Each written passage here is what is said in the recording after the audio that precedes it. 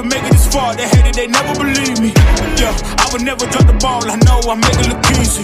Yeah, Mayweather with the defense. I don't care what a critic got to say. I got them picking up the pieces. That to me, you really playing with your life. I'm about to come and run it all back. I'm the new era, about to snap back. You ain't fitting for it, cause you all cap like.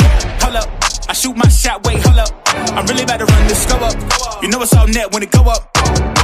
Ain't got no other plans, you don't need to understand. Ay, we on overtime, you don't need to understand. Ay, you just show them how to do it when you don't know what to say. Tell me how you plan to win if you plan to play it safe. Moving fast, already gone, yeah, but you bringing me back. Try to double cross me, dog, just let me relax. Stop assuming what we doing. Keep it moving, what we doing. Cause it can get big right. Cause it can get big right. Cause it can get big right. Ay, please don't play no games with me, I promise I'm too much. Ay, I can never let up even if you had enough. Ay, this ain't for the faint of heart, we always playing rough. I had enough, it ain't luck. I needed a vision, I needed ambition, I needed a mission to beat in submission with no intermission. I see the collision, the crash in the distance, they coming off track, no. Now when they ask what's the motive, don't talk like the show them. They all about to see what I mean in the moment. I gotta keep going, I'm shaking the dice and I'm keeping it rolling. They already know. Ain't got no other plans, you don't need to understand. Ay, we on overtime, you don't need to understand. Ay, you just show them how to do it when you don't know what to say. Tell me how you plan to win if you plan to play it safe. Moving fast, already gone, yeah, but you bringing me back. Try to double cross me, dog, just let me relax. Stop assuming what we doing.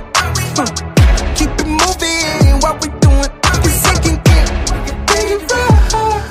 Cause it can get big right. Cause it can get big right.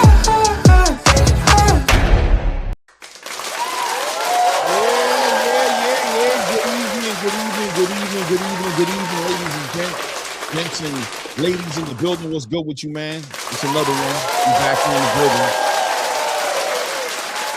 You already know how we carry it. Covering that live boxing talk, live commentary on these fights. We covering it all. It's been a quiet weekend. Yesterday there wasn't no fights. That you know, I didn't really look into it, to be honest with you, but I'm pretty sure there was no fights yesterday. But you know, Zuffa boxing, right? So boxing. In total is doing great right now. A lot of fights happening. And, you know, we're going to be covering this card tonight. F8 Ajagba and Charles Martin tonight. Heavyweight showdown. I'm expecting this one to be a shootout. These guys aren't the type of guys who like to go to the judges, things of that nature. So, you know, I'll be looking forward to see that turn out like that. Shout out to everybody who is in the building right now, man. So much stuff is happening in boxing right now, as usual, man. You guys catch that Jermell Charlo interview? We'll talk about a little bit during the show. I thought that was an interesting interview. To be honest with you, I didn't catch the whole thing. I think the biggest things I walked away from that interview with is that Jermell Charlo is interested in being active, right? And that's a great thing, right? Let's give it up for Jermell Charlo. Let's give it up for Jermell Charlo. Jermell Charlo seems to be interested in putting out this interview, right? Shout out to Jermell Charlo. Hopefully, he's serious about this, and hopefully it's painted the right way for him so that we can see him back in the ring. He's calling out Jerome Boots Ennis, which I think is a convenient thing, as we're watching 154 between 100 and the 140-pound division up to the 154-pound division. There's a lot of things going on in those divisions, and they seem to be bleeding into each other. As we're hearing about Devin Haney potentially, you know, Devin and Bill calling out Xander Zayas, things of that nature. And we're watching all those things come together. And, you know, even with the Virgil Oscar De La Hoya situation, putting up all these obstacles and us seeing this fight between Jerome Boots Ennis and Virgil pan out, you know, Jermell Charlo is a bit of fresh air, or at least hope, optimism behind the idea that he is serious about becoming active, and that he is serious with jumping right in the ring with the Jerome Boots Ennis. I think that fight holds a lot of weight, maybe even a little bit more weight on it than with Virgil, being that Jermell was the last lineal undisputed 154-pound champion in that division. And there's arguments there to say that he still is the guy, right? As long as he's active, you'd have to give him a man who's never lost his belt in that ring, right? Well, I mean, he lost it one time with Tony Harrison, but he got it back, obviously. But I'm just saying, at the end of the day, when he left out, he didn't leave it inside of the ring. So a big victory for Jerron Boots Ennis over Jermell Charlo. What does that say for him? What does that put him in the pound for pound rankings? Well, not pound for pound, but in the Ring Magazine 154 pound rankings. Where would that put him there? That would be a huge statement being made there for Jerron Boots Ennis to get especially a dominating victory against Jermell Charlo. So that's how we're seeing that come together. Obviously, we're also hearing about Shakur Stevenson, Xander Zayas. I mean, these guys are the biggest and largest trending topics in the space right now. I mean, a lot of energy getting focused towards Xander Zayas' win, obviously unifying, right? A unification, youngest unified champion in the space right now. Brought his whole city with him. Puerto Rico had that homecoming against Abbas Baharu, and then ends up in a halftime show with for the Super Bowl. Crazy, right? And then that being said, conversations out there of him unifying and bringing a third belt into the conversation if he indeed is able to make that fight happen with Josh Kelly. But to have Devin Haney, a pound for pound fighter in his own right, accomplished fighter in his own right, calling his name out to make a fight, to see Devin potentially go up to 154, crazy, right? And Shakur Stevenson, of course, and on all these guys in these great conversations right now. So boxing is doing good. A lot of buzz going on. And guys, we got to remember, we're getting ready to roll into fight week, right? Ryan Garcia, Mario Barrios in a stacked card, in my opinion. You got from Richardson Hitchens and Oscar Duarte all the way to, Frank Martin, right, and Nahir Albright, and all, Gary Antoine Russell and Andy Hiroko. So all those things coming out in the space right now. A lot of things we could be talking about. But tonight we'll be watching this boxing going on. We're watching the prelims right now. Watching one of the fighters come from the back. Valencia. I don't have all their names here right now. Give me a second. But what is it? Jorge Valencia. I want to say it is. Is it Jorge? Jorge Lagunas. Sorry, Jorge Lagunas. Come out of Tijuana. 84% knockout ratio, 16 knockouts in his 19 wins. Last 9 wins have been by knockout. Once again, on these cards, with the Zuffa cards and in the Riyadh cards, you might not know the names of these fighters, but one thing that I'm looking forward to, and that in my opinion, they've earned a reputation with me, is the matchmaking, right? They've been able to put together these fights.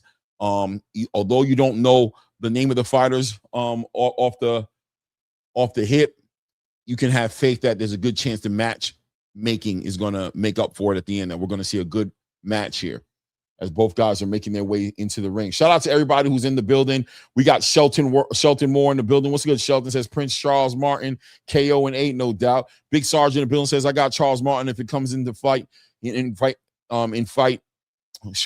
he comes in the fight in great shape and conditioning, no doubt, man. Clear World, how you doing, Queen? The Spiritual Ministry, how you doing, Queen? Literary Pharaoh in the building. What's good, family?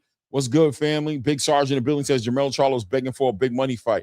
Yeah, I mean, look, that's another thing with these guys making their returns. You got to ask yourself, they coming for the money or they coming for the fight? Because, you can't play boxing, right? Although this is what these guys have done their whole lives, and now they've become big paydays, big money fighters. If you come in here with the wrong idea and the wrong mentality, you can get clipped pretty quickly, especially against a Jerron Boots Ennis or a Terrence Bud Crawford or any of these big names, right? You get in the ring with these dudes, you better be coming ready to put it all on the line. You know what I mean? Salute to everybody in the building. J Mac 144 in the building. Salute to you, family. Big Sar says Xander Zayas has been moved exactly how top rank usually does with their prospects. Great matchmaking, no doubt, man. Devonter in the building says always a pleasure to be in the building. No doubt, Devontae, no doubt.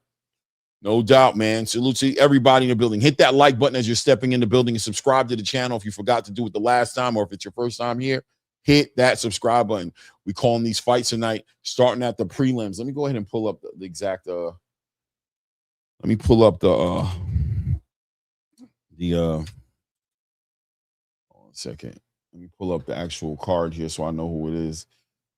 I'm not scared to tell you guys, at the end of the day, I am not familiar with all of these fighters. So some of them I am, though. But, these two right here, I can tell you I'm not right now. So we got Dariel Cuchenov, 9-0, going against George Lagunas, 19 wins, 7 losses, but he's had 16. Let me pull up George Lagunas record, which is very interesting. 19 wins, 16 losses. 7 losses. Out of those 19 wins, 16 knockouts, right? And he's been stopped himself 3 times. So just reading it off the paper, you got to say that you got to expect this guy to for there to be a shootout tonight in this ring. Let me see here. Let's see how Dario Cuchenov, who's 9 wins, 7 knockouts. Yeah. So this is going to be a big punch. You know, the big punchers. You got the Eastern European and Dario Cuchenov from out of Russia. So you already know that Eastern European. So I'm expecting to see something disciplined, something fundamentally sound. We're at the top of the first round. Let's go. Cuchenov in the black shorts and Lagunas in the white shorts. Real easy with Zuffa boxing, right? Cuchenov just taking the center of the ring once again, you know, right behind that jab as I expected it. We got 2 orthodox fighters in front of each other now, and Cuchenov just working the levels behind that jab, sticking him to the body. Big overhand right by Cuchenov. Shoots a 1-2 combination down the middle, backs up. Lagunas here, 2 minutes and 30 seconds into the first round. As there we go. Cuchenov is applying that pressure, walking down Lagunas, but Lagunas also trying to get his jab going, but he's getting caught up against the ropes here as Cuchenov is just working behind that jab right now, just trying to see what exactly is Lagunas going to do in his first round. Nice uppercut right there in between the guards by Lagunas right there as he was getting pressured. Still on his back foot, playing the perimeter of the ring right now as Cuchenov continues to work him behind that left hook and behind that left lead hand. That jab, sticking him to the body, sticking him up top, continue to move him around the ring as Lagunas continues to work his way to his left side, trying to. It's very interesting to see him kind of move this way because you have to ask yourself, why are you moving to his power hand? He's trying to line up that right hand is what he's trying to do. Good work by Cuchenov, man, just keeping that pressure on him, staying behind that jab here. Minute 30 seconds just passed here in round 1. Is Villette. Lagunas continues to try to work and get that respect from Cuchenov. Cuchenov, nice check left hook by Cuchenov, catches him right there against the ropes. Nice left uppercut back on that lead hand. Continue to work behind that lead hand. Cuchenov for a nice 1-2 combo right there, working behind that jab, trying to get that respect from Cuchenov. Cuchenov, beautiful work. Nice left hook to the body right there. That was a nice left hook. That was the first left hook I've seen him shoot to the body right there. Real good left hook. Back behind that jab. That jab is cutting right in between the gloves of Lagunas. There we go, right down to the right on the belt line from Cuchenov, right on Lagunas' belt line. Lagunas leaps. Oh, nice overhand right. Good timing by Cuchenov, catches Lagunas here. Good work, working behind that jab. 40 seconds left here in that first round. Continue, doubles up on the jab. Nice, straight right hand and comes down with a left hook to the body. Beautiful work by Cuchenov, excuse me. Continue to work and pressure him, man. Just the ring generalship here is clear. Also, good accurate punching by Cuchenov here, as Lagunas is still trying to figure out how to get that respect, trying to time him out, trying to catch him coming in with that straight right hand. But Cuchenov doing a good job of just anticipating and seeing a nice right hand, nice left hook, catches Lagunas on the way in there. Nice overhand right by Lagunas to respond to that combination right there. Good work here. End of the first round here. Easy to call that right there. That's a Cuchenov round all day long. But more importantly, we see that Cuchenov is controlling the fight. The ring generalship is clear. Lagunas on his back foot, playing the perimeter of the ring, trying to pick his shots accordingly. But Cuchenov keeping that consistent pressure on him behind that jab, changing levels on him. Towards the end of that fight, towards the end of that round, we started to see the combination punching starting to come together for Cuchenov as he started to implicate that right hand, straight right hands, and he was combo punching. So he'd start off with the lead hand, come over with the right hand, and then check with maybe a left hook to the body or a left hook up top or back on that jab, and doubling up on the jab at times. So setting everything up behind that jab. Let's see what Lagunas does to adjust to this and see if he can slip some of these shots and get his own offense going. But right now, it seemed like a one-way street here as Cuchenov was just able to just do great jobs of slipping that lead hand of Lagunas and working behind that jab, being fundamentally on point. Good range control, staying outside the range of Lagunas. So let's see what Lagunas does to close his gap right now. 10-9 rounds so far. Cuchenov up 1-0. Going into the second round here. This one, I believe, is 6-round fight. Well, I didn't even count how many rounds this is going to be. There we go. There we go. Now, Lagunas now taking the center of the ring, not trying to back up. He's trying to stab him to the body. He's trying to counterpunch him and not be on those ropes anymore. But Cuchenov doing a good job, even with the feints. Got so much respect in that first round. The feints are pushing Lagunas back, right? Just the feints. Good work to the body. Cuchenov just back to the basics, back to the fundamental basics, man. I'm going to time you out. I'm going to stick you to your body. I'm not going to let you think too long. I'm gonna keep my punches sharp. Good work behind the jab right there. Check left hook right off the jab right there. Good work. And good work of staying out right there in his range. He's not smothering his own work, jumping to his punches, sitting back on those on that lead hand. Nice work. Timed him up. Nice overhand right there. Continues to walk Lagunas back. It's got to be kind of discouraging at this point for Lagunas. And there goes another lead hand to the body, man, right on the belt line. Good. Nice check left hook. Big left hook from Lagunas back on Cuchenov, but wasn't able to get that respect. Cuchenov just continues to apply that pressure on him. Laguna works off that rope right there, tries to work behind that jab, but Cuchenov just staying there. Another stabs him right down to the body again. Back on that lead hand, walking him down, taking his time, controlling that range, and just timing out. You can already see he's timing out that right hand. Beautiful jab by Cuchenov. He's staying consistent with that jab. Real clean jab. Nice. Check left hook with a straight right hand. Lagunas tries to time up a little bit, but Cuchenov does a good job of avoiding that. Good work right there. Lagunas trying to let off some combination punches there. But boom, doubles up on that lead hand. Boom. Big right hand by Cuchenov. Minute 15 seconds, you can say, heading into round two here. See, nice big right hand. Looks like it caught Lagunas and hurt him a little bit, if you ask me. Another overhand right coming over that lead hand of Lagunas, man. Beautiful work by Cuchenov, man. Just putting his punches together so clean. Nice work. Nice work. As Cuchenov continues to apply that pressure, that jab is finding him every time, right in between the guards. And then if he can't get in between the guards, he's sticking him right on that belt line, just keeping that pressure on Lagunas. And Lagunas trying to get that respect. Beautiful work there. Nice uppercuts right there between the guards there for Cuchenov, and ends it with a check left hook to the body. Never forgetting the body. Always a sign of a patient fighter, a fighter who knows the value of good body work. We're hitting the 30-second mark here in the second round here. Cuchenov, nice right hand by Cuchenov, catches Lagunas right there. As Lagunas rolls off the ropes, tries to get out the way of that onslaught. Nice lead hand, left hook by Lagunas. But Cuchenov continues to apply that pressure and walk him down, taking his time. Nice work right there. Right hand to the body. Nice left hook. Nice, real short left hook by Cuchenov, about to hit the 10-second mark here. Big leaping left uppercut from Lagunas. Really stretched, overreaching, if you ask me. Very desperate in the way Lagunas is punching now. Very desperate, just wailing shots back at Cuchenov, who's seen the shots come from a mile away and just took another round very easily under his belt right there. Lagunas tried to stand and fight his fight a little bit more this time, not just allow Cuchenov to walk him everywhere, but at the end of the day, he ended up back on his back foot, right? He ended up on those ropes, and Cuchenov just working behind that lead hand and hitting him with clean shots when he gets the opportunity, man. Clean shots, man. Shout out to everybody in the building, man. We got like 20 people in the building. Hit the like button. Subscribe to the channel, man. We're covering that Zuffa 3, Z03 Zuffa boxing, headlined by F.A. Ajagba and Prince Charles Martin in the building. Big heavyweights, big punching. Expecting that one to be a legit shootout.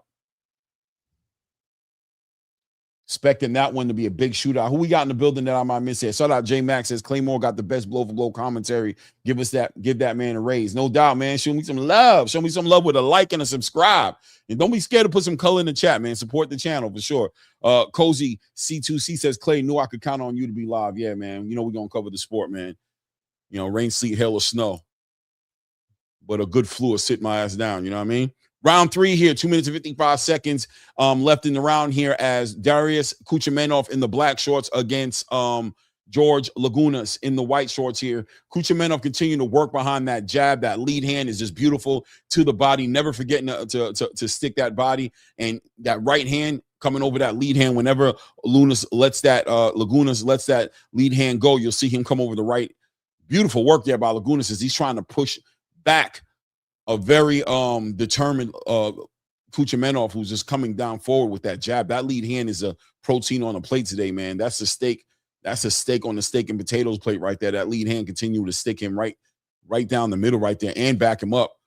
But Lagunas just right now just decided he's going to stand in the middle of the ring. He's trying to move his head around. He's trying to put the pressure back and put Cuchenov on his back foot. He doesn't want to continue to be on his back foot anymore. I'm sure the corner let him know that when he's on those ropes and on that back foot, it's not looking good for the judges. Good work there as Lagunas tries to work and doesn't allow Cuchenov to get that beautiful left hook. Big, nice left hook came right over that right elbow of Cuchenov and hit him right there. Beautiful work to the body by Cuchenov. Lagunas trying to tie up Cuchenov letting off these jabs. Nice overhand right. Nice check left hook. Right hook to the body. Check left hook up top. Nice overhand. Nice Left hook, right hook. Yeah, back on that lead hand. Continue. Oh, nice. Right behind that lead hand comes over across with a straight right hand. Catches Lagunas, who's trying to fight his way back out of this situation. Doesn't want to continue to be on his back foot, but beautiful work by Cuchenov, who's working that body. Left hook, right hook to the body. Straight right hand down the middle. I mean, beautiful work by Cuchenov. Lagunas trying to respond with his own offense, but look at the body work by Cuchenov. Continuing to stick him with those check left and right hooks to the body. Beautiful work. Beautiful uppercut. Beautiful punching in that corner over there. These guys, it's a shootout right now, guys. I don't know if you're watching it, but Lagunas is trying to stand his ground a little bit here, but Cuchenov is getting the best of it here. You can see him wearing and tearing, especially on that body work. We just passed a minute mark. That body work is going to pay out dividends in these latter rounds. This is 3 or 6 rounds right now, so right now, Cuchenov definitely deciding to turn up the pressure here and get this guy out of here. 9 wins, 0 losses, 7 knockouts for Cuchenov here. So he doesn't want to make this the first fight. He goes a full distance here, but he's got a dog in front of him, a Mexican who's sitting in here for the long term, for the fight. Doesn't want to just go out and go out like that. 1 second. Jonathan Jackson in the building. Salute to you. Andrew Charles in the building. Salute to you, Andrew. 27 people in the building. Hit the like button and subscribe to the channel if you haven't done so yet, as Lagunas has just gone down. I believe it was a body shot put him down. Good work. You saw the body work coming here. You saw the body work coming as the referee's trying to figure out if this guy's ready to continue to fight here. We got 4, 3, 2. Cuchenov turns up the pressure. Boom. Nice overhand right. Beautiful work to the body again. Lagunas makes it out the round there. Takes damn near that whole entire count here. Here goes the replay. Beautiful work here. Nice. Another left hook to the body. That left hook to the body put him down, man. He was just working that body so well. So well. So clearly a 10-8 round for that one here. There's levels to this shit, man. There's levels to it, man. Clearly. Definitely levels to this, man. The hooks to the body was bound to pay dividends, man. He was working that body relentlessly. So you had to see that coming. I don't know if anybody else is taking the scorecards. I don't even know if it's that difficult to be taking the scorecards here. Literary Farrah says, where is this? The Zone? No, this one right here is on Paramount. Literary Farrah is on Paramount Plus. Zuffa Boxing. Let's go. Let's go. Let's go.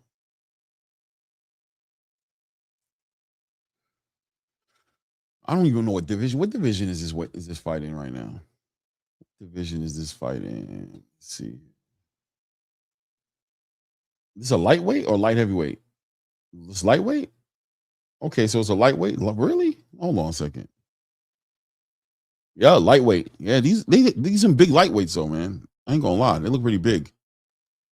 There we are, 2 minutes and 45 seconds left here in this round 4 here. I know Cuchenov wants to continue to work behind that pressure and work that body and try to get this guy out of here. Lagunas went down in that last round due to the body work that Cuchenov was putting in. Good work by Cuchenov against ropes here, opening up on Lagunas. Lagunas trying to fight his way out of it, but definitely getting that pressure. Beautiful punching, clean punches by Cuchenov, but a lot of volume punches. Nice left hook to the body again on Lagunas, as Lagunas just trying to smother what Cuchenov is putting together, and he puts him down again. Another body shot puts him down, almost like a timeout, just relentless. Put him in a shootout. Doesn't look like he was going to be able to win that, and couldn't get out the way, as Cuchenov is doing a good job of cutting the ring. Let's see what happens here. 2 minutes pretty much left here in round 4, so the bell will not save him this round here. It's going to take a lot of. There we go. Slips off and shoots his own straight right hand. But Cuchenov, once again, with a great combination. Punches in bunches. Punches in bunches, man. Wow, man. Another left hook to the body. You can see every time he hits him with that left hook to the body, as Lagunas is trying to keep that right hand tucked real tight to his body. But Cuchenov doing a good job of getting around that elbow and finding him. And it's sore at this point, as the referees decide to go ahead and stop the fight. About 1 minute, 30 seconds left in this round right here. The referee stops the fight. There's too much punishment, as Lagunas had a cut open up over his left eye. Blood's in his eye. His body's just getting, just getting worn and torn. It is what it is. As Lagunas wants to congratulate Cuchenov. Yeah, good sportsmanship, man. Great fight. Great fight, man. Easy work. Easy work here. Overhand right. Boom, check left. Continues to work behind him. Behind that jab. Continues to walk him down. The referee just stops it. Says it's just too much. You're bleeding over your eye. You're bleeding over your eye. You don't seem to be, You don't seem to be able to manage the punishment and the pressure well. You live. You live to fight another day. Hit the like button. Subscribe to the channel, man. Let's get the likes up, man.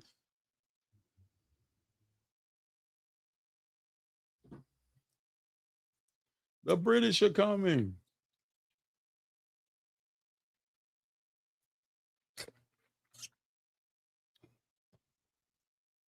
Yeah, Curtis, too much work. Too much work, yeah.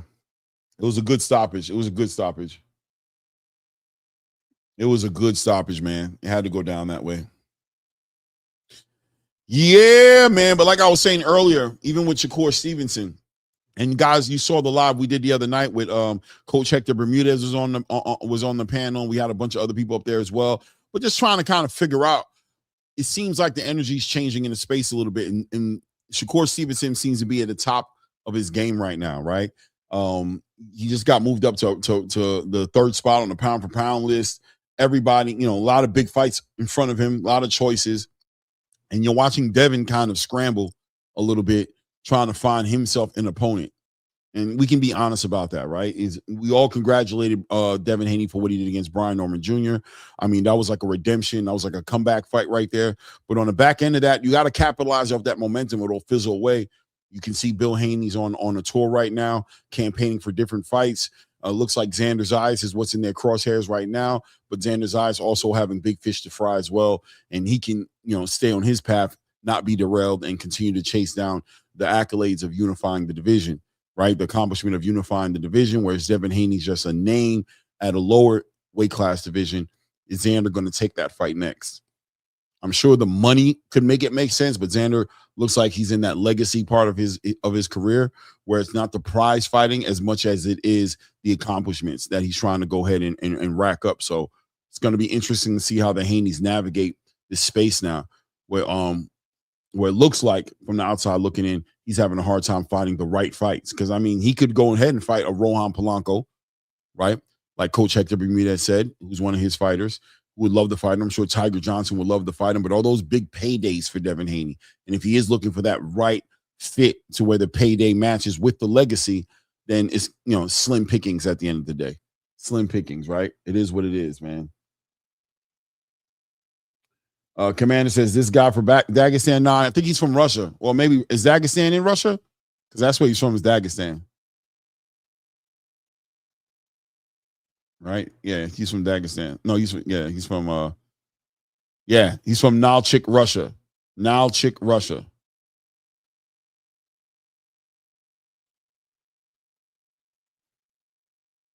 Now sitting on 10 wins, 8 KOs.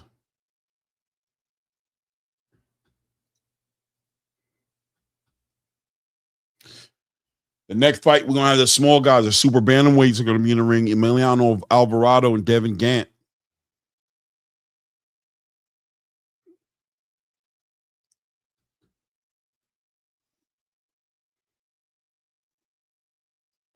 Yeah, he had a Russian flag. Exactly, Amir Carter. Yep.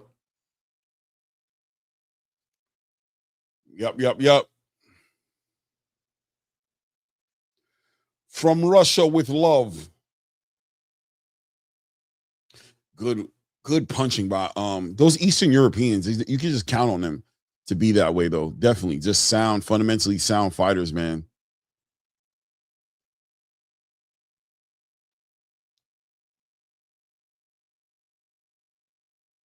Is he? He's ex-UFC? He was in the UFC? I don't think so. Was he? I don't think so.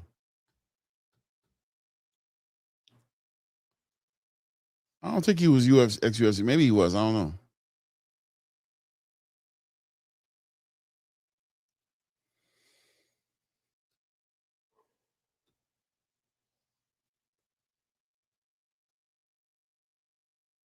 Not familiar with him in UFC. Looks like we're getting ready to see Emiliano Alvarado and Devin Gant.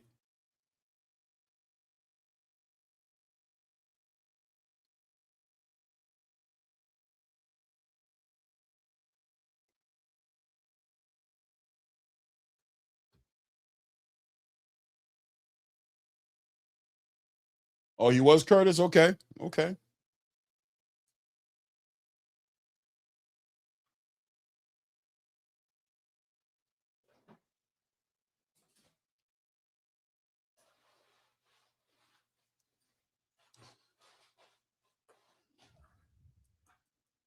At Vegas Strip, in the middle of the damn desert.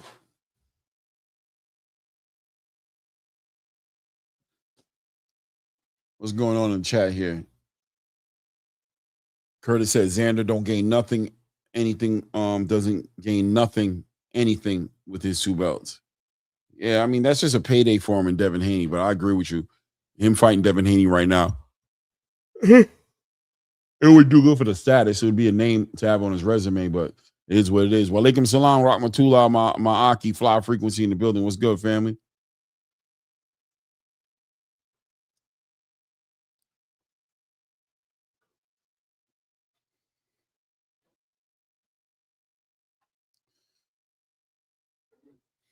Max Kellerman, Andre Ward in the building right now trying to cover these fights here.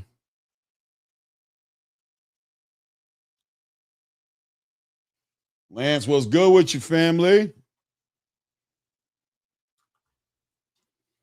What's good with you, man?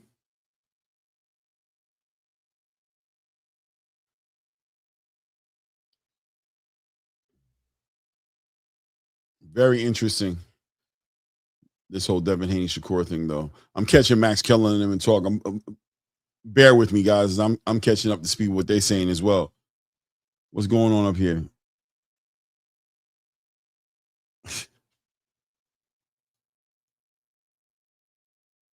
Lance, I'm trying, man. I'm trying, Lance. Kurt said, but Xander moving up after his next fight. I mean, I think we're assuming he's moving up after his next fight, which I think is a good assumption, by the way. Curtis, I think it's a great assumption, but it's not set in stone, right? But we all are seeing Xander Zayas just become a bigger 154 pounder. He's just growing. We know this from a kid to a man, from boys to men, right? Watching Xander Zayas grow. So it does look like eventually, sooner rather than later, he's probably going to be up at 160. But this might be the opportunity. Bill Haney's a great he's a great scout when it comes to finding the right fights for Devin Haney. And this might be the right time for him to get in the ring with his Xander Zayas, right? If Xander Zayas is indeed struggling to make his weight cuts a little bit more, maybe he's getting a little tougher for him, this might be the perfect time for him to get a Xander Zayas who's up in the next weight class division, sitting on a unification title. This adds to Devin Haney's resume, right? So this is Bill Haney also doing his thing, working his magic, being that great manager and matchmaker for Devin Haney. But at the same time, you got to think Turkey's involved in it. So Turkey's not going to allow just any fight to happen. He's not going to really allow the cherry picks to happen that easily. He's going to get behind very competitive fights. So how does Turkey feel about Xander Zayas and Devin Haney fighting each other? We'll see in the coming weeks, right? In the coming weeks.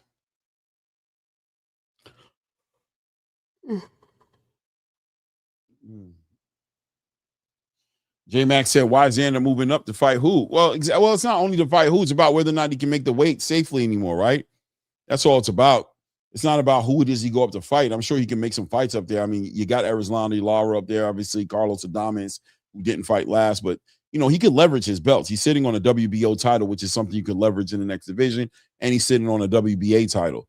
So he has leverage to go up in that division and make some significant fights as far as the division is concerned. But is he ready to go yet? Being at 154 is the big money division. It's a glamour division at this point. It's a very stacked division. You got Errol Spence rumoring to make his return into that division. You got Jamel Charlo, who just did an interview with Najee, over at Cigar Talk, talking about how he wants to campaign and come back and fight a Jerron Boots Ennis. And then you got all the fighters who are already there, the Virgil Ortizes and so forth. So Xander, if he can make the weight safely at 154 and still be strong and defend his titles and chase down other titles, he could stay at 154 maybe for another 3 more fights max, right? Like 2-3 max. But you got to think he's going to want to make them count. He's not just going to want to make any fight. You know what I mean? It is what it is. J-Max says 160-pound division is kind of dry. Correct me if I'm wrong. You're not wrong at all. But there are some fights up there. It's a division that he can easily become a champion in. He could unify in. He can get into a decent fight with a Janibek or Carlos Adames or Erislandy Lara, right? He can make some decent fights happen at 160. So it's just a matter of being moved correctly. But 154 is the glamour division, is the money division. He probably doesn't want to leave that division anytime soon. Yeah, Curtis, for sure. For sure. Curtis says it's hard for Devin to make fights at 147. He's being frozen out. Yeah, facts. It looks like that at least. We're about to see Alvarado and Gant get in the ring right now. Emiliano Alvarado.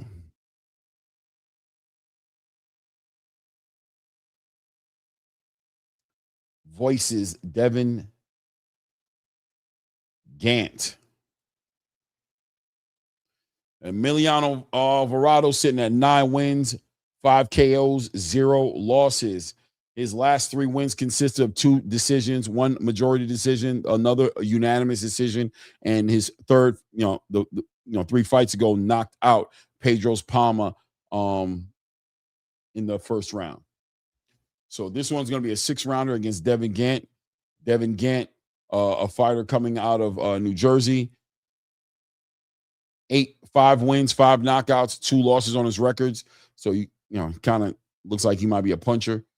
This will be his 4th 6-round fight. Yeah, I'm not too familiar with these guys, but I'm gonna be excited to get to know who they are in the ring. Yeah, he has already unified for sure. Literary Farrell says Xander's low-key a light heavyweight. Am I reaching? I think he might be reaching a little bit, Literary Farrell. I don't think he's no light heavyweight, but I think he's definitely a solid middleweight and probably could be a junior middleweight. I mean, not junior, a super middleweight pretty soon, But, it's about the opportunities, it's about the money, and 154 is that division. So if you have a firm control over that division by being unified champion, which puts you in a position to maybe A-side negotiate a lot of fights, I'm sure the team is going to put the pressure on Xander to stay there as long as he can in a healthy way, right?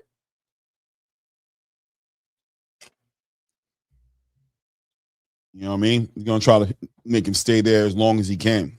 Hopefully they don't make him sit there too long, because that's where, that's what it's all about, that balance.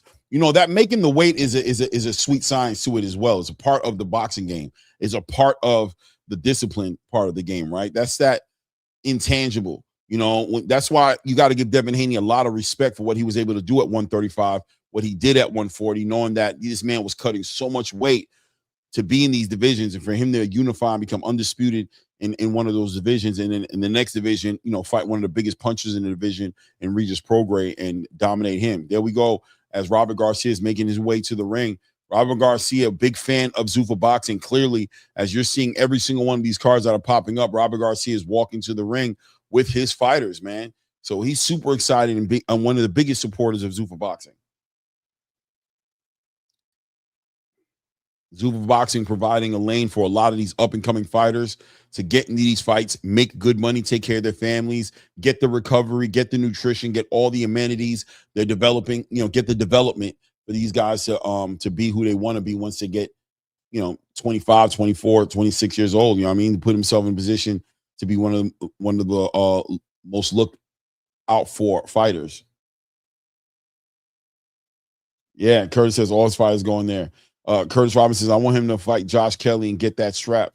I think that's what he wants too. Shane Mack says making weight is like having nutritional secrets. LOL. No doubt, man. Making weight is an art to it, right? Because just cutting the weight is one thing, but cutting the weight in a healthy way to where you're strong, to where you're not giving up too much on your resistance to punching and things of that nature. It's a skill to it, definitely.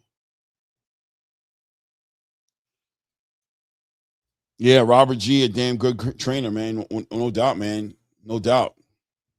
5 wins, 5 knockouts, 2 losses on his record, sitting at 5'6", 121.5 pounds on the scales as of yesterday, coming out of Camden, Jersey. He's an underdog in this fight.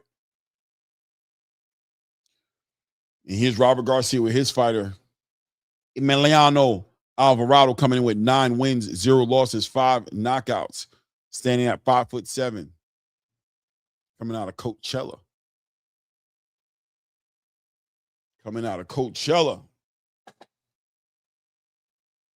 You think we might have a shootout on our hand, ladies and gentlemen? Let's see. Looks like we might have a shootout, man. Great matchmaking, I'm telling you. The first fight delivered. Let's see what the second one does. The fighters getting those last minute instructions. Both corners being told what to do. As the corners are starting to clear the ring, cameraman getting out the ring, the referee's making sure everybody's outside the ring. We're about to get it on, man.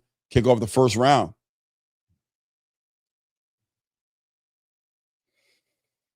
We're good. We're good. Fighter, you ready? Let's get it. Right to the center of the ring as Emiliano Vargas immediately races to the center of the ring and takes that ring generalship. You can already tell by the body language. He's the big puncher. Big check left hook as Devin Gant gets right up under that hook and ties him up.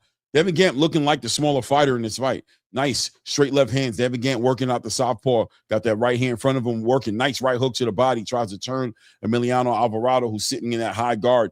Very Mexican style look to him. Sitting behind that high guard, working behind that jab, walking down the Devin Gant, who's a smaller fighter, but not giving up the ring generalship, holding it down the center ring, slides, and nice, good work. Slips his head off to the right and gets that left hand right up in between the guards. And it gets tied up. The referee separates him, but good work by Gant. Big check, big swinging, wide punches coming from Emiliano Alvarado. So, I mean, already I don't like that. Nice check left hook. Super sharp left hook. Nice punches by Gant, man, who's doing a good job of just picking this dude apart. Emiliano Alvarado swinging with some big wide punches, telegraphing his shots. He needs to calm down a little bit, in my opinion. I don't know if Gant's got the power to get the respect from him, but he's hitting with clean shots. Nice left hook to the body, comes up with a left hook up top, check right hook up top, and spins off to his right. Good work.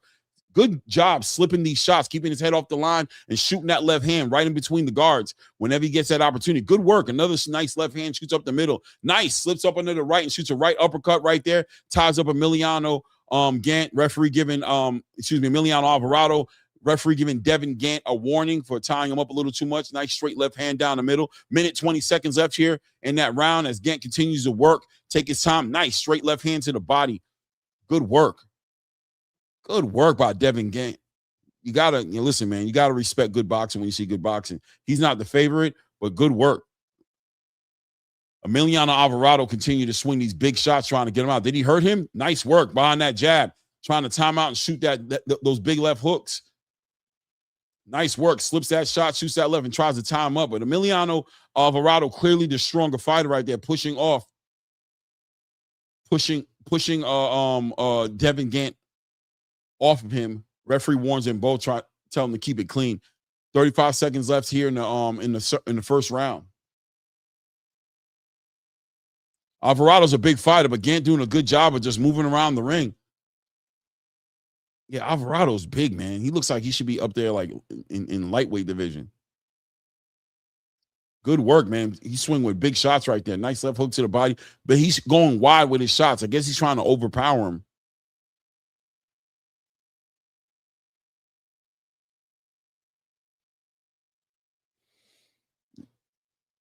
Gant trying to get that time and then come across with that left hand, get a little wider with his punches. Nice left hand by Gant.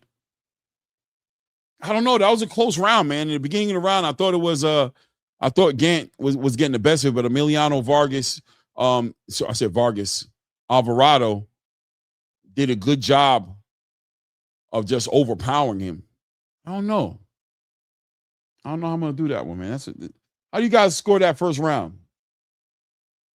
I thought Gant did a good job punching him clean, but this is kind of looking like the Figueroa Nick Ball fight just a little bit, because as you're seeing Gant with the cleaner punches, but Alvarado with that pressure, you can't deny the pressure, right? Gant getting those instructions in the corner. I wonder what they're telling him. I'm gonna give Gant that round, man. I'm gonna give Gant the round.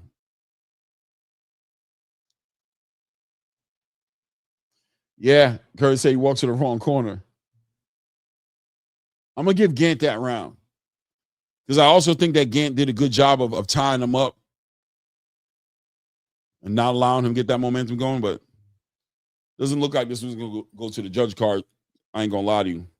Top of the second round here. Devin Gant in the black shorts. Emiliano Alvarado in the blue shorts. Both men wearing black gloves. Gant trying to complain about a left hook coming behind the ear. Referee warns him to keep his head up. Gant trying to make sure he keeps him honest in the middle of the ring. But is that power translating?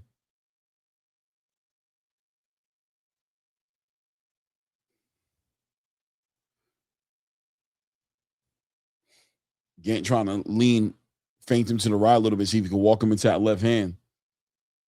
Check right hook by Gant. Gant with a nice left-right hook. Left hand right down the middle between the guards. Emiliano Alvarado just trying to hit him with a lot of power shots. Nice left hook to the body by Emiliano Alvarado. Lord have mercy. Another left hook to the body by Emiliano Alvarado.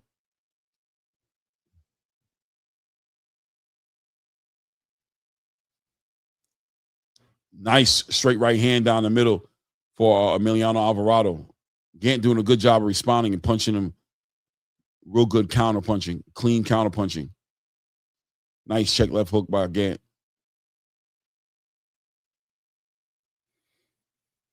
Good work. Oh, nice overhand left. Nice straight right hand by Alvarado. Another check right hook. Short and clean by Alvarado. Alvarado timing him now with that left hook, catching him. Now hit him with a nice right hook on the way back. Nice, coming over the top with that left hand.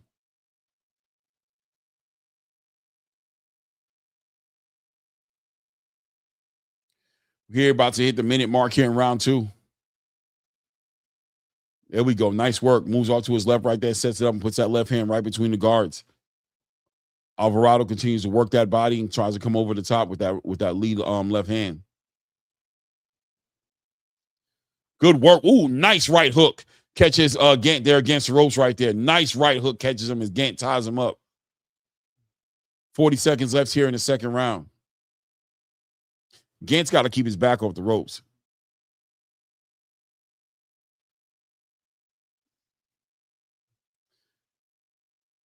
Alvarado telegraphs his punches a lot. I ain't going to lie.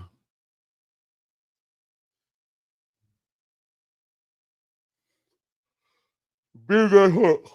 Telegraphing big swinging left hooks by Emiliano Alvarado. 10 seconds left here in this round. Nice. Times him out with a nice left hand by Devin Gant. Comes right up the middle, catches Emiliano Vargas clean. Emiliano Alvarado. Somebody help me, please. I don't know. Another close round, man. I kind of want to give it to Alvarado, though, but a very close round. I'll say it's 1-up. There's no way Gant eating all these punches. Yeah, man, he's eating a lot of clean shots, especially when he gets against the ropes. He's got to do something about that. He's got to get off those ropes. It's not good. It's not a good look for him on those ropes.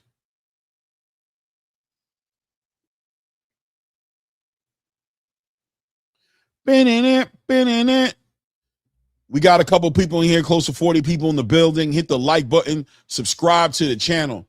Here they're showing that nice this nice exchange here where Gant is against the ropes and trying to get around, but Vargas doing a good job of getting around that right elbow and checking him to the body with those big left hands.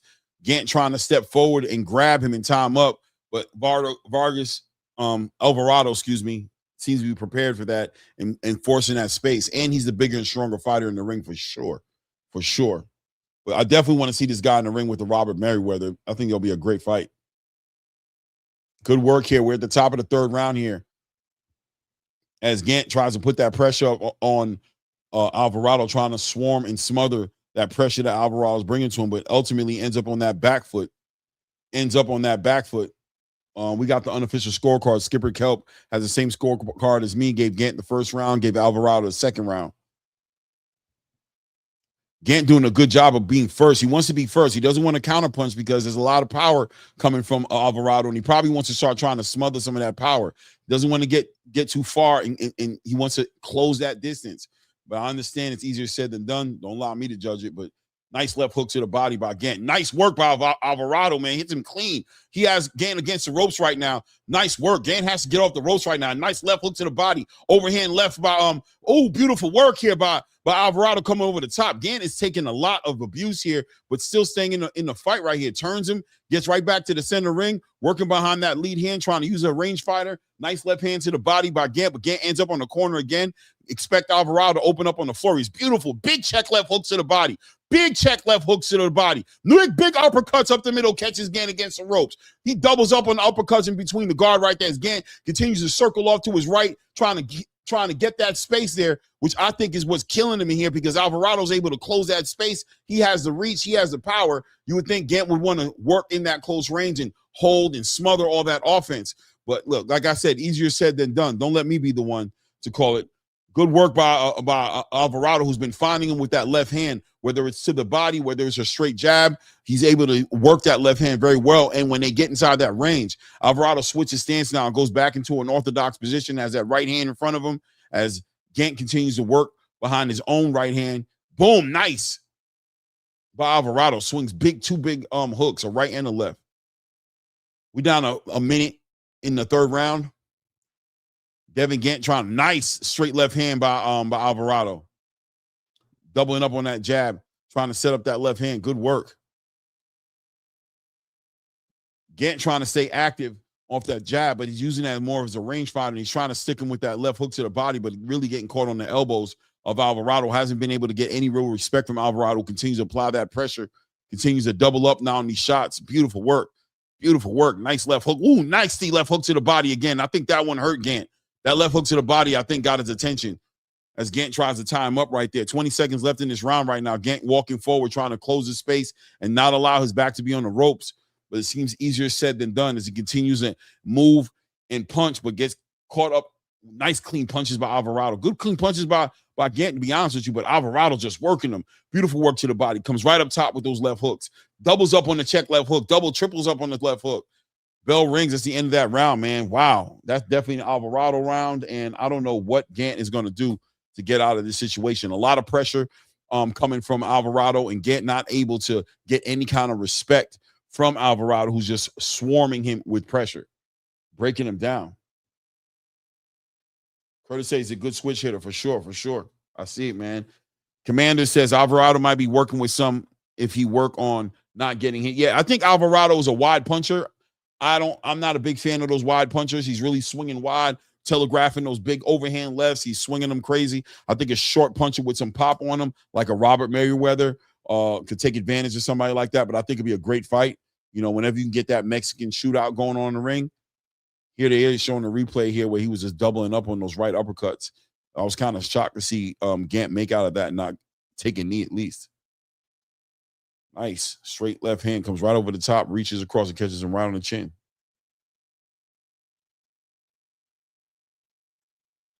You heard it, man. Let's make it count, man. Hit the likes. Top of the third round or fourth round right now. This one out of 6 rounds. We got Emiliano Alvarado in the blue shorts, and we've got Devin Gant in the black shorts here. Alvarado, once again, just the bigger fighter, bigger puncher, and nice work by Gant right there, who's pushed him back with that lead hand and came right over the top with a straight left hand. Straight left hand right between the guards there. And now timing out that left hand, coming right up the middle. He has Emiliano Alvarado, continues to try to control the center of that ring and time out what Gant is doing. Gant just trying to keep his legs up under him and stay out the way of a lot of that power shot. Stay off those ropes has got to be the advice he got there. Nice straight right hand by Emiliano Alvarado right there. Slows him down and puts Gant right up against those ropes again. But Gant does a good job, gets off the ropes. Nice overhand left by Emiliano. Big, nice response right there as Kevin Gant hit him with a clean left hand on Emiliano Alvarado. Back on that left hand coming straight up the middle there. Good scoring by Gant, who's continuing to be on his feet, but moving around his feet. But Emiliano Alvarado just staying in that high guard, walking him down, has him up against the ropes right there. Referee counts as the down, says he took a knee right there in the corner as he gets a standing 8 count at this point. Devin Gant gets a standing 8 count. Referee makes sure he's on point, brings it back center ring. Minute 40 seconds left here in the 4th round. Oh, no. Referee waves it off. Why? What happened? Referee waves. I mean, listen, Devin Gant was getting a lot of was getting punched on a lot. But for some reason, referee called it. It's over. Oh, he didn't want to continue? Did he give up? I missed it.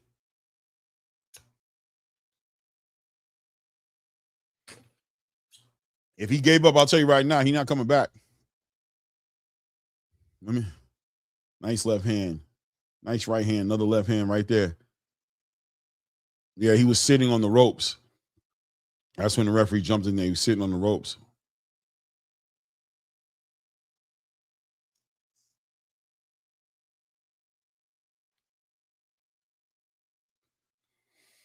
Off to the commercials. So far, what, 2 fights, 2 stoppages? Not bad, right? Not bad. Not bad at all, said the wise man. Yeah, that Nomas might get him cut. He might not come back. Or I don't know if he can go into a lower weight class. But, guys, I think Emiliano Alvarado was a little too big for that division. Feels like he should have probably been up there at 130. Am I bugging? Or 135, I'm even. Sorry, they don't got 130. At 135. Seemed to be a little too big for that division. We got 48 people in the building. Let's make sure we're hitting the like button as we step into the building. Hit the subscribe button as we're covering the FA Ajagba versus Prince Charles Martin heavyweight bout here to headline this card. And we got some great undercard fights so far on the prelims showing out. Hit the like button. Subscribe to the channel. Yeah, the punch stats weren't that much different. I think Gant was just really the smaller fighter who's having a hard time dealing with the size of Alvarado. Yeah, Kurt said 135 is good for him. Yeah.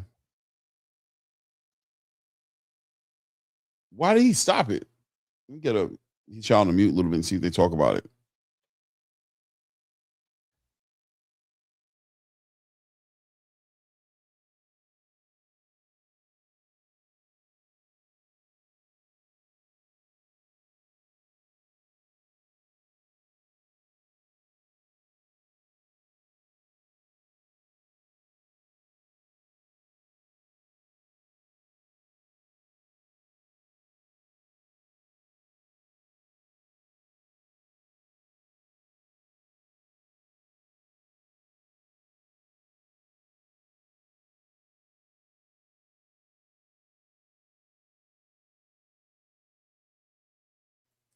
Yeah, what did you say here? Curtis says this might be Martin's last shot, Clay. Yeah, Prince Charles Martin, this has to be his last shot. You got to say that this is his last shot.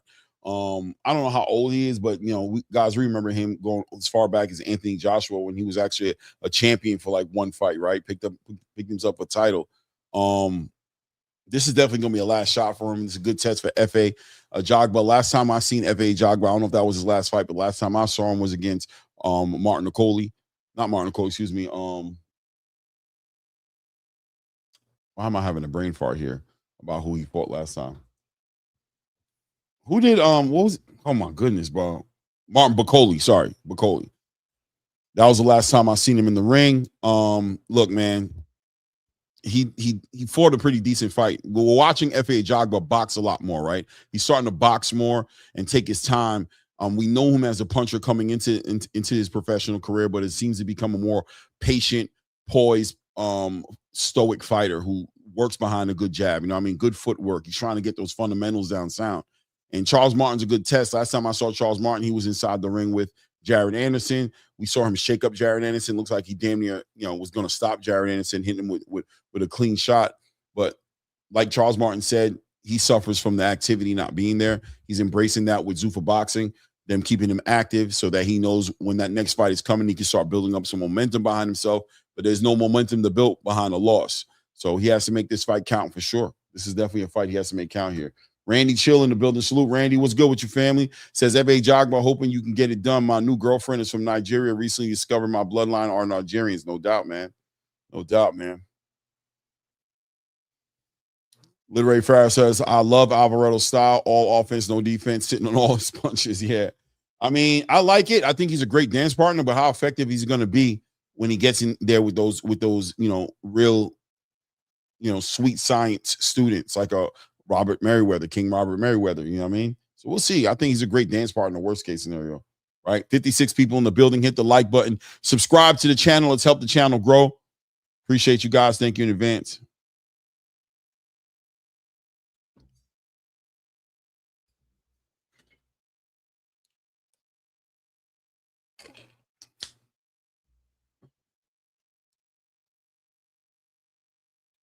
Bulbous, what's good? Ryan Garcia, undefeated 2026. We got Molina and Clark about to enter the ring right now.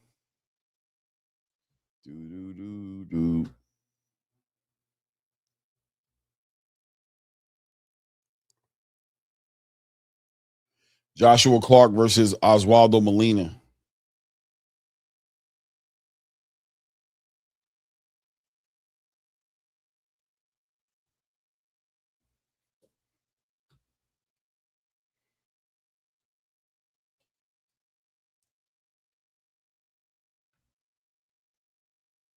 Larry Farrell says heavyweights are so boring to watch. Most of them look low key mini sumo wrestlers. At times, we've seen some that look like that. Hopefully, I don't think that's the same with these guys here. These guys should be in decent shape.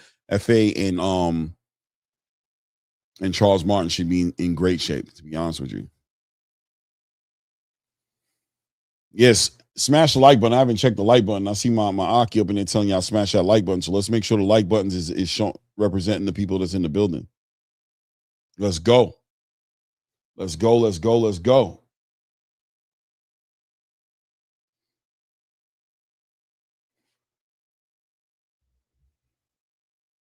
Literary Pharaoh says that's why I like him. He either clip or get clipped. Yeah, yeah, yeah. Great dance partners, man.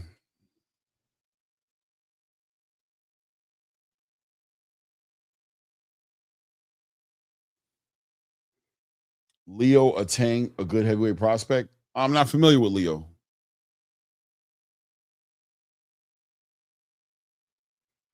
Leo Atang. God. Leo Atang. I'm not familiar with Leo Atang. Let me look him up. Have I ever seen him fight before? I don't think I have.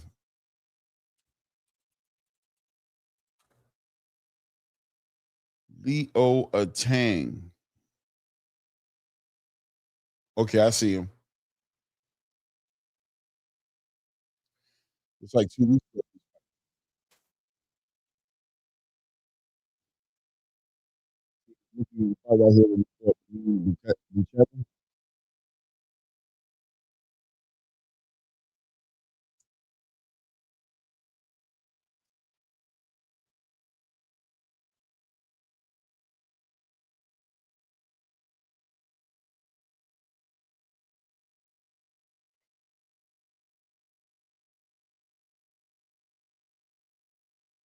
No doubt, Randy.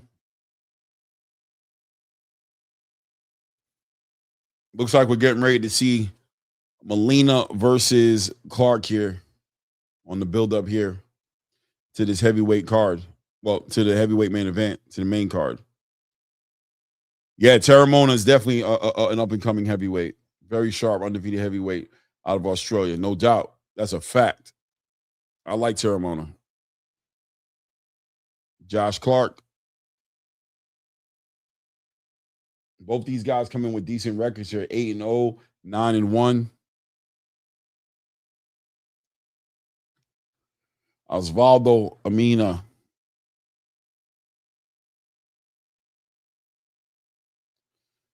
Osvaldo Amina.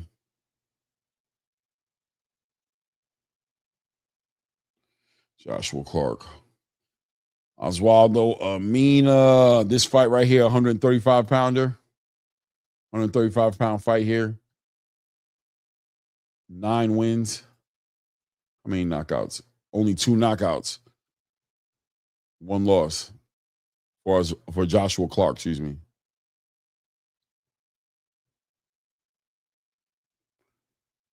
Now, Osvaldo Molina, 8 wins, 4 knockouts, 0 losses. Coming out of Jalisco. Guadalajara, Jalisco, Mexico.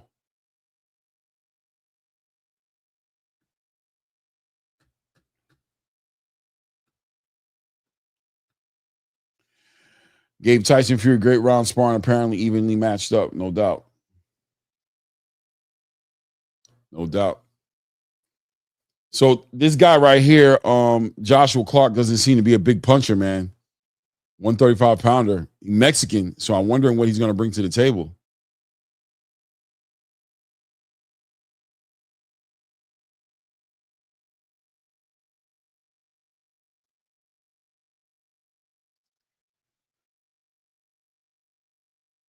No doubt, Caboose, for sure. Thank you, man. I appreciate that. You from Australia, Caboose? Good to see you in the building, man. I should know it says Caboose Media Sydney, right? No doubt, man. I hope you subscribe to the channel as well. Let's see, man. We've had 2 fights thus far on this prelim card. Both fights ended up in a stoppage. So far, good delivery.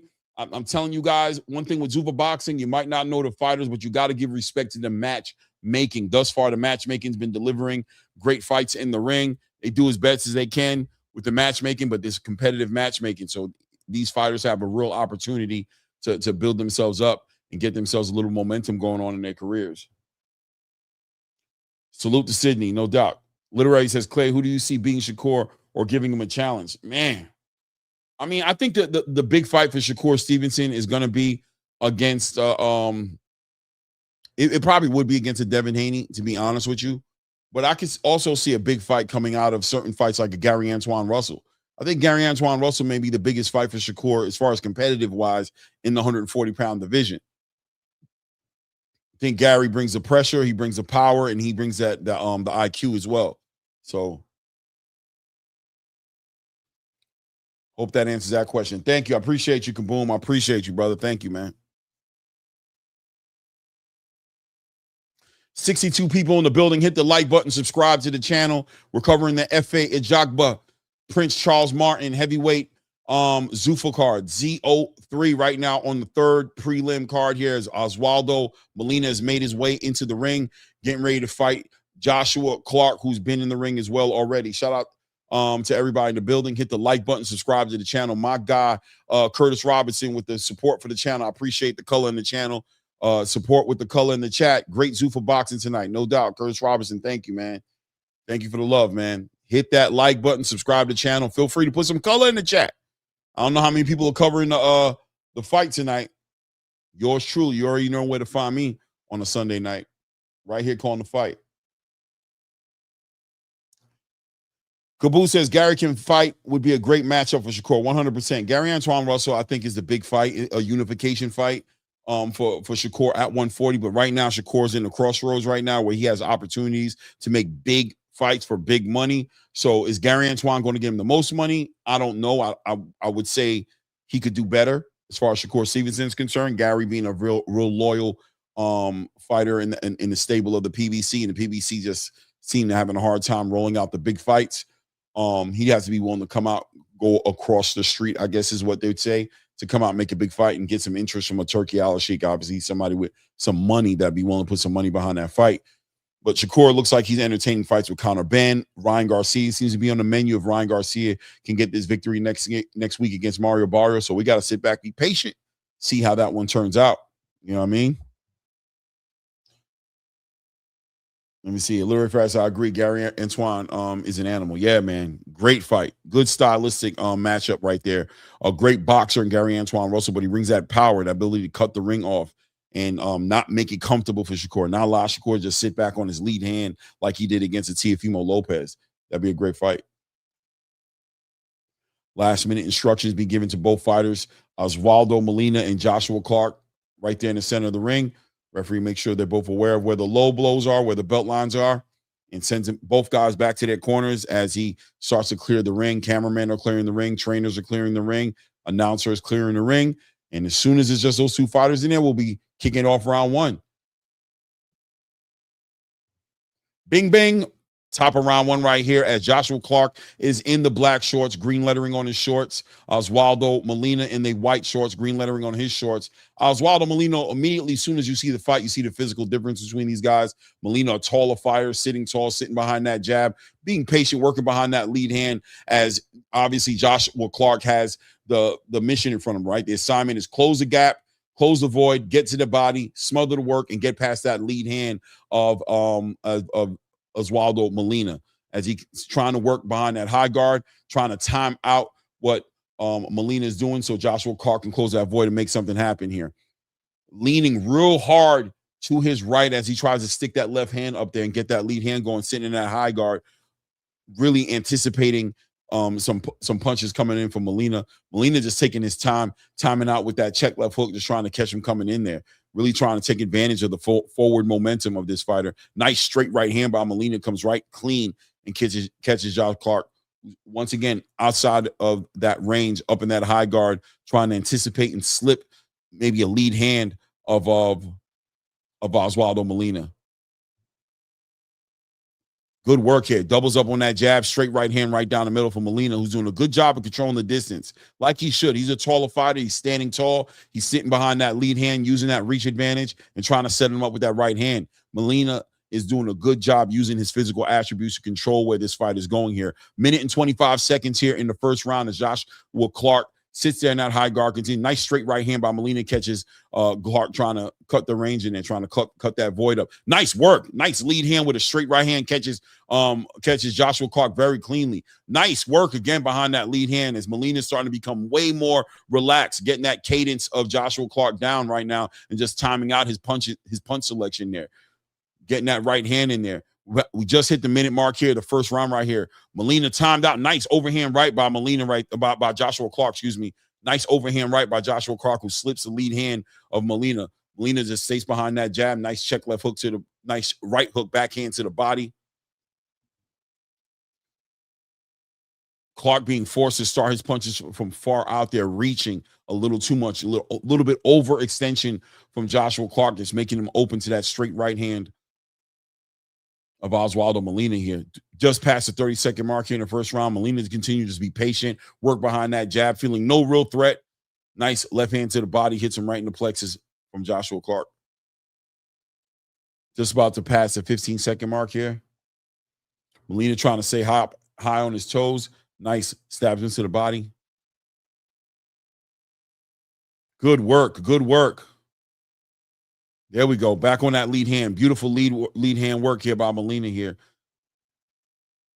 That was a somewhat close round, but I got to be honest, a clean punch was by Oswaldo Molina. But you see that that Joshua Clark is doing a good job of closing that gap a little bit, but he's paying that price of admission to club Oswaldo Molina seems to be a little high. Let's see how long Joshua Clark can continue with this pace. Shout out to my brother Literary Farrell, showing some love to the channel with a $5 super chat, says adding a bit of color to the chat. Man, I appreciate you, man. Thanks for the support, man. Appreciate it, man. All support is appreciated, man, as we're attempting to grow this platform, grow this channel, man. Cover these fights, cover boxing. I appreciate all the support you guys can give. Thank you. Curtis Robinson says Turkey and Dana got great commentators, Max and Andre. 100%. It put together an all-star team, a dream team of sorts, right? Even in the prelim, the pre-card show with Antonio Tarver, right? In his supporting cast that's around him. Great team on this on these cards here. Zuffa Boxing definitely trying to put their best foot forward. Round 3. Oh, round 2, sorry. Oh, ugly. Round 2 here. Oswaldo Molina in the white shorts, Joshua Clark in the black shorts here as Molina continues to work behind that momentum and tries to remain patient and work behind that lead hand. And we got an jerky Joshua Clark who's trying to catch and shoot. Good work, slips that lead hand, but doesn't capitalize on it. Again, slips the lead hand again, gets under it. There we go. And the midst is trying to set up with that lead hand. Joshua Clark came right over with his own right hand. Good work, timed him. Nice left hook, right hook. Joshua Clark having a decent round right now. Back on that jab. Molina focused on controlling that distance. Doesn't want to allow Joshua Clark to get inside that distance and cause any unnecessary problems. Let's keep him out here. There we go. Double up on that jab and comes with a straight right hand right to the body. Doesn't hit him clean, but still Joshua Clark being active. Not allowing his back to be on those ropes either. Good work by Joshua Clark right there. Good work, slipping these shots. There we go. Shoots a straight hand, tries to catch him with a hook off the hand. Trying to feint him into some bad situation, but Molina doing a good job of just being patient and taking his time.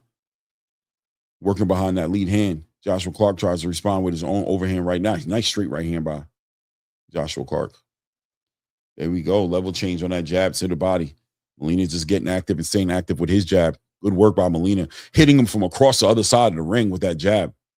He's like on the other side of the ring, just stretching off and hitting him with that jab. Joshua Clark trying to get up under that hand and close out that void right there. Nice right hand. Nice left hand to the body.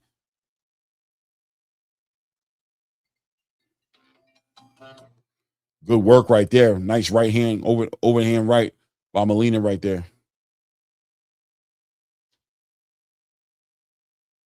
Good head movement by Clark indeed, Larry Farrer, but can he capitalize off it? I don't know. Hold on one second.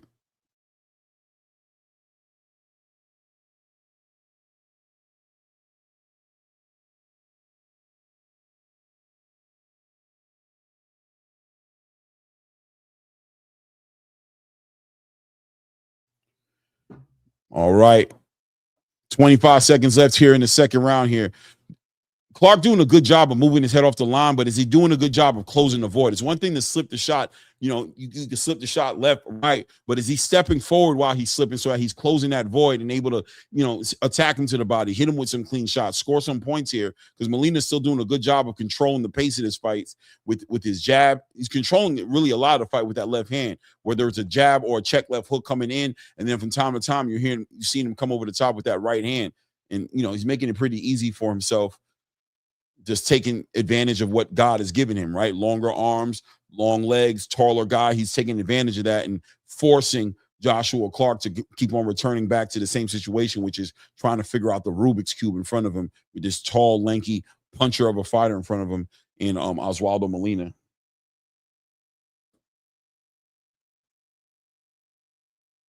Curtis Robinson says Clark too far out. Yeah, no doubt, man. Curtis Robinson says he gets very wild style, no doubt. Yeah, Molina 2-zip. I agree. Shout out to the commanders in the building, man. I appreciate the love, man. Showing some love in the chat here. $5 says some good Zuffa boxing on this good Sunday, man. No doubt, man. Shout out to Zuffa Boxing, man. Keeping us boxing fans satiated with all the boxing we can handle, right? And we know we're going into next weekend with that big card with Ryan Garcia and Mario Barrios, and that undercard. It's going to be another stacked card. So yeah, boxing is in a great space right now, man. Top of the third round.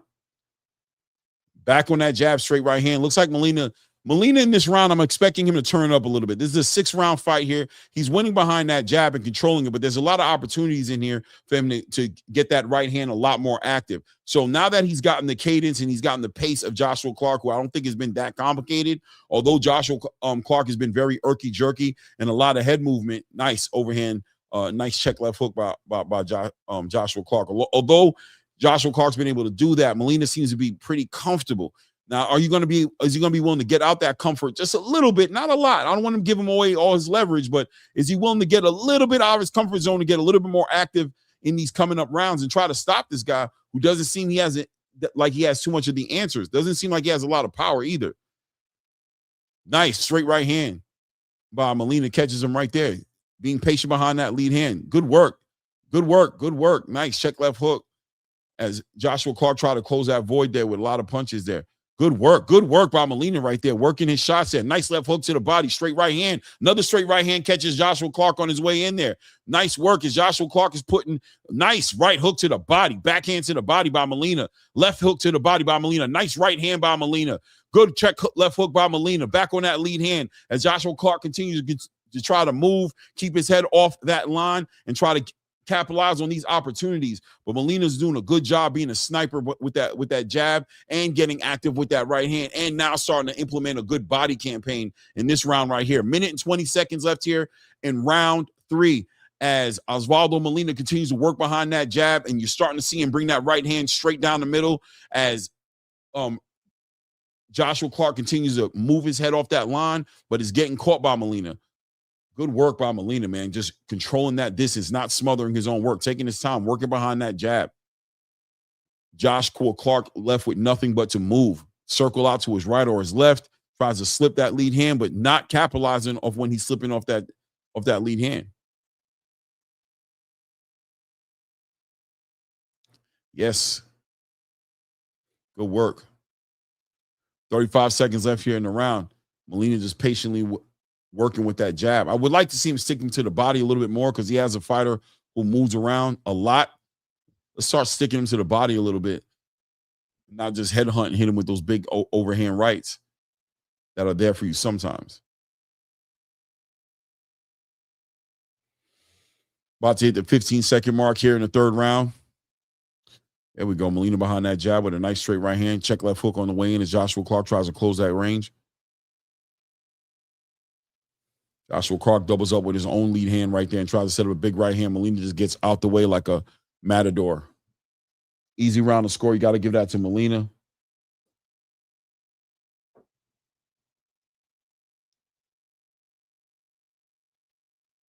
Literary Prayer says, satiated for real. Shout out to Jazzy John in the building, says, peace and blessings, King Claymore. Always enjoying your podcast in full. Stay here. Appreciate you. No doubt, man. I appreciate you. Thanks for the love, man. Hit the like button. Subscribe to the channel, man. Tell a friend and tell a friend, man. We're trying to grow this channel. Let's do it. Let's subscribe to the channel and let's hit that like button. Appreciate the support, guys. 70 people in the building here. Curtis Robinson has it 3-0 for Molina, for sure. I agree with you. I want to see Joshua Clark step forward as he's getting his head off the line. He's doing a good job of keeping, because Molina still hasn't really let out the offense. In that last round, we saw Oswaldo Molina getting a little more active, but he started trading a little bit more, I think, than he wanted to, and he's allowing Joshua Clark to score in those spaces of opportunity. But still, Joshua Clark could do a lot more, man. He can get past that lead hand, and he could do a lot more work to the body of Molina. So let's see what he does. 2 rounds left here, man. Put it out on the line. Round number 4 here out of a 6-round fight between Oswaldo Molina and Joshua Clark here. Molina continued to get, now Molina getting a little bit lower, working behind that lead hand still, but now implementing a lot more check left hooks, stabbing him to the body, and he got real active with that right hand in the last round. Let's see what he does in this round here. There we go. Joshua Clark just trying to double up with that lead hand a little bit, trying to figure a way to close that gap up. There he goes. You see, he slips, but he doesn't capitalize. He got up under that lead hand right there, circles out to the right, but doesn't capitalize off of what he did, the work he does there. Where's that right hook to the body, that backhand to the body? Where's that where's the lead hand working to the body or going up top with the straight right hand? There's opportunities in there. There we go. Good work by Joshua Clark here. Molina trying to be a little bit more active here. Nice, as Molina is able to capitalize and counterpunch off that lead hand now. You got to score on those opportunities. You're already the shorter guy with the shorter arms. If you do the work to slip the shot and get in there, let your hands go. Score. There he goes. He's reaching for that big right hand. Now Molina's starting to feint him a little bit, trying to feint and trigger Joshua Clark into jumping and biting on a feint, and then boom, nice straight right hand. 1-2 by Molina. Back on that lead hand. Nice work. Comes in with his own work, but Molina catches him with a check right hook on the way in. Well, backhand, a back right hook, right? Backhand right hook, or whatever you want to call it.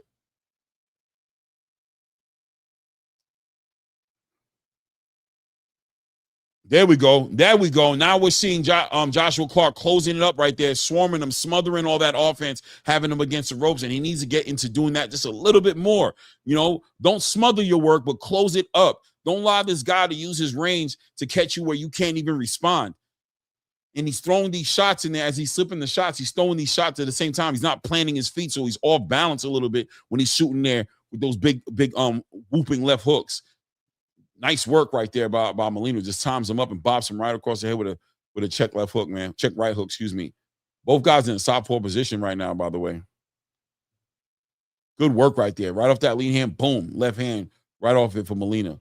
Molina just doing a good job taking advantage of those physical attributes, man. He's taller, he's longer, he's just taking advantage. Joshua Clark is just not active enough, man. Good work right there. Now Molina playing the matador, just getting out the way of Joshua Clark. 20 seconds left here in the third round here. Fourth round, excuse me. Good work by Joshua Clark right there, who's gotten a little desperate, but is just closing the gap. Got him against the ropes, but backs up a little too much. Should have stood right there. Should have stood right there.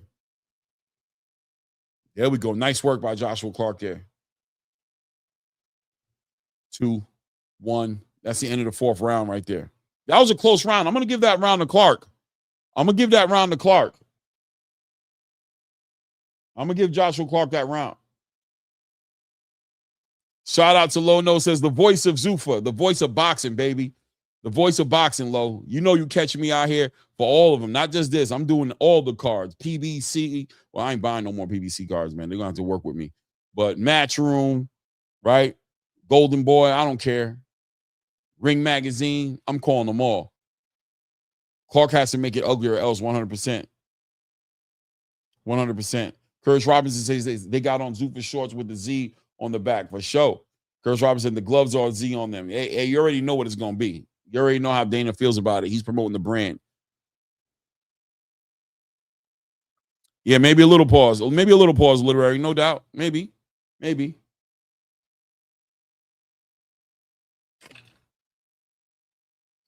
Was he? Yo, Tone was doing a hilarious impersonation of you just now when you be promoting Zuffa. I got it. Now I got to go back and listen to it. Hey, man, I'm just keeping it real, man. There we go.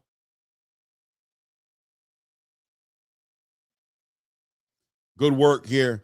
Joshua Clark getting more active with that lead hand, moving around, trying to get Oswaldo Molina to commit a little bit more to his shots, trying to figure out a way to get this guy to close that gap because he's trying to close the gap. Molina doing a good job of working behind his lead hand.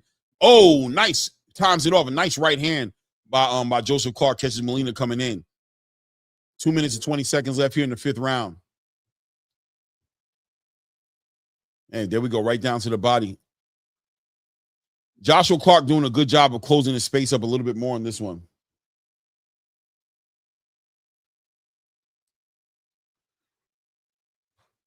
On those ropes, he's trying to invite Molina in there to close that range a little bit more now, working with his own feint, trying to see if he can get him to get in a position because he's not doing a good job of getting himself in a position.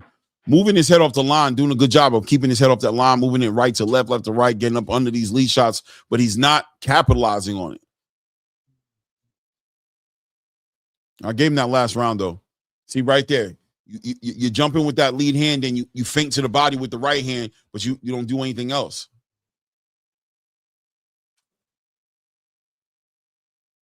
Minute and 24 seconds left here in round 5.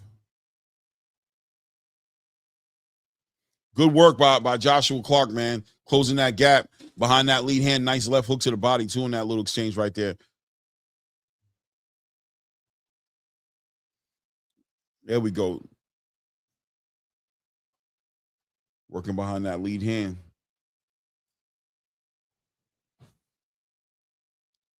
See, all that movement, man. Getting up under the shot, but what are you doing? Nice work right there. Overhand right by Joshua Clark, and Molina ties him up. 45 seconds left here in round 5. Molina continues to walk him down with that lead hand. Joshua Clark slipping that shot right there, but extending with his own lead hand, but way too far out. Needs a step in. Step in with that lead hand. Good work right there by Joshua Clark. Feints with that left hand, comes down with the right hand to the body, and comes real hard with a check left hook right up top, man. Good work, man.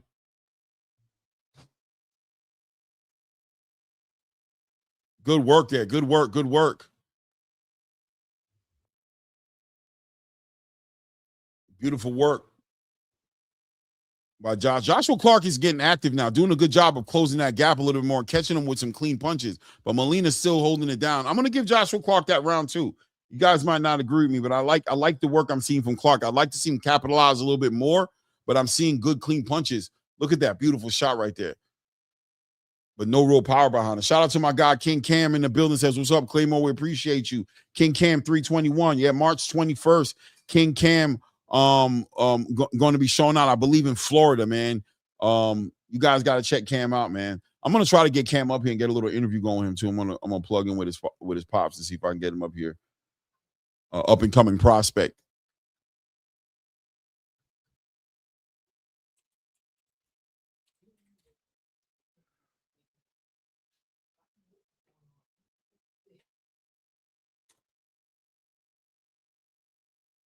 Ryan from the 6 in the building. What's good, Ryan? Curtis Robinson has a 3-2. So do I. Same scorecard I have, man. Same scorecard I got, man. We're about to get into this last and final round right here. This fight could end up in a draw right here if Joshua Clark's able to. Joshua Clark 100% needs this round. I think there's an argument here for Molina to potentially already be in more of a 3-2. I wouldn't be shocked if the judges have it like 4-1 for Molina. I've got it 3-2. But let's see what what Josh Clark can do in this round right here to make the difference here. If he can win this round a dominating way, we might. Oh, nice right hook to the body. But Molina responds with his own combination, left hook, right hook to the body, overhand right by Molina. But Josh Clark doing a good job of keeping his head off that line right there. There we go. Ties him up, gets off on those ropes, working him to the body here. 2 minutes and 15 seconds left here, round 6.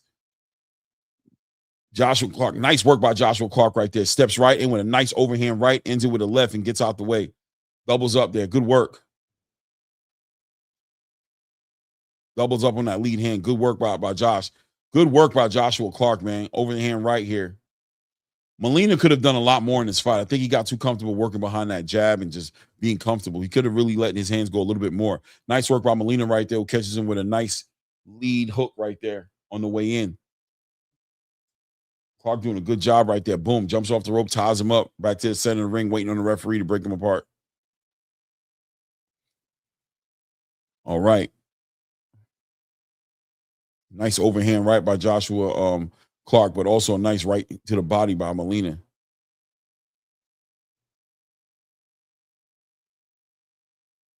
Minute 20 seconds left here as Molina continues to try to get his hands free. But now Joshua Clark's smothering a lot of Molina's work, tying him up a lot. Nice jab by Molina, catches Clark on his way back. Stuns him, to be honest with you. Nice right hook to the body. Nice work. As both guys are pretty much like they're ready to shoot it out. Let's see what they do. Nice check left hook by Molina, catches Joshua Clark on his way in. Back on that lead hand. Back on that front foot by Osvaldo Molina. Osvaldo Molina times it off that lead hand, that right hand, but good head work, head movement by Joshua Clark. I think it's frustrating Molina. Nice left hook to the body. Beautiful left hook, clean to the body of Josh Clark. 25 seconds left here in round 6. Molina off that lead hand with a nice check left hook off that exchange. Good work there. This one about done. 10 seconds left in the bag.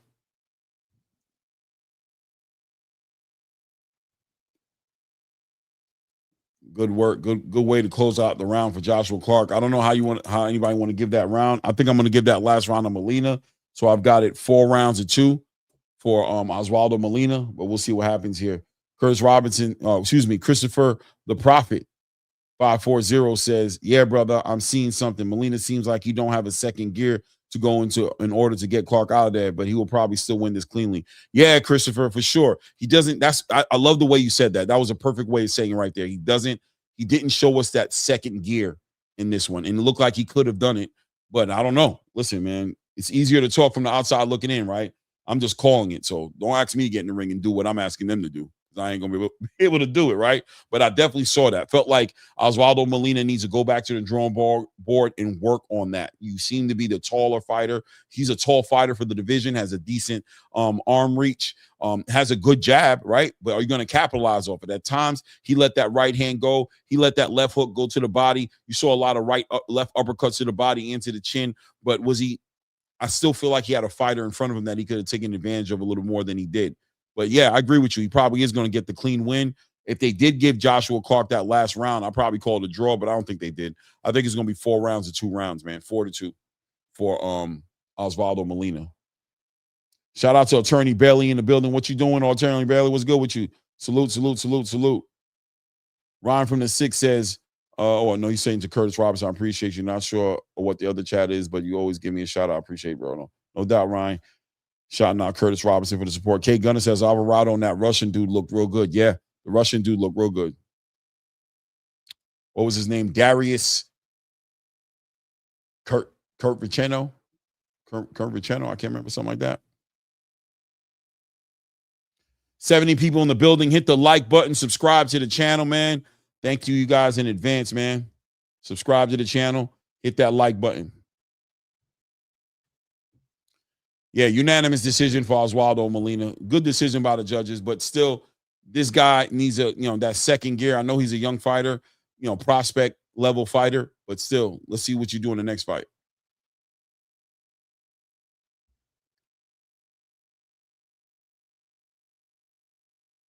Okay.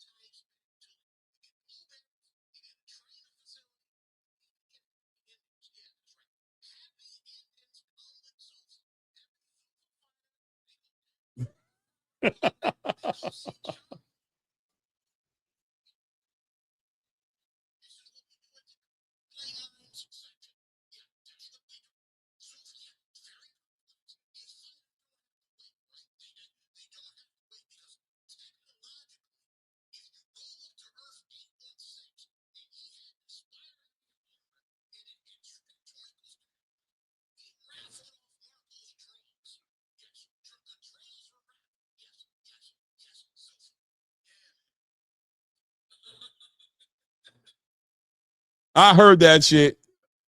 It is what it is, right? Maybe that's how I sound. I feel like I sound a lot better than that, but it is what it is. Shout out to Super Boxing. Shout out to Two Tone. It is what it is, man. It is what it is, Lo. For sure. It is what it is, man. What can I do, man? What can I do, man? What can I do? I could just do me, man. But now I know how they hear me, though, right? Now I know how he hears me right there. He hears me as I'm too articulate, right? It is what it is. I'm too articulate. They don't like me articulating. They want me to get down with my my niggas and and my they want to hear me talk my shit. They want to hear me kick it like this so I could relate and resonate with the space. They want the space to resonate with my swag. They want to be able to see me in front of the bodega from time to time. They want me on the corner. Relate to us, Clay. Relate to us. You know what I mean? Don't talk over us. Talk to us. Don't talk over us. I got you. I'm gonna try to work on that, guys. I'm gonna try to work on that. Woo! I'm gonna try to work it out, man. I'm gonna try to find that middle ground. I'm gonna try to find that middle ground to where we all can coexist in a good space, man. I want nobody feeling like, it's too much going on. During the conversation.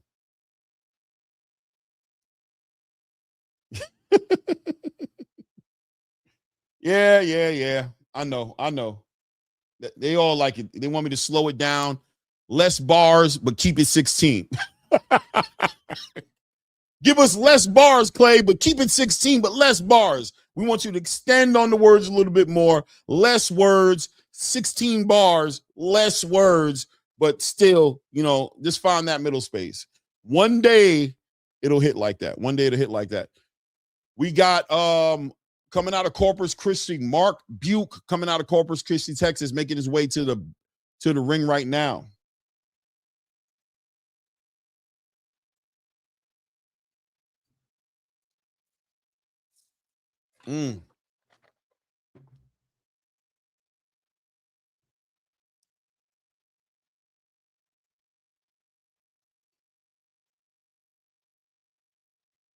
Bill Henry cooked Caesar and Star the other day. Star went off code and something Puerto Rican now, and he's Puerto Rican now. Yeah, we still in the prelims. I think the main card should be starting in the next 45 minutes.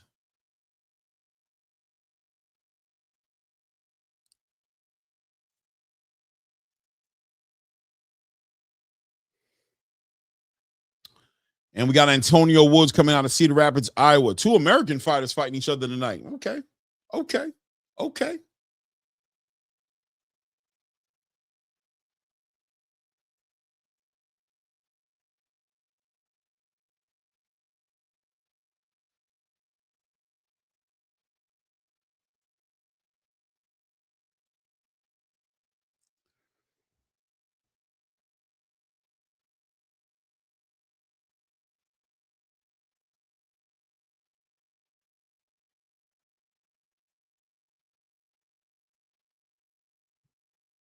Shout out for the Attorney Bear says, you are who you are and I like it. Why are you conforming? If they don't like it, tune somewhere else. I completely understand you.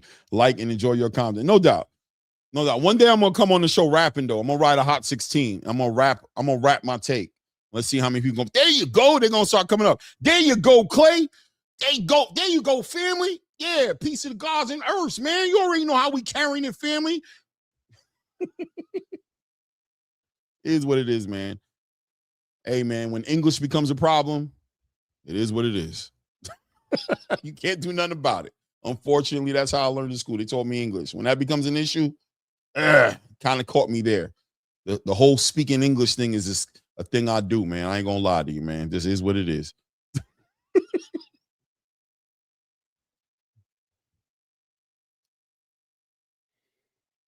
Where's this fight here going to be here? Let's see. Antonio Woods, this one right here, 100. So what is this, a 160 pounder? Yeah, it's a 160-pound fight here. Okay.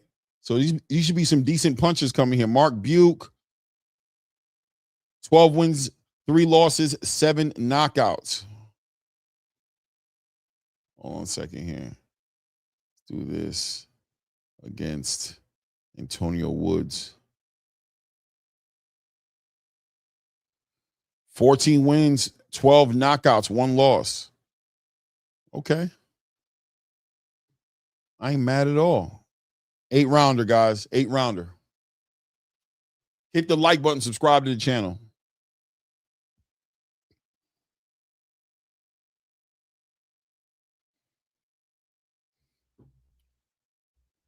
We got the big boys in the ring tonight. 160-pound division. This is same division as Jalil Hackett, obviously Caleb Walsh, right? This might be the glamour division for Zuffa boxing, whereas 160 for outside of Zuffa seems to be one of the most dry divisions. In Zuffa, they seem to be trying to collect these middleweights. Let's see what they do. Top of the first round right here. We've got Buke in the white shorts, and we've got Antonio Woods in the black shorts here, and the yellow gloves, interestingly enough. Reyes gloves too, not the Zuffa gloves. Look at that. And Buke in the rival gloves. Look at that. Working behind that lead hand. Both guys trying to get that cadence down in the center ring, just processing that data, seeing what the other guy's coming with. Woods being active with his jab, holding down the center of that ring. Buke using the not the perimeter of the ring, but circling as Woods holds down the center of that ring behind that jab there. There we go. Nice work. Buke doubles up on the jab real quick there. Woods holds his ground down, stabbing him to the body with his own lead hand. Working behind that high guard. Good work by Buke right there. Doubles up on that jab to the body and comes right up top with that lead left hand.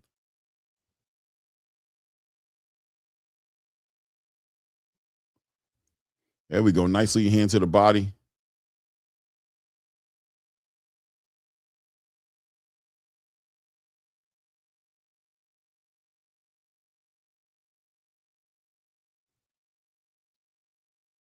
There we go.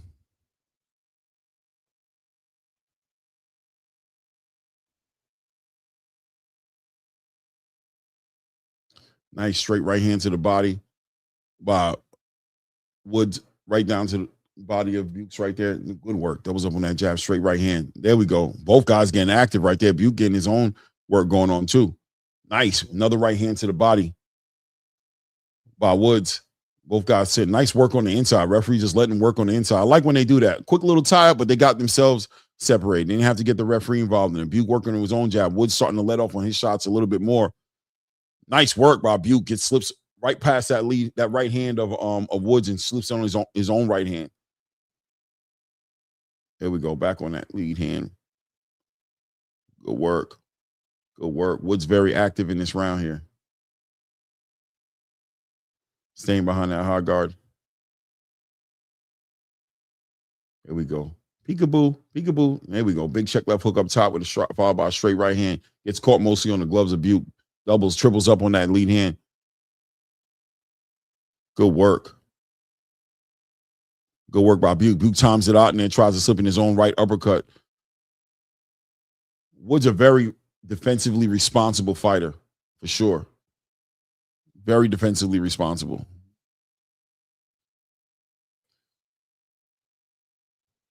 Nice work. Nice work by Woods right there. Nice left hook to the body, but Buke staying his grounds and punching with the puncher. That was a good little round right there. I'm going to give it to Woods, though, but that was a good round. I'm going to give it to Woods.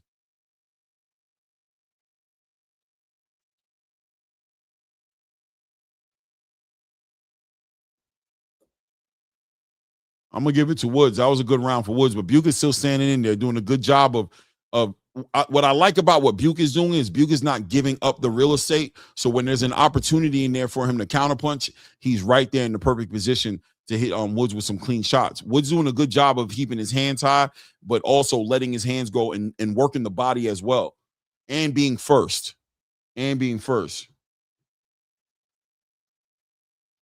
All right, no doubt. Tell him to come over.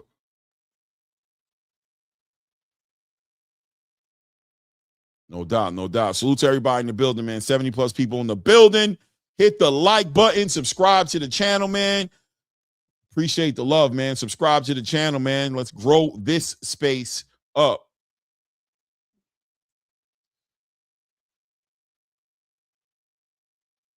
Yeah, barely. I agree with you, Literary Pharaoh. Look at that, but I like it. Woods is first, man. Good work by Woods. Working on that jab. Good timing on that check left hook right there. Nice right hand by Woods right there. Has Buke on the ropes right there. Good work by Woods, man.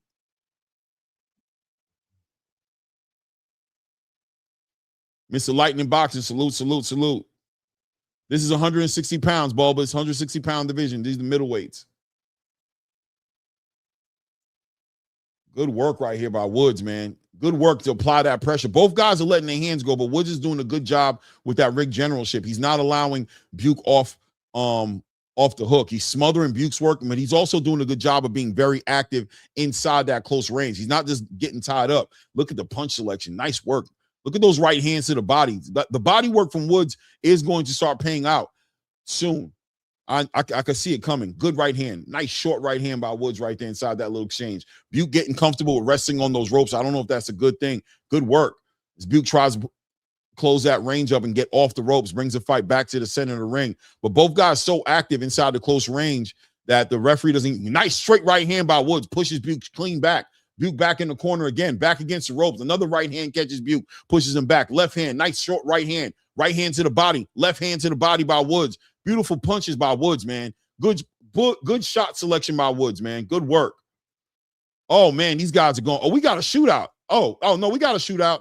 It's a shootout. It's officially a shootout. Minute and 20 seconds here in the second round here as Wood is putting on a nice onslaught of punches, ranging from the body, right hands to the body, short right hands over the top of the Buke's left glove, and Buke letting his hands go as well, but finally ties him up, turns Woods around, now trying to get Woods up on the ropes, trying to get him on his back foot. But look at doubled up, tripled up on those check left hooks by Woods right there.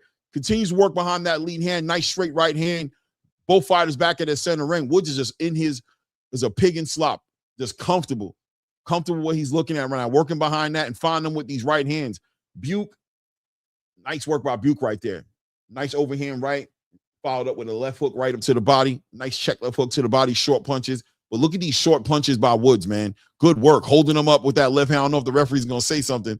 He's holding them up with that lead hand and hitting them with those right hands. Nice left hook to the body. Comes over top with his own left again. Good work by Woods. Now, there we go. Back on that body. Keeping Buke's back on those ropes. Easier to find him when he's on the ropes like that. Not too many places for him to run to.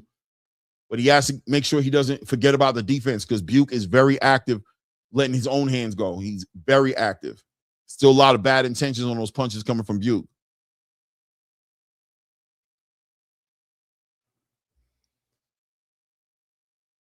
I just went to a commercial. Shout out to Paramount getting their commercial dollars in, right?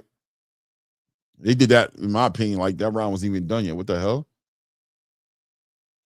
Kaisu953 says, I hate how activity is such an issue of boxing, but Frank Martin returns in a real competitive fight only 2.5 months later. No doubt.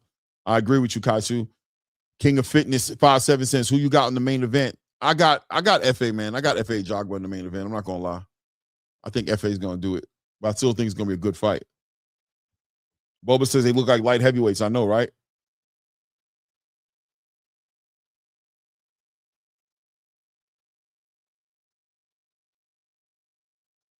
Oh, my shit's frozen. What the hell's going on here?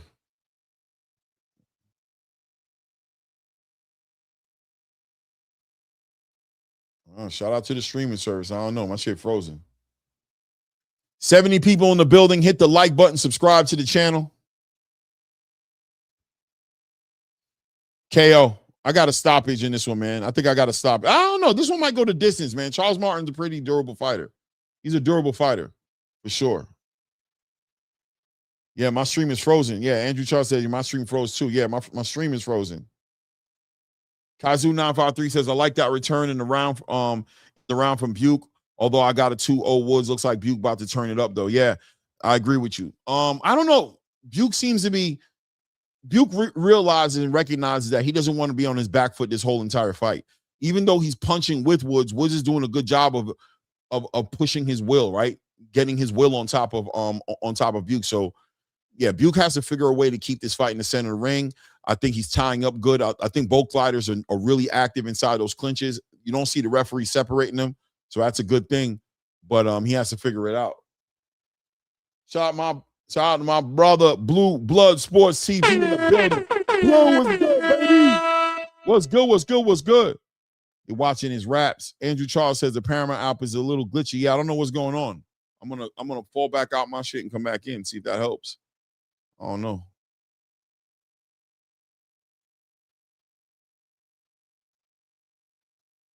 Let's see what happens here if I can get it back where it needs to be. Let's go this way. Let's do it like this.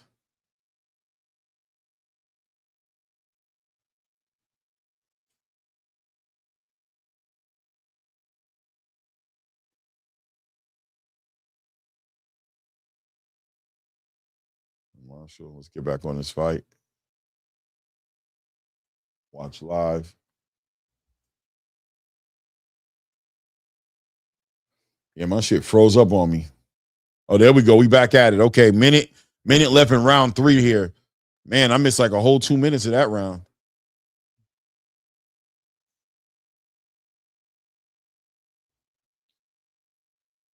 Seems like the same. I don't know what was happening in the first 2 minutes, but now I see Buke hitting him with some clean punches, though, on the way in there. Woods has to be defensively responsible, though. He has to continue to keep his hands up high and keep his punches short. He doesn't want to overextend on those punches because Buke is keeping himself in position to capitalize off of that. 30 seconds left here in round 3. I don't know how this round goes. I just see the body language lets me know that Woods has been pushing him around a little bit. You guys will let me know better, being that I missed 2 rounds dealing with this app. Good work. Good punches right there by Buke. Nice backhand right between the middle of the gloves. Big overhand left. Still trying to work that space out. And Woods staying active with his punches.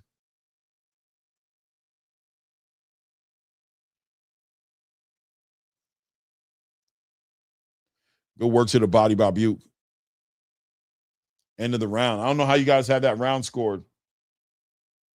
I'm going, I don't know. I didn't see the round, so I'm going to leave it up to you guys. From what I saw, I'm going Woods, but I'll put a S next to it for swing round. You guys let me know what you saw in that round. I don't know. I missed like 2 minutes of that round, so I don't know how to score that round. Keep caution. Says Paramount camera resolution is top shelf, amazing clarity, and the overhead cam is fire. No doubt, no doubt. King of Fitness says, I got the fight to go to the distance and FA on points. I feel FA struggles with movers. Steven Shaw. Yeah. I agree with you on that. I don't know if will Martin move around like that? We'll see. We'll see. You know what I mean? We'll see what he does. I wouldn't be shocked to see this go the distance, though. I wouldn't. Ray was good.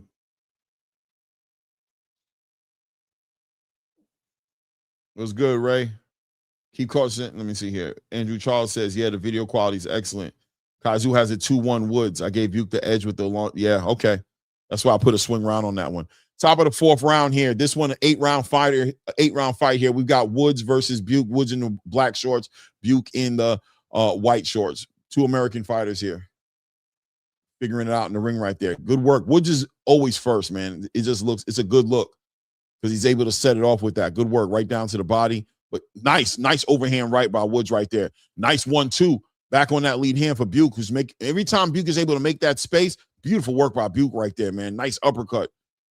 After that lead hand, he came up with that backhand right in between the gloves there. Woods now trying to control that distance. Fine, nice overhand right, nice left hand to the body, right hand to the body, chopping at Buke, who's stuck on the ropes right now. Nice uppercut by Buke inside the middle of that guards right there. Follows it up with an overhand left, with a check left hook. Buke continues to be comfortable against those ropes. Continues to stand there against those ropes in that corner. He's comfortable with catching and shooting, but Woods is hitting him with some clean shots while he's in those corners. So he needs to be careful. Woods did a good job. Doubled up on the jack. Nice check left hook. Work to the body right there. Both guys inside that close clinch range. They're right on top of each other, but very active. So the referee's letting them figure it out inside that range. Both of these guys are punching, man. Good work. Straight right hand knocks Buke off his balance a little bit as Buke switches over. Boom. Nice work by Woods right there. Nice straight right hand by Buke. Good work. Working in the body. Both guys working very, very active on the inside, man. Like I said, the referee's not even trying to separate them. That's how active they are. Good work. Both guys working here. Yeah. Nice.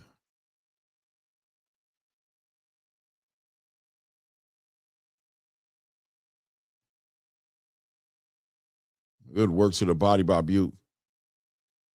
There we go. Good work. This is good work by Buke right now on these exchanges, man. Woods is working too, but Buke is working. Very close rounds, man. Kind of hard to score. This round right here is I don't know, man. Buke kind of doing his thing in this round. 35 seconds left here in round 4.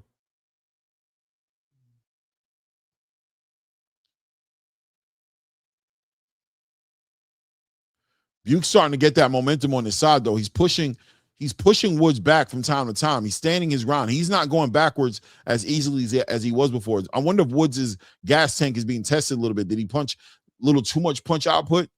Good work by, right there. Buke was just killing him with those shots right there, just catching him. Nice work to the body. Nice straight right hand. Another left hook to the body. A left hook up top catches Woods. Woods got kind of knocked off his balance a little bit there with that last check left hook. And we're seeing Woods make his way back into the corner, breathing out his mouth. I'm giving that last round to Buke.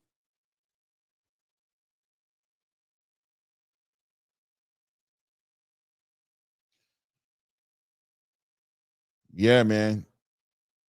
Boxing Time TV says I ran a simulation of the fight on my channel, Boxing Time TV, and FA stopped him in 3 rounds or so. No doubt. I gotta check it out, man. Boxing Time TV, I'm gonna check out your channel, man. I'm gonna check out your channel, fam. 80 people in the building. Hit the like button, subscribe to the channel, man. We are covering the FA Ajagba, Prince Martin Charles Martin. I said Charles. Prince Charles Martin card here. Still in the prelims here. Still in the prelims here, watching Antonio Woods and Mark Buke figure it out in an 8-round fight. This one a middleweight fight. Salute to everybody in the building. Hit the like button, subscribe to the channel.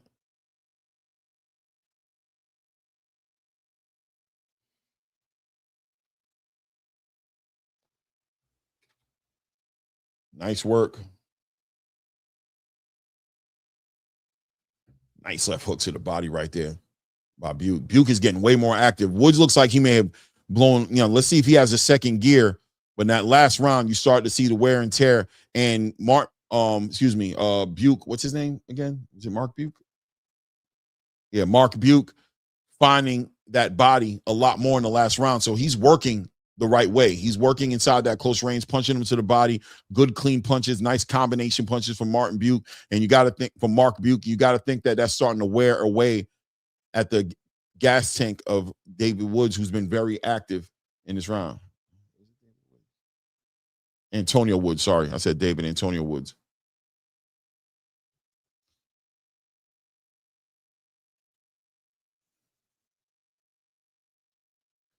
They didn't fight last night, Randy. They fight next week.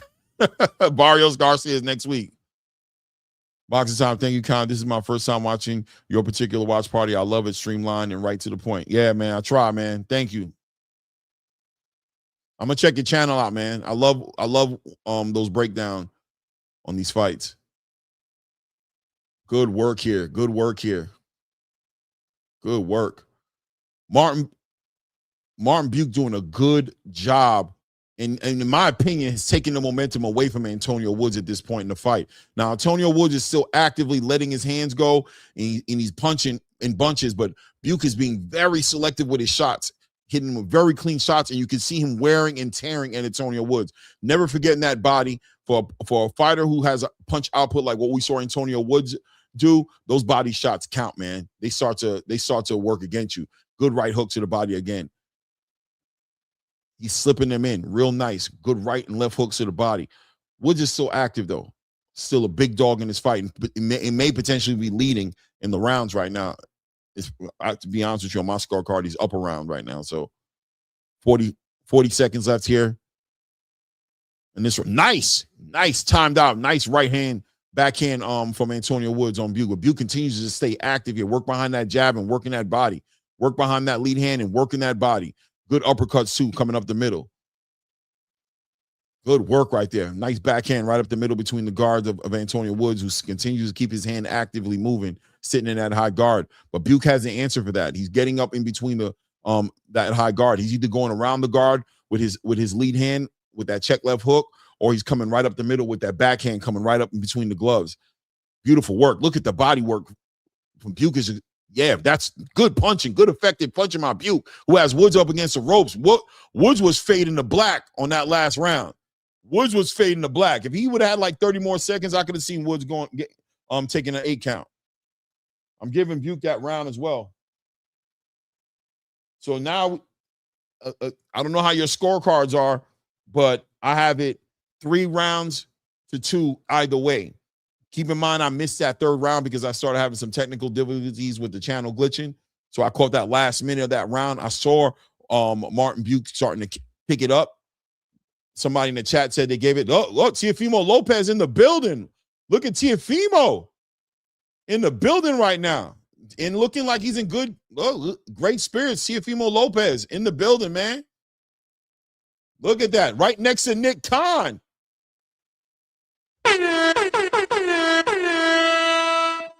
Teofimo sitting next to Nick Khan? Was he personally invited by Nick Khan? Y'all get on me about this zoo for all you want. Get on me about this zoo for all you want. Okay, keep on playing with me. Round 6, final round here between Martin Buke and Antonio Woods here. Martin Buke seems to be in his 2nd gear right now, as Antonio Woods seems like he's, the gas tank has been tapped a little bit. Let's see if Antonio Woods can find that 2nd gear in this round as he's letting his hands go. But Buke is doing a good job of catching a lot of that on his gloves and hitting them with a lot of clean punching right back. Let's find out. 2 minutes and 25 seconds. Nice right hand by Antonio Woods right there. Nice clean right hand. Good work by Martin Buke, though, with the combination punching. Keeps bringing it back down to that body, man. Continues to work on that gas tank, but maybe even more importantly, pushing Antonio Woods back now. Nice left hook to the body. Nice backhand between the gloves again.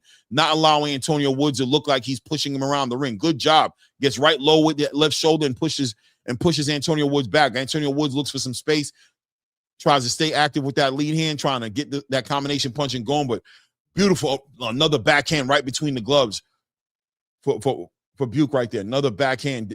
Great work here. Walking Antonio Woods back. Nice punches. Good work to the body by Martin Buke. Good work to the body. Right. A nice right uppercut right up between the gloves. Boom. Nice work to the body again. Short punches. Look at the work to the body. Follows up with a check left hook up top. Another left hook to the body. Antonio Woods finding those opportunities to hit him with those short little left hands that are popping Buke's head back, but it's not really hitting him with anything absolute as Woods continues to try to push forward. Buke just hitting with the clean punches, man, and working that body. We got 1 minute, 15 seconds left here in the last. No, sorry, we're in the 6th round, 6 of 8. Sorry, not the last round. So 6 of 8. It's an 8-round fight. Look at the punches by Buke, man, just timing them. Good work by Buke, getting his head off the line and just catching him with these short hooks, man. Short little tight left hooks.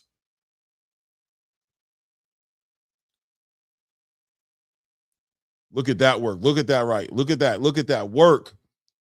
These guys are working on the inside, but Buke is doing such a good job of hitting him with those clean shots. Good work by Antonio Woods hitting him with his own right hand. But look at that check left hook. Straight right hand by Buke. Another check left hook. Antonio Woods continues to try to work the body himself. But I think Buke's doing a good job of keeping that guard in tight. So he's catching a lot of elbows off the elbows. He's not really hitting them clean to the body. But Buke is counter. Beautiful work by Buke, man. Right hand to the body, straight left. Look at the work. Antonio Woods going backwards. That last left hand right there sent him straight back. Sent him straight. Nice right hand by Buke. Nice right hand to the body by Buke. Beautiful work. Antonio Woods seems to be kind of out on his legs a little bit. Nice right hand by Martin Buke again. Follows it up with a lead hand. As Antonio Woods continues to try to apply that pressure. Nice backhand. The backhand work is diabolical. Straight right hand. Nice left hook for Martin Buke. Wow. Wow. That was the first big round right there. Big separation in that round as you're starting to see the wear and tear on the stamina of Antonio Woods, and you're starting to see that second gear kicking for Martin Buke, hitting him with a lot of clean shots. That was an easy round for Martin Buke. Easy round. Martin Buke might be up 4 rounds to 2 on the scorecards, at a minimum 3 rounds to 3, in my opinion. 100%.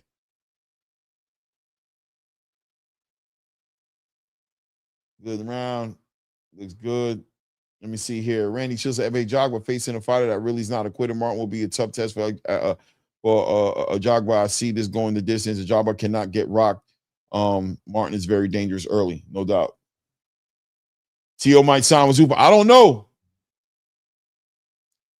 I don't know, Curtis. Maybe. I don't know, man. T.O. in the building for a reason, though, right? You know, T.O. likes to look for those opportunities. He's probably got his ears open to the streets trying to figure out what Nick Gant is talking about. I'm looking at them right there. They're still talking right there on the ringside. You can see him right there at the left side. Referee brings over Antonio Woods to the doctor to make sure that he's on point and can continue fighting. I don't see any reason to stop this fight. You got to think that they're good to go. Yeah, no reason to stop this fight.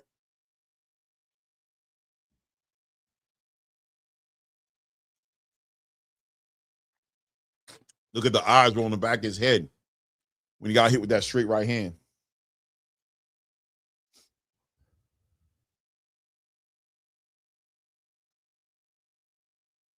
I see the intricacies, Lance. I know he's from Minnesota like you are, but at the end of the day, I got to acknowledge the clean punches. Look at that left hook he caught him with on the way in, man.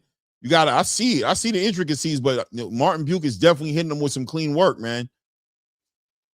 There we go. Antonio Woods does seem to be hitting his second gear a little bit more on his toes, doubling up with that jab, working behind that jab, nice straight right hand. But Buke's still doing a good job of standing inside there, catching those shots, and being a great counterpuncher. 100 people in the building. Hit the like button. Subscribe to the channel if you haven't done so yet. Nice straight right hand by Buke. Catches Woods on his way in. There we go. Buke leading him with that lead hand right there. Nice work. Left hook to the body. Back up top with that lead hand.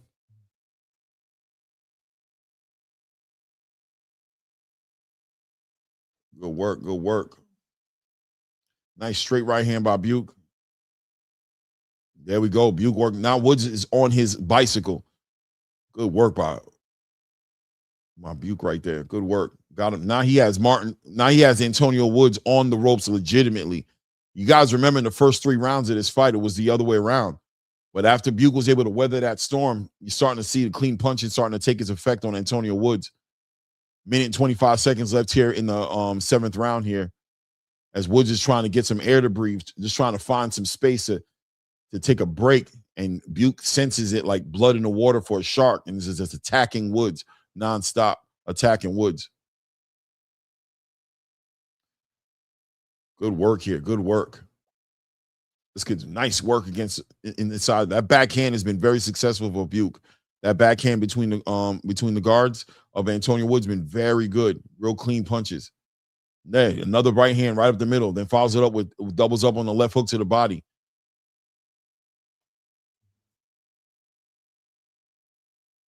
Woods is leaning. You see Woods pretty much laboring through these rounds, and you got to say that body work that Buke was doing is starting to pay out its dividends for Martin Buke. Look at that backhand, that right hand coming right up the middle between those guards.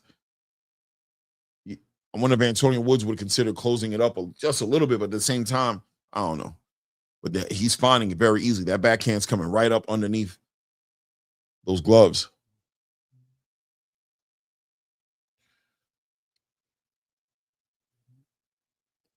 Now Buke able to control this fight with his jab, his lead hand, as Antonio Woods isn't as motivated as he was to close that space up.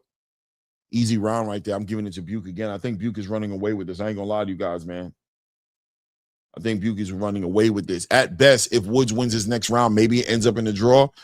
But I know a lot of people here in the building was giving Woods that third round. That was a round for me that's kind of the swing round that's going either way, however you guys want to score it. But from the fourth round down, Martin Buke's been handily winning this fight.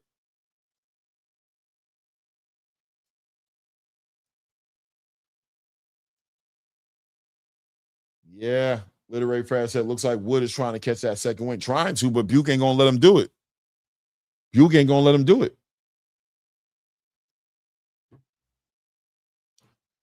Buke is not going to let him do it. Guys, we got 100 people in the building. Hit the like button. Subscribe to the channel. If you haven't done so, hit the like button.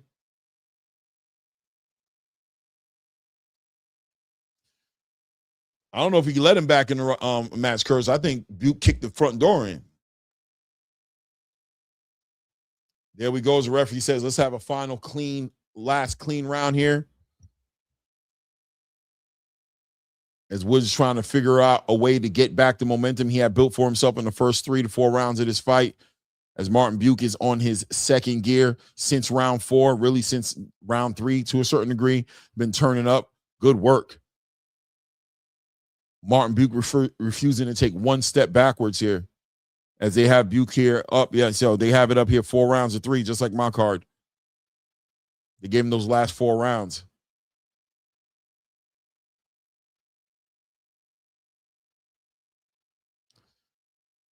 Buke is winning this pretty comfortably. Woods needs to win this round here in a significant way just to get a draw.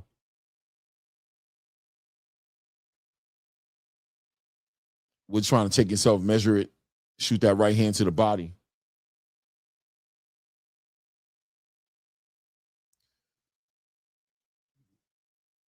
Yeah, good jab. Buke not able to control this fight. Nice work. Off that jab, caught an aggressive Woods with a nice check left hook on the way in. Just stuck his head up high with that jab and then checked it off with a hook, like a question mark. There we go. Woods is looking. I wonder why Woods wasn't looking like this earlier. As far as he could have paced himself a lot better. He seemed to try to really put the pressure on Martin Buke and do something, but it wasn't working. Martin Buke was able to weather that storm, hit him with a lot of good, clean punching in between that. But now, good work. Nice little exchange right there. Woods caught him with a clean right hand at the end of that exchange. Back on that jab. Buke taking the time to just work behind that jab and just, I don't want to say take this round off, but he just doesn't even care to try to stop him at this point. He's just peppering him with that jab. Nice straight right hand by Buke. Gets right up underneath Woods' own straight right hand.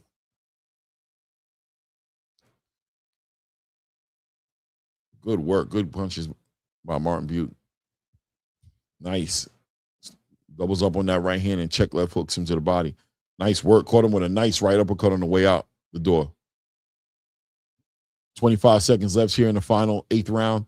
Good work to the body by Buke. Good work to the body by Buke. Comes right back up to the top with a check left hook. Back on that jab. Very easy work for Martin Buke. Woods tries to jump on him. 10 seconds left here in the final round. The referee separates him. Good work to the body again by Martin Buke. Good work to the body again. Comes up top with a left hook. Nice right hook. Straight left hand. Beautiful work. I'm going to give Buke that round. I think Buke won this fight 5 rounds of 3. 5 rounds to 3, man. Shout out to Mike Rios in the building. Said, just subscribe to your channel. You're great on the boxing voice. Thanks, Mike. Thanks, Mike. I appreciate that. I appreciate you. Thank you, man. Damn good fight for sure, man. 106 people in the building. Hit the like button. Subscribe to the channel. Subscribe to the channel. Hit the like button, man.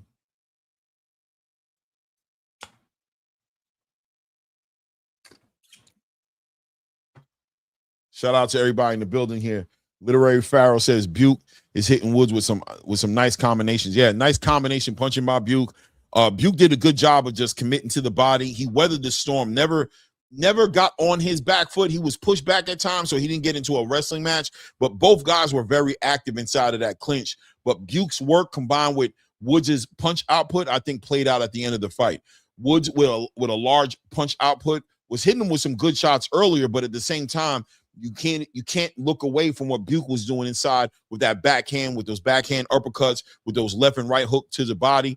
All that work paid out in dividends. By the time round 6, 5, 6 starting to hit, I'll say about round 5, maybe even towards the end of round 4, you start to see the gas tank go down on Woods.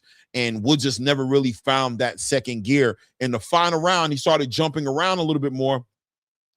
On the final round, he started jumping around a little more, trying to get on his toes, but was showing a little too much respect, or maybe I don't even know. Was it too much or not enough respect to what Martin Buke was doing, because he was just standing in front of Martin Buke and Buke was just taking his time and just ripping him apart with body shots, uppercuts, hooks, check left hooks. He was just setting him up. It was easy work. I wonder what the judges are going to say. Hold on.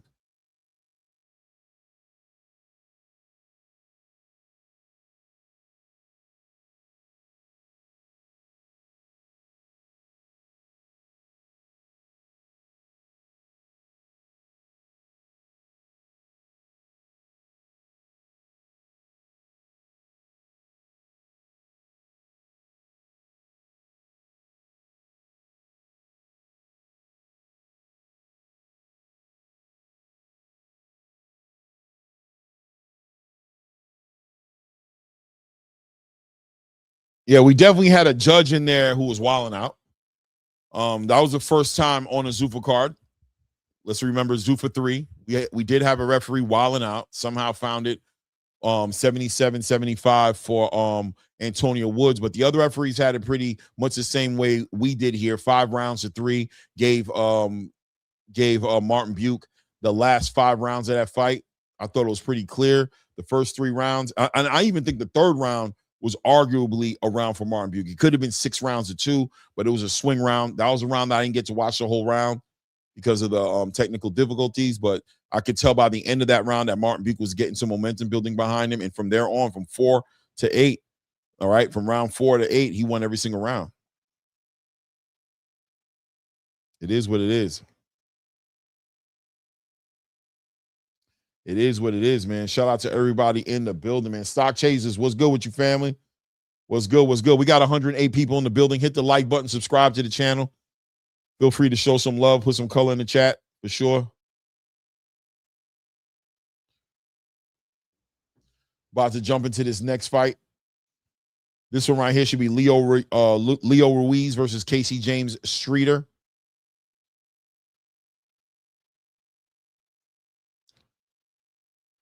Hold on a second. I got me a text, I think. Oh, yeah, it's Angelo Reyes' birthday, man. He's out on the birthday. He's at the casino right now watching these fights on the big screen. Angelo Reyes says, what's up? Says, what's up to everybody out there in ATP land? He's in Vegas right now watching the fights on the big screen.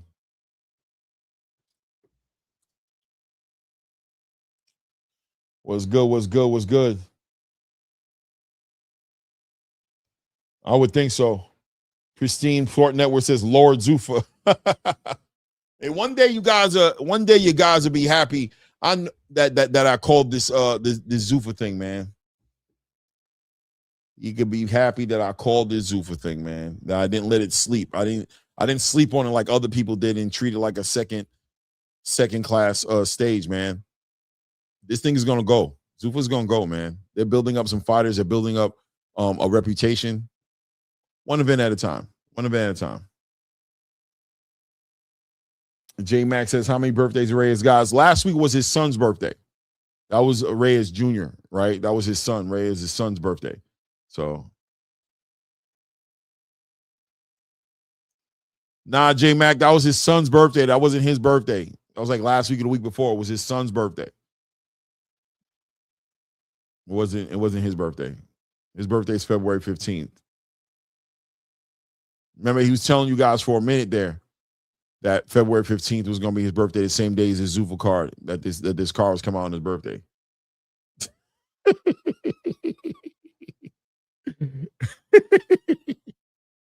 Y'all ain't gonna stop, bro. Y'all ain't gonna stop. Literary Farrah says, I enjoy how Zuffa provides a background story to each warrior. It helps the audience connect with these boxes for sure, man. That's a fact. Leo Ruiz coming out of Tipitanga, Mexico, in the building right now, man. Won 16 of his last 17 fights, man. Let's see his record here, man. 16 wins. He has 1 loss on his record. That loss coming by KO. 8 of his wins coming by knockout. This guy comes in the ring with a 73 in arm reach, standing about 5'11". He's fighting in a middleweight, weighing yesterday at 157 pounds, but he's fighting in a middleweight division against a Casey Streeter who's standing about 5'11" as well. Came in yesterday on the scales at 156, has a 71-inch arm reach that he's dealing with. So we're back in the middleweight division, guys. These are the fighters that Jalil Hackett, Kalen Walsh, these are the fighters that he's going to be getting in the ring with. So that's that division coming together. And like I told you guys, I think that the 160-pound division is probably going to be the glamour division for Zuffa boxing that I could tell right now. I like what 135 is doing as well, but it looks like this division is going to be right there. The 147-pound division, no, 135, yeah. Sorry.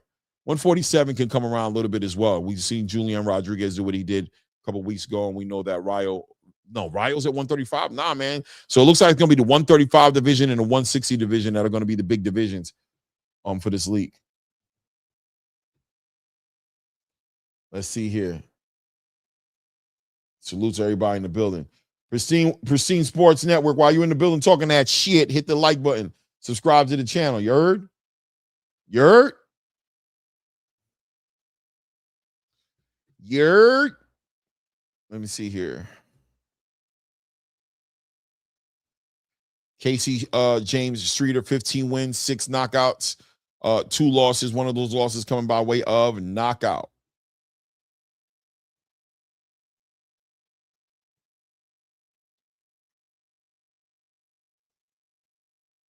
Leo Ruiz.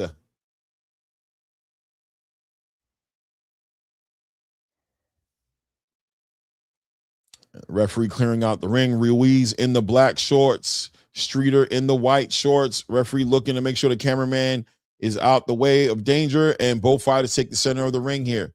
Streeter automatically takes that ring generalships, and as Ruiz plays on the back foot a little bit, taking his time in that high guard, working behind that jab. Looks like he's going to try to take advantage of an aggressive Streeter who's coming in behind that lead hand. Good, nice lead hand by Ruiz there.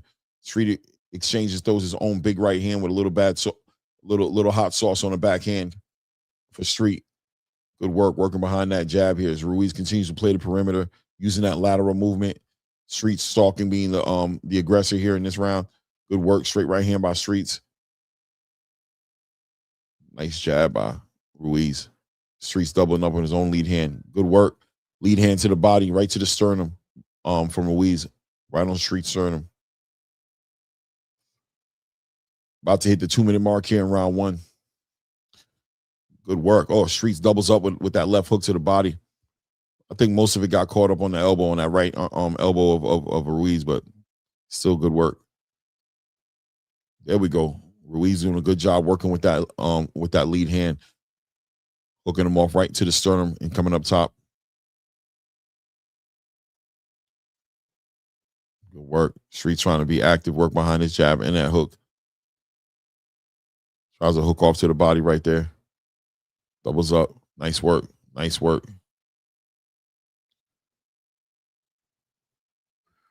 Nice left hook to the body. Nice overhand right from Ruiz. Back on that lead hand for Ruiz.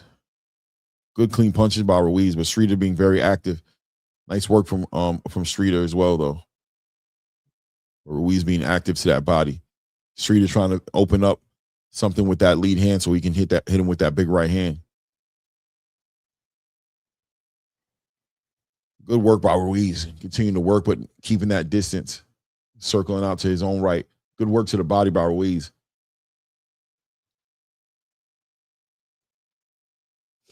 Good work to the body by Streeter. Back on that lead hand. 40 seconds left here in round 1 of 8 rounds here. Ooh, nice work by Streeter right there. Good punch combinations. Good punches, man. By a good 7-punch combination there. 102 people in the building. Hit the like button. Subscribe to the channel.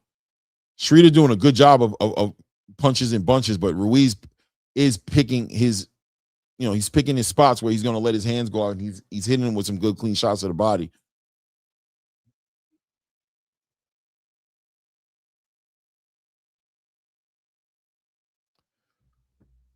There we go. There we go. Ruiz doubles up on that lead hand and comes right over the top with a right hand. That was a close little round right there. I might have to give it to Streeter just off the activity. I might have to give it to Streeter, but I feel like Ruiz was hitting him more effective. I'm going to go with my heart, man. I'm going to be real with you. I'm going to give that first round to Ruiz. I'm going to give that first round to Ruiz. I thought Ruiz was hitting him with some good, clean punches.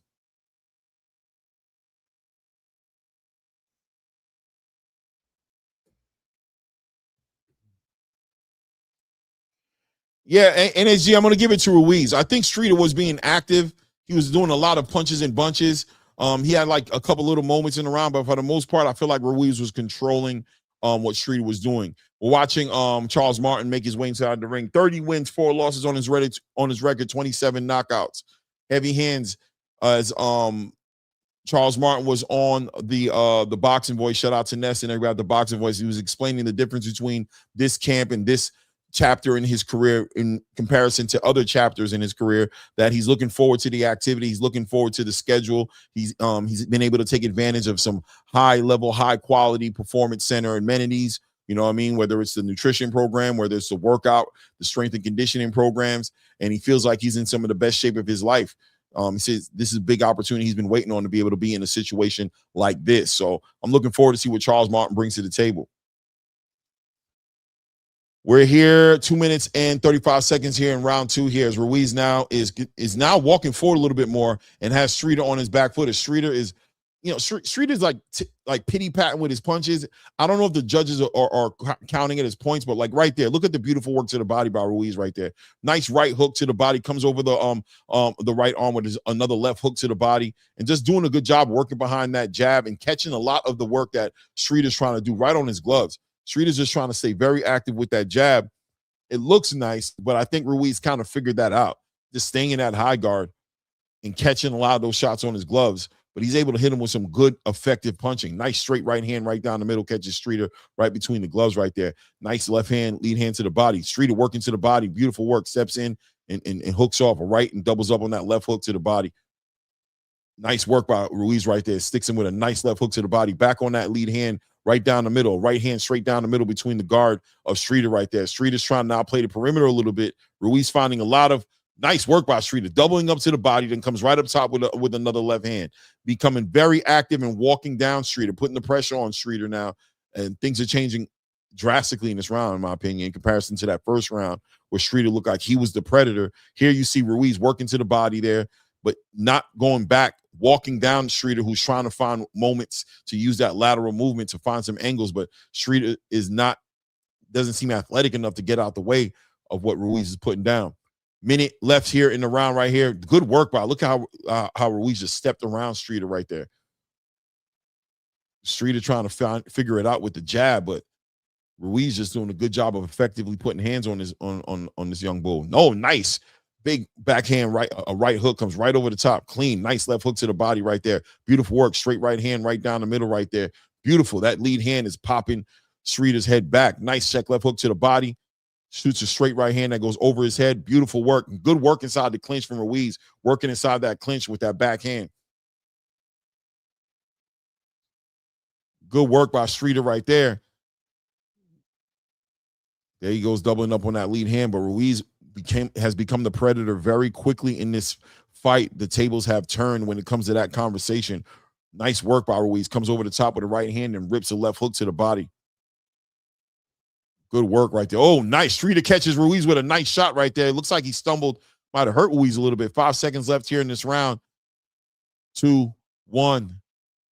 Good work. Streeter looked like he had a little bit of a moment there in the last 10, 15 seconds of that round, but for the most part, I gotta give that to Ruiz. 2-0 Ruiz. Shout out to Gilbert Vasquez in the building. What's good, Gilbert? What's good with you, family? Same to you, gang. Let me see. Low-key said, don't forget the blueberries. I don't know if I didn't hear Charles Martin talk about the blueberries, but shout out to Robert Merriweather was talking about the blueberries, said he loved the blueberries over there at Zoo for Boxing. You know what I'm saying? Shout out to the blueberries. I plan on picking me up a box of blueberries when I go to Vegas and I stop over there. I'm like, yo, I gotta let me get a couple of those blueberries. I heard so much about them damn blueberries, man. I gotta find out for myself. NHG Productions has it 1-1. Gave that first round to Streeter. I ain't mad. That was a very close round, man. I just went with my heart and went with Ruiz because I think Ruiz hurt Streeter to a certain degree. I thought he was more effective, but Streeter was very active. But Ruiz, for all intent purposes, looked like he took a lot of that round off and was just processing the data. But the tables turned very abruptly in the second round. Here we go, top of the third round here. We've got Ruiz and Streeter in the building. Streeter in the white shorts, red print. Ruiz in the black shorts, green print. As Ruiz continues to capitalize off that momentum that he got for himself in that last round, Streeter now playing the perimeter, moving, using that lateral movement, trying to find opportunities to get his and get out. And Ruiz seems to have figured out all that he needs to figure out and is now on that lead hand heavy and that hook to the body heavy, straight right hands heavy. Here we go. Streeter continues to take his time, cut that ring off. Here we go. Nice check left hook by Streeter. By Ruiz.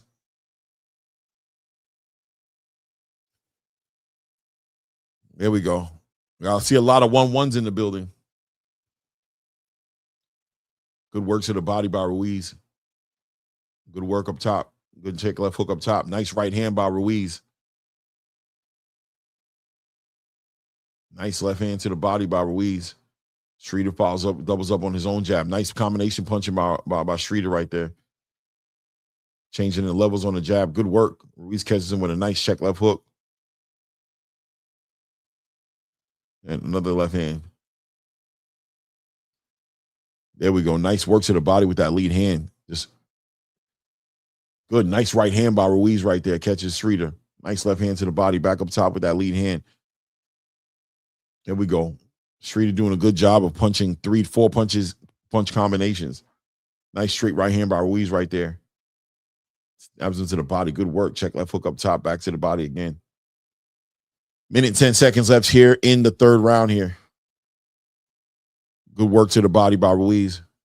A nice check left hook by Ruiz. Nice straight right hand by Ruiz.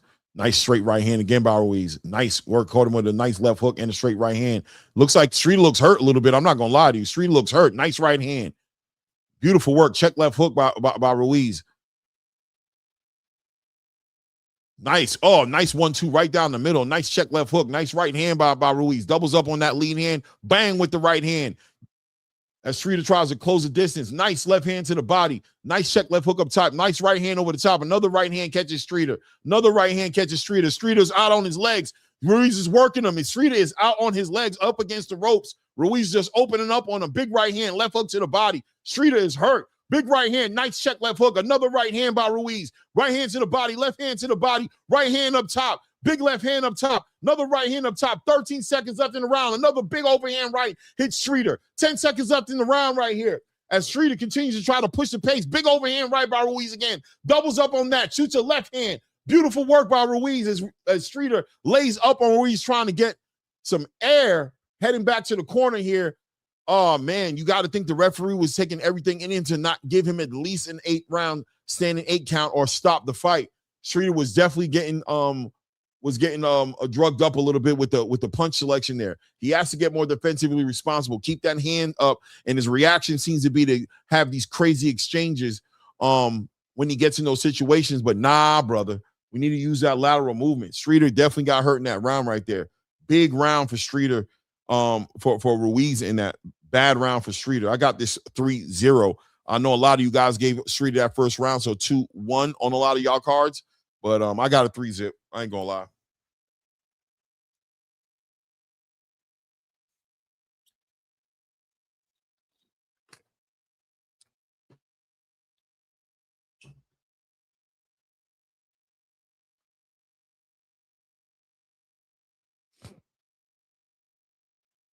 Beautiful, beautiful shots coming over the top. Streeter has a bad habit of leaving that lead hand low. He's gotten very comfortable doing that. He has to keep them hands up. Now Ruiz going right back to being a predator, man.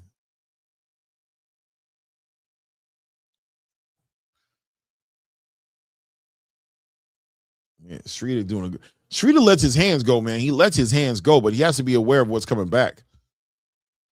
Beautiful work by Streeter right there. Beautiful work right there, man. Right hook, then a left uppercut, then a right uppercut, back down to a left hook to the body. Another left hook to the body. I mean, good punches. When he goes, he goes. When he goes, man. Good work by Ruiz, man. These guys are fighting it out up in here. Good work. Turns him out there. Streeter grabs him up, tries to tie him up. Referee separates him, trying to look in the Streeter's eyes, make sure he's still there. Good punching by Streeter. There we go.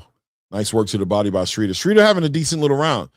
Still, Ruiz is a predator in here, but Streeter standing his ground and finding those opportunities to score.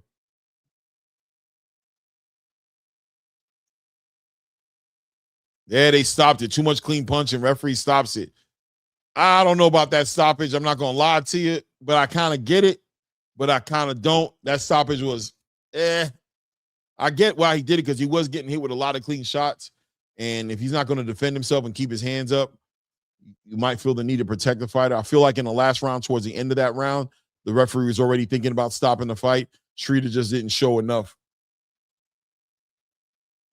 Or did the towel come in? Maybe the towel came in. Get a nice right hand.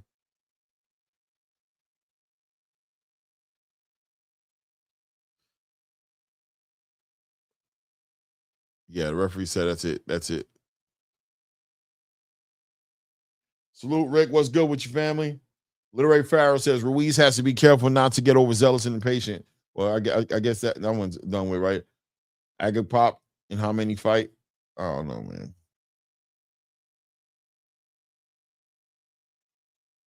Oh, there was a fight in Japan this morning. I missed it. Curtis says that's a good stoppage. Yeah, I get why he stopped him. I get why he did it. I ain't gonna lie. I get why he did it. I get why he did it. Because he wasn't protecting himself, man. He just wasn't. Shout out to everybody in the building, man. Hit the like button. We got 3 people in the building. Hit the subscribe button as well if you haven't done so. Let's help the channel grow. Appreciate you guys. Thank you in advance, man. Hit that subscribe button. Hit the like button. Let's get it up.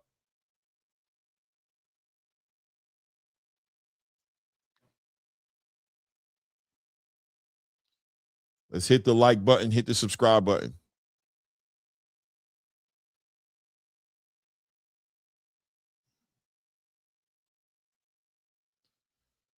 There we go. Let's see what Ruiz got to say.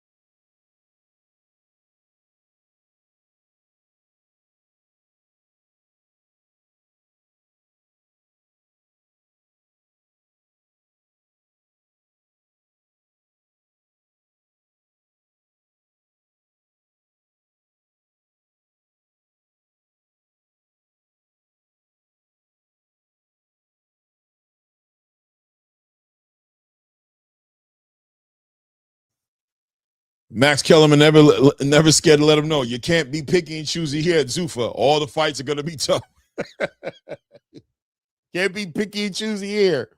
It is what it is, man. It is what it is, man. Let me see here what's going on in the chat here, man. Sache says Robert Garcia got the Zuffa stimulus package. Shout out to him for sure. I agree with you. He's been on every single card so far. I was saying that earlier, Stock Chaser. Robert Garcia has been on every card, bro.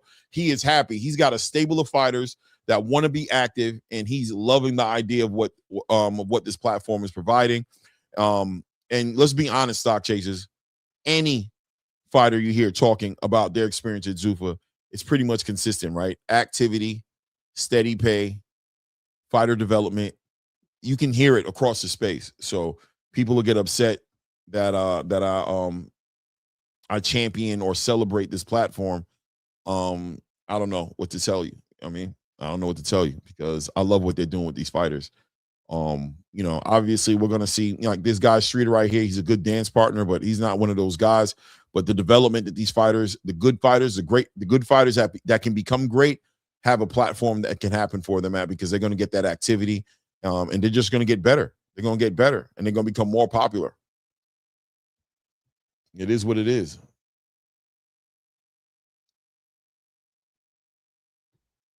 Robert getting paid for sure. For sure. Better believe he's getting paid. But the thing with Robert Garcia is, as he gets paid, what does he do? Pay attention to him. He invests back into his stable. He invests into the equipment, into the gym. You can see him growing the stable. Like Robert's doing the right thing with the money he makes. He's growing the sport. He's being part of the energy that's moving the sport forward, because he's got so many fighters. That's not easy to do, and it definitely takes a lot of money to do that. So I ain't mad at all if Robert Garcia is collecting good money. He probably deserves more than he's getting. He probably deserves more than he's getting. Let's be honest. Stock Chase says facts. I want Edwin De Los Santos to get with him as well. He's revealing his new trainer in late March, no doubt. I think Edwin is over there, right? Is Edwin over there officially? I don't know. I was hearing rumors about Edwin being over there, so we'll see.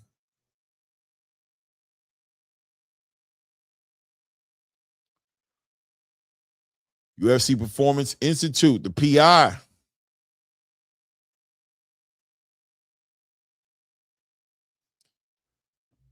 They're doing they're covering the PI right now. They're covering all the different equipment that's in there. We just saw Robert Merriweather there. Recovery zone. Look at the equipment they're showing. It's Troy Nash getting a tour of the whole entire building.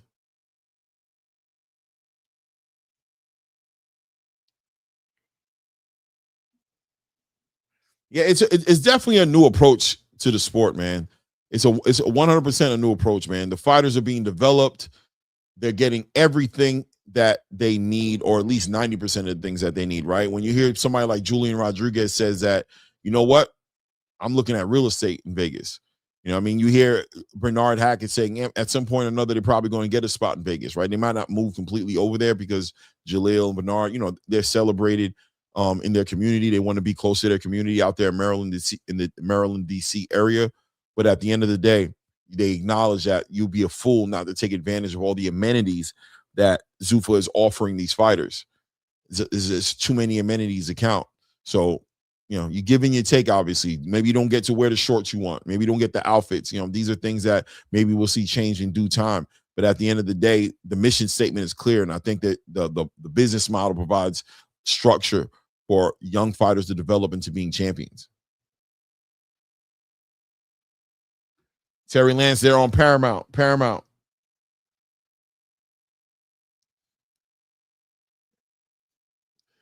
Rick Tim says, Clay, when Robert Garcia was an active fighter, he was known as Roberto Garcia. Do you know why the change? I don't know why.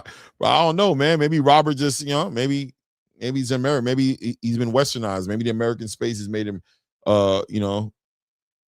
compromise his integrity a little bit and go with Robert instead of Roberto. When in Rome, right, Rick? When in Rome, right? I don't know. Let me see what Max and Andre Ward talking about. This generational fighters all the time. But you've always been very, very aware of the totality, the strata of the sport, and you've been outspoken in terms of what the sport needs. This is answering some of those questions.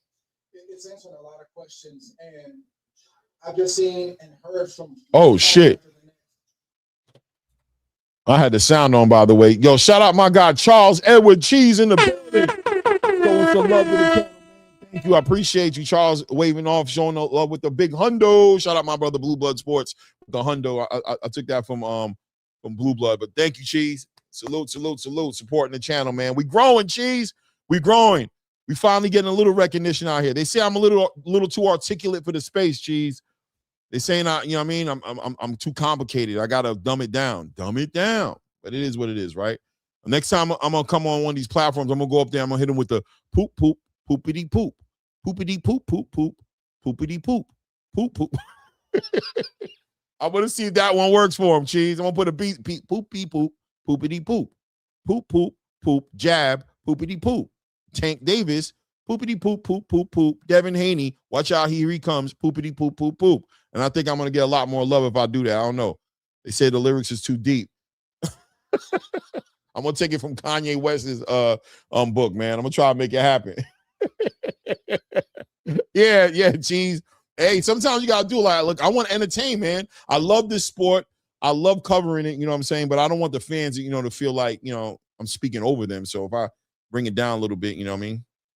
I'm gonna work on my bars, man. I'm gonna work on my bars. Sing a little bit in the middle of my rapping. I'm gonna sing a little bit. I'm gonna bring it all together, full circle. You know what I'm saying? Try to make it, you know, make it official. Man, salute to everybody in the building, man. We're watching. I think we're getting ready to go into that main card. Yeah, that's pretty much what's gonna happen right now. We're watching Andre Ward and Max Kellerman talk about it. There's a revolution going on in the space. People don't want to hear it. They want to throw doubt. And listen, I'm all with it. I'm with all of the doubt. I'm with all of the leeriness of Dana White, of Zuffa Boxing, of Turkey Al-Sheikh with the money he's spending. I'm with all of it, man. But one thing I'm not going to do is I'm not going to act like what we were dealing with was heavenly sent. You heard? I'm not going to do that. I'm not going to act like Oscar De La Hoya ain't getting in the way of Virgil Ortiz fighting Jerome Boots Ennis right now. I'm not going to act like that has happened multiple times. I'm not going to act like Suleiman's been wilding out with the way he's been moving with the sanctioning body rules and how he's wielding his power as a president of the WBC. I'm not going to act like the sport hasn't been dealing with corruption at the highest levels for the longest time. And fighters like the fighters we're seeing on this card don't get a chance on those platforms. Because why? They haven't crossed over in some kind of way, or, you know, I could tell you a lot of reasons why I don't think they get pushed. You know what I mean? And I'm probably going to be right on a large percentage of it, but it's not that important to me. What's more important is that a platform like Zuffa Boxing is here for those fighters to have an option to go somewhere else. We just saw Teofimo Lopez inside the building, sitting right next to Nick Khan. I bet money he was invited. Do I see Teo going to Zuffa? I don't know. I would say right now, probably not. That's what I would think, right? But you're seeing the champions entertain and support what Zuffa's doing, because those who know, right? Those who know. And that's all it comes down to. We as fans, we could try to, you know, be fanagers out here, but those who know. The Andre Wards, the Roy Jones, the Teofimo Lopez's. We seen Caleb Plant in the building 2 weeks ago when that last Zuffa thing. They know. The ones who are blessed, that 1%, 3% of the space who get the money, who get the big fights, who you guys get to see on the big platforms, they might not be complaining as much as the rest of the space, but even they know, right? Even they know how it goes. It is what it is. Shout out to Charles Edward. He says WBC looking nasty out here, but it's because Turkey took over. Yeah, I mean, they are looking nasty out here, and I think Mauricio Suleiman is Cheese. I think Mauricio Suleiman is talking to his own detriment.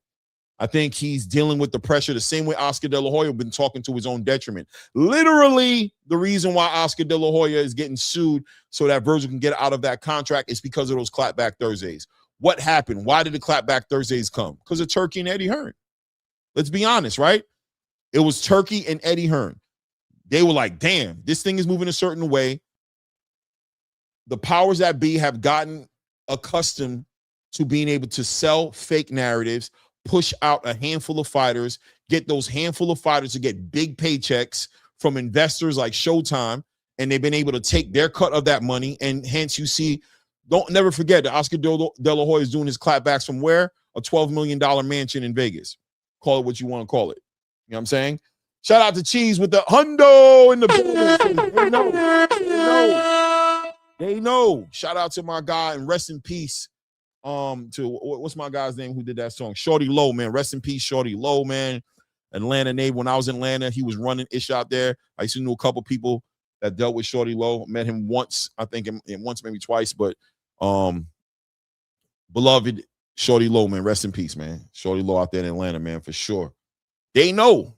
They know. They know.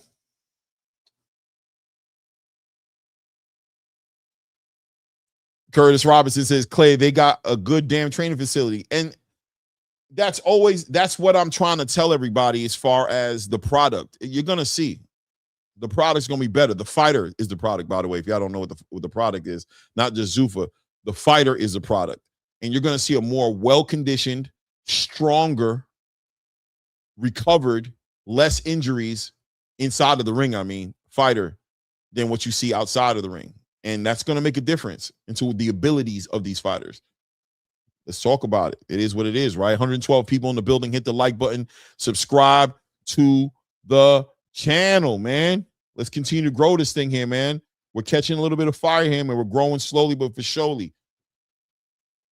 Antonio Tarver sitting there. They put that makeup on Antonio Tarver. Got him looking like he casket sharp, man. I don't like the way they got him looking with that makeup. I don't like what I see. You know what I mean? Kind of weird looking. I don't know. I don't like it. It's making me feel kind of weird. He got these dark, he got dark around his eyes, dark around his mouth, dark around his ears.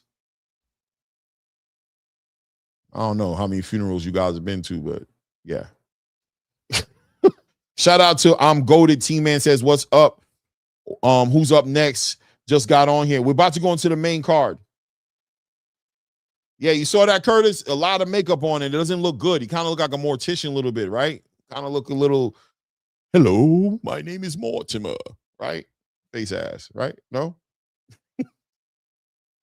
Yeah, bro. They need to calm down, man. Tarver's black, man. Let that color, let his color, be, you know what I mean?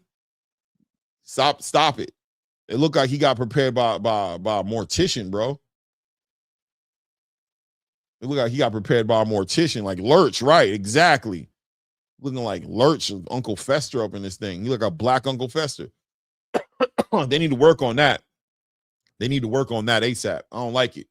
I don't like it, Antonio. I don't like it. I don't like it, man. I ain't gonna lie to you. I don't like it, man. Looks like the main card is gonna have three. How many fighters we're gonna see on the main card here? 3 fighters on the main card. Yeah, 3 fighters. 3 fighters. We're gonna have Abel Mejia versus Jabriel P. Benito. Then we're gonna have Umar Dzambekov versus Ahmed Abayo. And then of course F.A. Ajagba and Charles Martin. So it's just gonna be a 3 fight card main event. 3 fight card main event, man. Mansa Musa in the building says Zuffa is like the D League and nothing wrong with that. The fighters who need Zuffa should use it, and the ones who don't won't. I love it. I love it. Exactly. Mansa, perfectly said, bro. I think the D League was a little low, but I get it. I would say maybe the B League, right? Not a D League, but listen, man, there's going to be fighter development where the fighters need to be developed at, but we can't look past the fact that a lot of big stars are finding their ways. They're in the conversations. You know what I mean? Bam Bam Rodriguez was right there. Alexander Usyk is in the conversation still. They're still trying to figure out what Alexander Usyk. We're looking at a top 10 Ring Magazine, top 10, Ring Magazine fighter, heavyweight fighter, and F.A. Ajagba is going to be fighting tonight, right? In March, we're going to see Jayo Pataya, Ring Magazine champion, getting ready to fight on a Zuffa card. So, you know, we'll see. We'll see. Right? Let me see here. Dan Molly went from First Take to Zuffa. Yeah, a lot of people coming to Zuffa, man. They going over there. They're coming over there, man. Shout out to everybody in the building. We're looking at Charles Martin getting his hands taped up right now, wrapped up. Hit the like button, support the channel, subscribe to the channel. If you haven't done so yet, do it right now.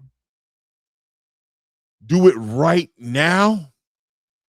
We got so much to talk about on Tuesday, though, when we go up on Tuesday's show. I'm trying not to talk about it all right now because I know Reyes wants to talk about these things, but things are moving so quickly in between 135 pounds all the way up to the 154-pound division. Things are moving around crazy, man. And it's just crazy to watch it happen, especially in 140 and 154. There's a lot going on there. We're between 140 and 154, including 147, obviously. But, just the way Shakur, that move that Shakur did against Teofimo Lopez was a big needle mover, man. Let's be honest. Terrence Crawford is the needle mover in the boxing space. Ever since he had that fight with Canelo Alvarez, everything's been moving crazy. Fighters have been trying to challenge themselves. Big fights. Fighters are trying to make big fights.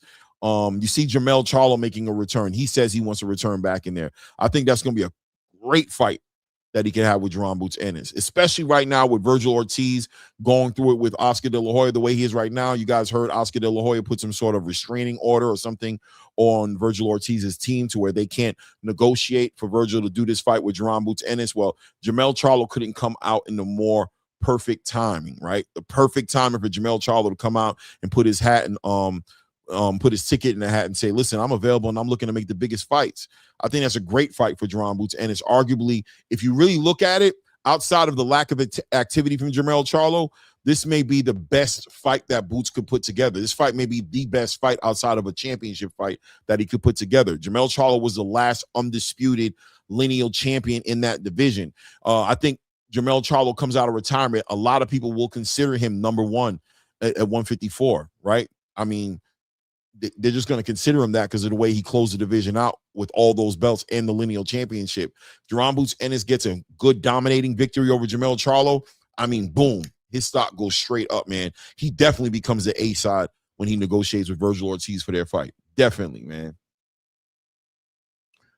Let me see here. Was production suck? Artistic Zuffa can work if they slowly get more named fighters 100%. Ray Davis in the building says, call Al, not Eddie, when that pay day is needed. We beg for Boots. Larry Farrell says Zuffa will work. It's in its infancy stage. It's just a matter of time. Yeah, and that's what it is, right? Larry Farrell. It's in its infancy stage, man. It's a young, up and coming platform. It is what it is, man. Like, we're not, Zuffa's not here to compete with the big guys like that right now. That's not what they're here to do. You know what I mean? And the pressure's not there for them to do that. Even look where they're at in the apex. They haven't even left to go to bigger venues yet. When they start doing that, that's when you're probably going to start seeing things move around a little bit more. But I can tell you this right now, if Canelo Alvarez and Terrence Crawford were to make a fight, I wouldn't be surprised at all if Zuffa was in the platform that they picked to do it on.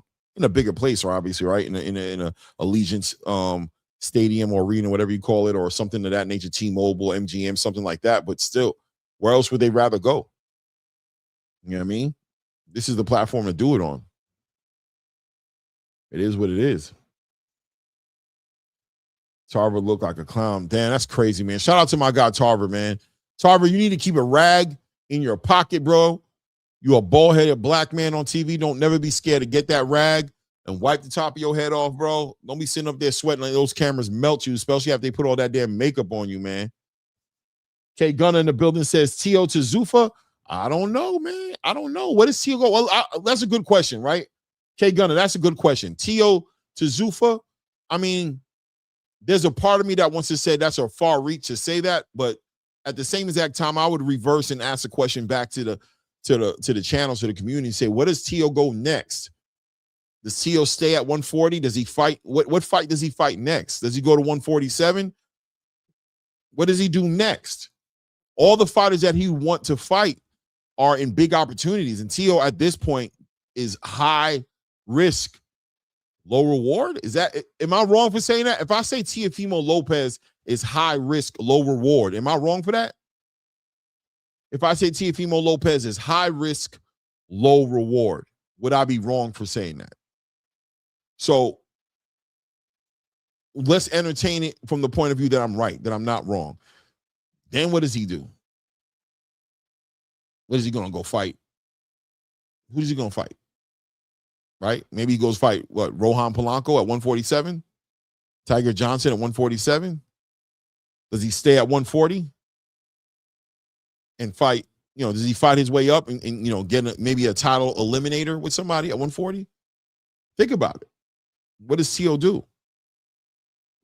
Putting that all in perspective, Would Zuffa be that horrible of an option for him?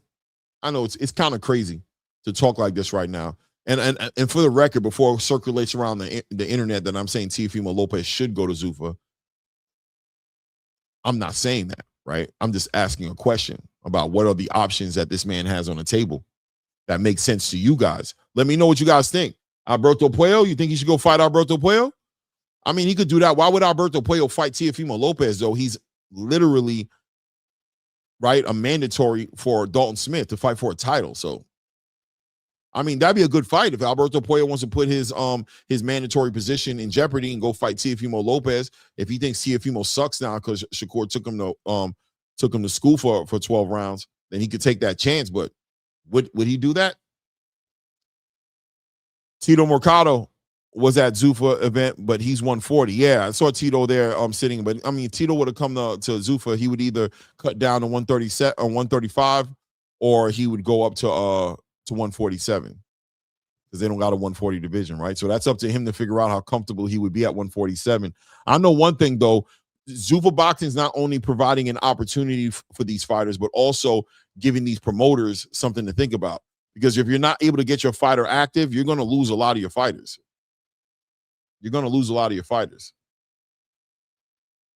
So that forces these fighters to kind of get themselves in position, and these promoters to get themselves in position as well. Because now the fighters could come back and say, well, look, Nick Khan and Dana White and them reached out to me and they say they can give me 3-4 fights a year, good pay, what I mean, for a prospect contender. I can collect, 25 to 50 grand a fight, you know what I'm saying? And once I get into championship, they can get into these conversations that they weren't able to bring to the table before. That would leave a Oscar De La Hoya, or Eddie Hearn, or Bob Arum to be like, look, kiddo, you got to be willing to put the pain in.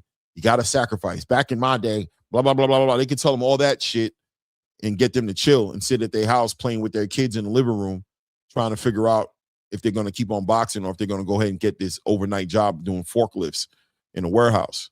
Right, just to maintain their dream while they're still trying to take care of a family. Or they have an option to be active in a way that they never had before. Something to think about. YT said, or move up and fight Brian Norman. Yeah, you can fight Brian Norman. I think that'd be a good fight. I would like to see Brian Norman and Teofimo Lopez go at it. I think they're both in the same position. If Teo want to deal with that, I think Teo could get that win. That's a fight for him. Now, is he going to ask for a lot of money? That a lot of money fight? I don't know. Gil Squivel in the building says Rolly sparks him. Crazy. So don't be shocked, man. You don't know what's going to happen with Zuffa. Once the opportunities start rolling out, we'll see how much sense it starts making. 118 people in the building. Hit the like button, guys. Subscribe to the channel if you haven't done so yet. Hit the like button. I'm going to put you guys on hold for 1 second. Going to get me something to drink real quick. I'll be right back. Before you know it.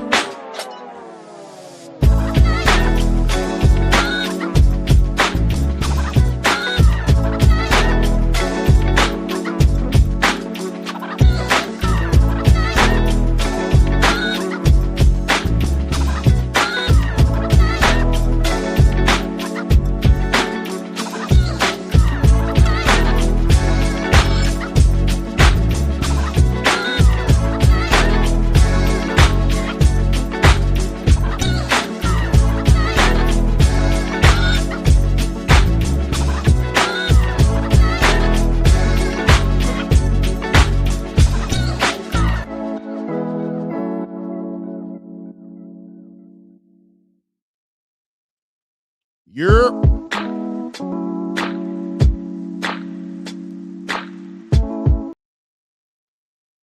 what up? What up? What up? Back at it. What's good? Coach, what's good, man? What's good, Coach? Hey, you know what I'm gonna do? I'm gonna put the link out. I mean, these fights about to start soon, too.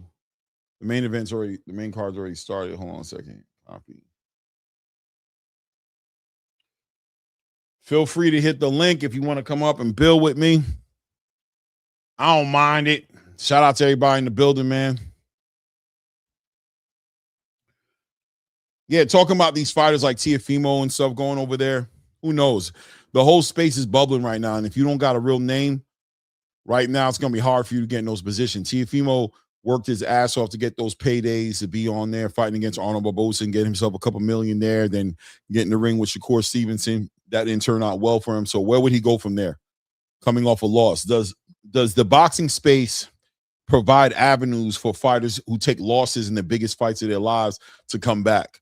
Errol Spence took almost 3 years. It'll be almost 3 years. If he comes back in the summer, I think it was July 2023 was the last time that he was inside of the ring. It'll be 3 years before he's returning into the space to get a payday that he thinks is worthy of him returning.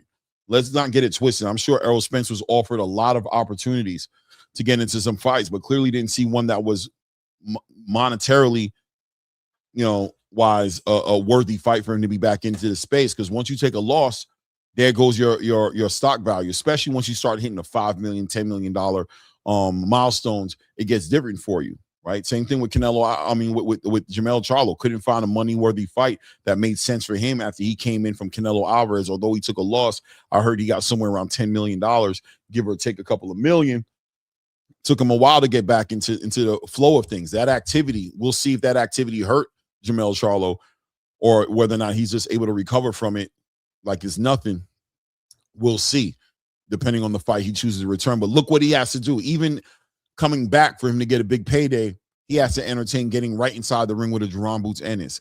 I don't think that's an ideal situation. I don't think that man comes back into boxing with a killer like Jerome Boots Ennis if he didn't have to.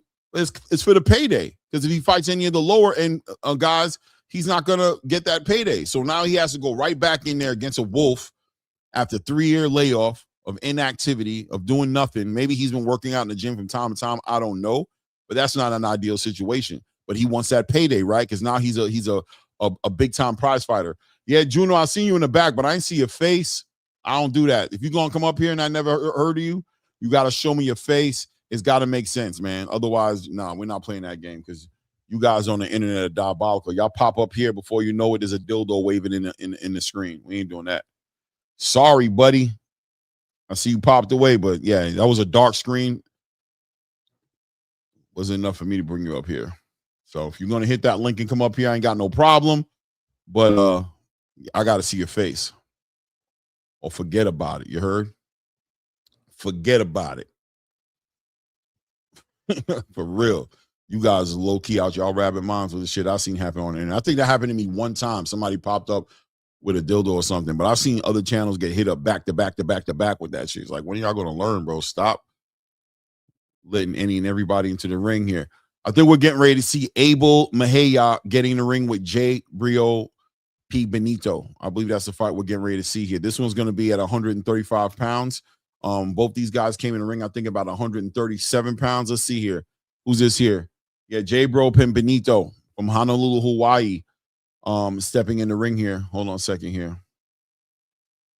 Comes in with a record of 6 wins, 4 other wins by knockouts, 0 losses on his record. Sitting at 5'6", 68-inch arm reach. Residence, Hollywood, California. Birthplace is out of Hawaii. Getting ready to make his Zuffa debut here. Prospect level fighter, obviously. Getting ready to get in the ring with an Abel Mejia, who is 10 wins, 0 losses, 7 knockouts. This will be his Zuffa debut as well, and I believe this fight right here will be his first 8-rounder that he'll be fighting here tonight. Last fight he fought at 135 as well, but came in at 133 pounds. Seemed to be on a smaller side of the conversation, really like around a 130-pound fighter. but is going to be fighting at a 135. Well, he came in, his weight was 137, so a catch weight fight in Paramount tonight. So it is what it is.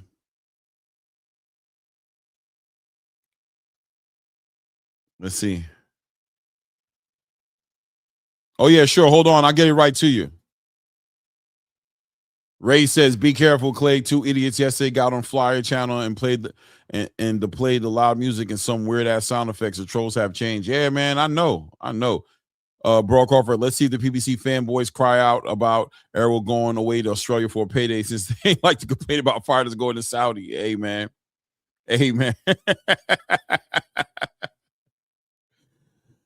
Yeah, man. Hey, man, one thing that I know for sure, two things for sure. One thing's for sure, two things for certain. The fighter going to do what he got to do for himself. Only a handful of fighters will sit there and sacrifice their whole entire career to be loyal to a promotional platform that's not loyal to them. Only a handful of fighters willing to do that. Most fighters are going to move accordingly. They're going to move with the algorithm. They're going to get their money. They're going to take care of their families.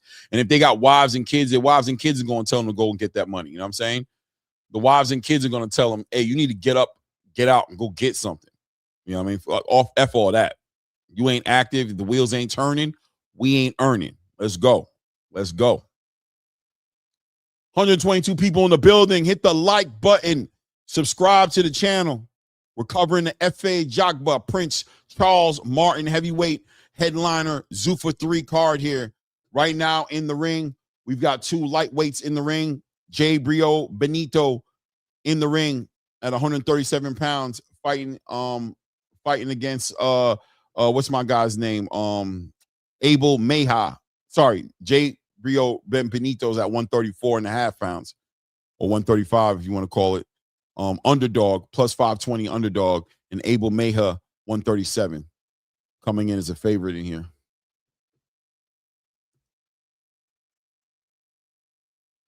Salute Sam from Jersey in the building. What's good, family? What's good? Says salute Claymore Ray in the chat. Let's support the channel for sure, man. Subscribe, like the channel, man. What did my brother Blue Blood Sports TV always say? Refresh the super chat and make sure it's working, right? As we said, put $1 in the super chat and refresh the super chat. So put $1 in the super chat, man. Support the channel, man. Support the channel, man.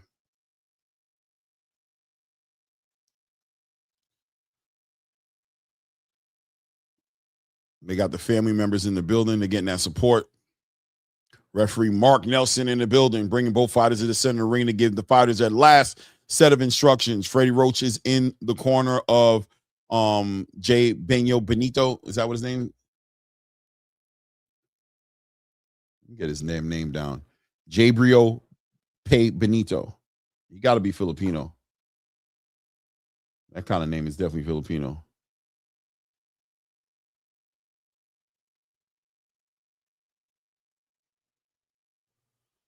Referee giving instructions, cleared the ring. Let's get it going. He gives a word to the guy at the bell. Start the clock. Both guys at the center of the ring. Let's go here as Benito takes the center of the ring in the white shorts here. Bento in the center of the ring. Is it Benito or Pinto? I think it's Benito. In the center of the ring, taking the center of the ring, working behind that jab here. And Abel Meja in the black shorts, red lettering, working center of the ring as well, working behind that jab. Nice snappy left lead hand from Meja, from Abel Meja in the ring right now. Nice lead hand here. Also, I like what Benito's bringing as well. Good work by Benito. Nice lead hand, follows up with a nice right hook to the body. Beautiful work by Benito. Abel Meja trying to stay behind that left hand. Good work, right? Good level change. Sticks him right, stabs him right to the body. Penitentiary rules. Let's go. Nice right hand to the body. There we go. Nice right hook to the body from Meja. Meja with a nice jab. Sticks him good. Nice stiff jab right there. Good work. As Gabriel Benito continues to stalk him, though, is the pressure here in the fight. Ooh, doubles up on the jab. Nice work, and sticks him with a nice right hook to the body. Nice. Doubles up on the jab. I like how Gabriel Benito is coming in with that jab, the way he's using it. He's not wasting it. When he doubles up and he comes in there with that jab, he's following it up with the right hand. If it's not up top, it's going to be to the body every time. Nice work. Nice lead hand.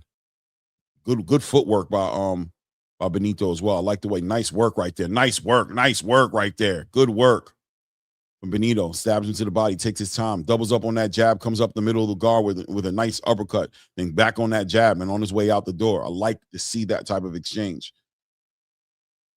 Mejia nice shot by Benito. Gets Mejia's attention right there. Good work here. Mejia trying to be very patient here and take his time, which I can appreciate, but at the same time, he needs to be active with letting his hands go. He needs to do something with his hands, man. Not good work right there. Nice left hook to the body, comes right over the top with the right hand. Good work. Back on that jab. Good work by Mejia right now, getting a little bit more active here. 30 seconds left here in round one here. There we go. Benito responding with his own set of combinations as well, but good work by Mejia. Good work. Nice straight right hand by Mejia. I hope I'm saying that right.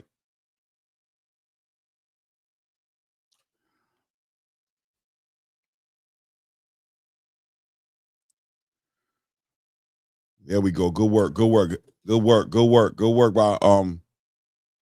both gentlemen in the ring right now. Benito taking his time though, putting his punches together. Good round.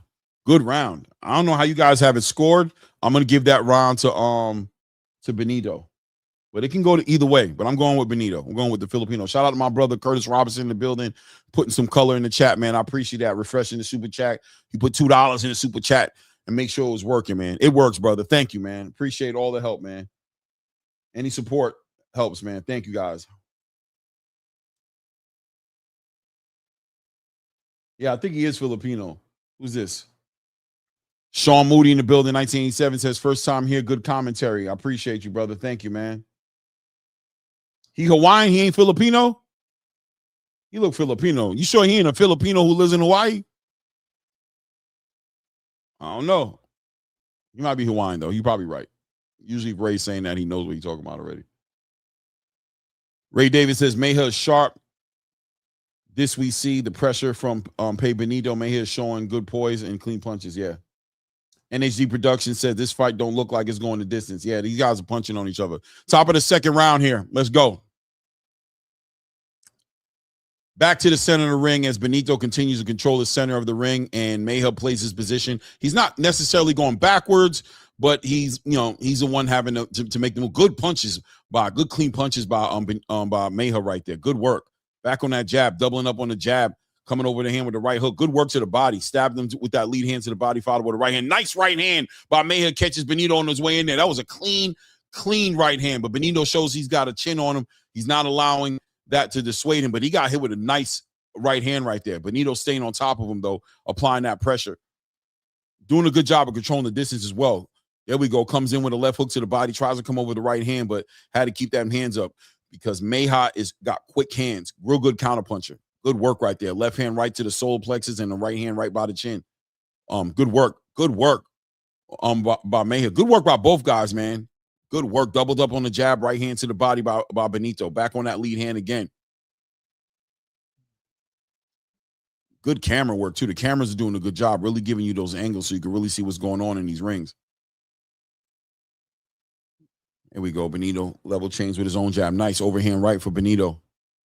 Good job catching a lot of those shots here as Mejia continues to put his punches together, trying to hit him with something significant.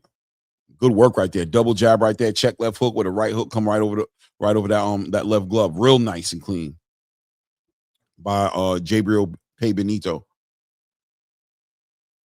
Oh, good work by Mejia, man. Nice check left hook, followed up by the overhand right, and comes right back down to the body. Back behind that lead right hand. Doubles up on that right hand. Good work. Nice left hook to the body by Mejia.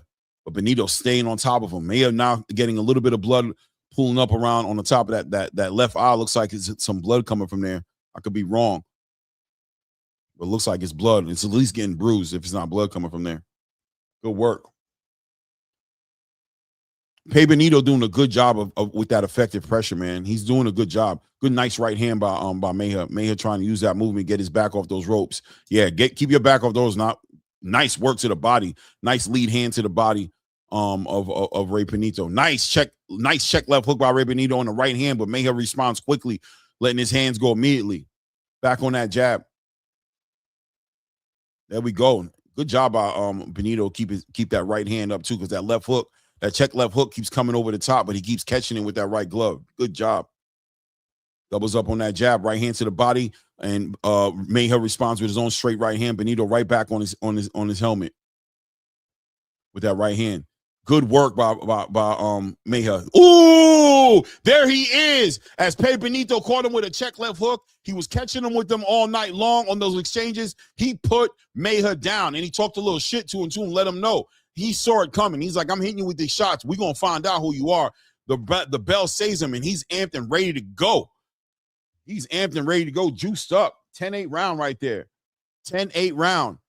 Little too much exchanges going on there with Abel Mayhem right there. And look at the check left hook come right over the top right here. Bomb. Beautiful short left hook. He caught that left. He caught Mayhem's right hand to the body. Caught it right there and real short with that left hook. Caught him right on the chin. Sat him right on his pockets.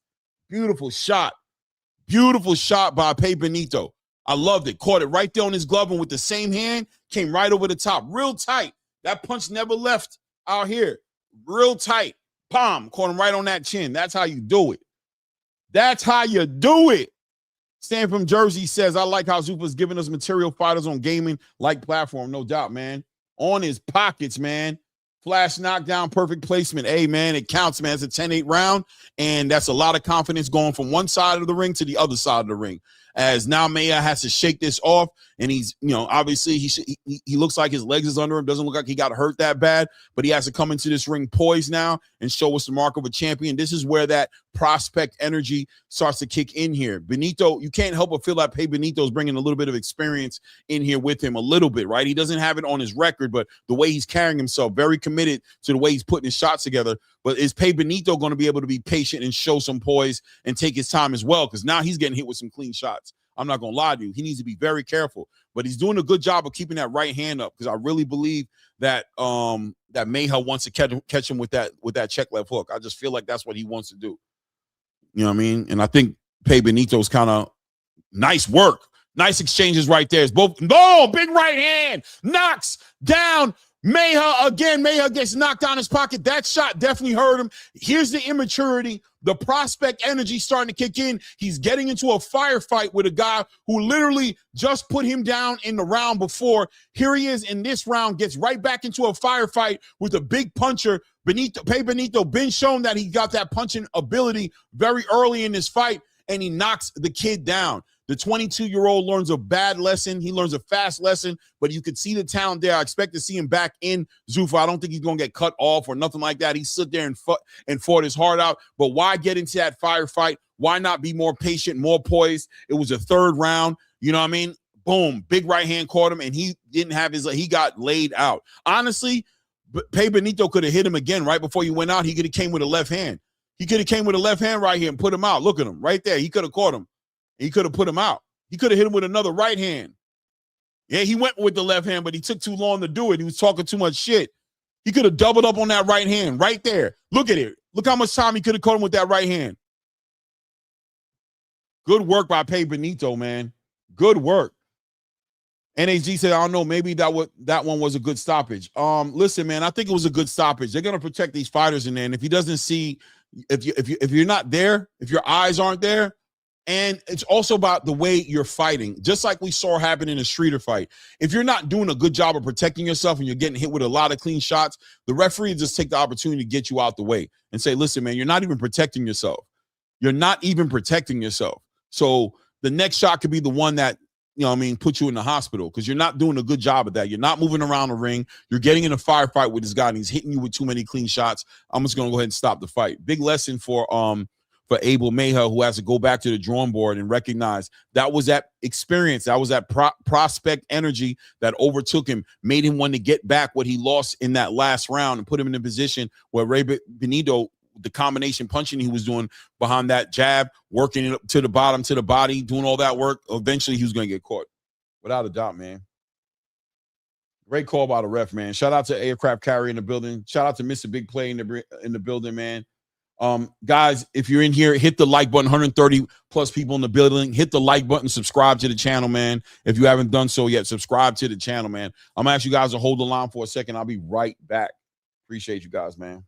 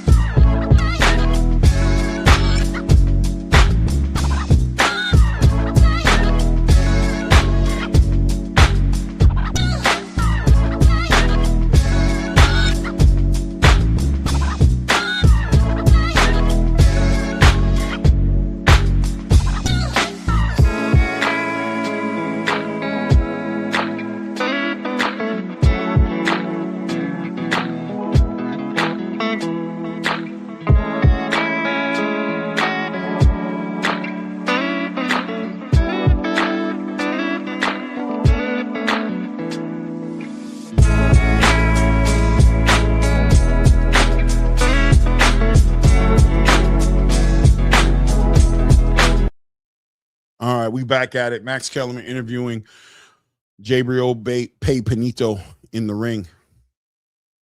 I see a lot of promise in that young bull though, and Abel Mejia. A lot of promise in him, but he definitely made a rookie mistake in this one. Big time rookie mistake. The way he carried himself, that was just unnecessary. He coming off of a round. I wouldn't have faulted him off if he just took off. If he just took over. If he would have just took off that last round, there was no reason for him to get into a firefight with a puncher like this. The guy was on one from the first round, took the ring generalship, took the center of the ring, control of it, was working very responsibly behind that jab, kept that right hand up, so he wasn't gonna get caught with a little check left hook. He was being very responsible. Even with the first time he knocked him down, if you pay attention to the way he was carrying it, he caught him with that left hand hanging low. He caught that right hand right on his gloves and returned right back with a short left hook. So the shot placement and his mentality was already there. And you got to give Freddie Roach and those guys probably the credibility of what he looked like in that ring, to be honest with you. He looked like he had veteran energy about him. Even though his record doesn't say that, he had this energy about him that lets you know that he had an experience about himself, the way he carried himself inside that ring, man. Look at the shot placements here they're showing right there. Look at the big boom, right hand caught him right on the ear. Look at the work. He did such a good job. Those exchanges. Maya is going to go back, look at this, and realize that he did not need to go out like that. He didn't need to be in that kind of fight. No, he didn't need to be in that kind of fight, man. He unnecessarily put himself in that position. I thought Maya could have easily, it was very early in the fight, second round in the fight. He could have gotten control of this. He looked like his punches were coming together crispy. He was clean, good jab. He was hitting him with some good right hands. He could have regrouped and came out better than that. He could have came out third, fourth round and took over the rest of the fight. But that's that rookie energy, man. When you're young, you're dumb, and you're full of, you know what? You just want to get it in, right? You just want to get yours back. The special guys, the guys who just are, you know what I mean? They know not to do that. You know what I'm saying? Shout out to Bruce Carrington, right? They know not to do that. Shout out to Keyshawn Davis. You know what I mean? They know not to do that. Shout out to Andy Cruz. They know not to do that. They understand in the moment that they're in, right? And they know not to do that. Ray Davis up in the building with the emoji. Yeah, man. I'm laying in the living room, bro, watching the fight. My son took over my computer room, so it's crazy work. But listen, man, this dude came into the ring with the calm. You can see it in the ring walk. You know what I mean? Not only that, that little get back, the boxers got to get that get back scenario out their head, man. Stick to the game plans. They got to stop doing that. Yeah. When you get put on your pockets, man, regroup. You know what I mean? Listen to your coaches and go out there and try to deliver.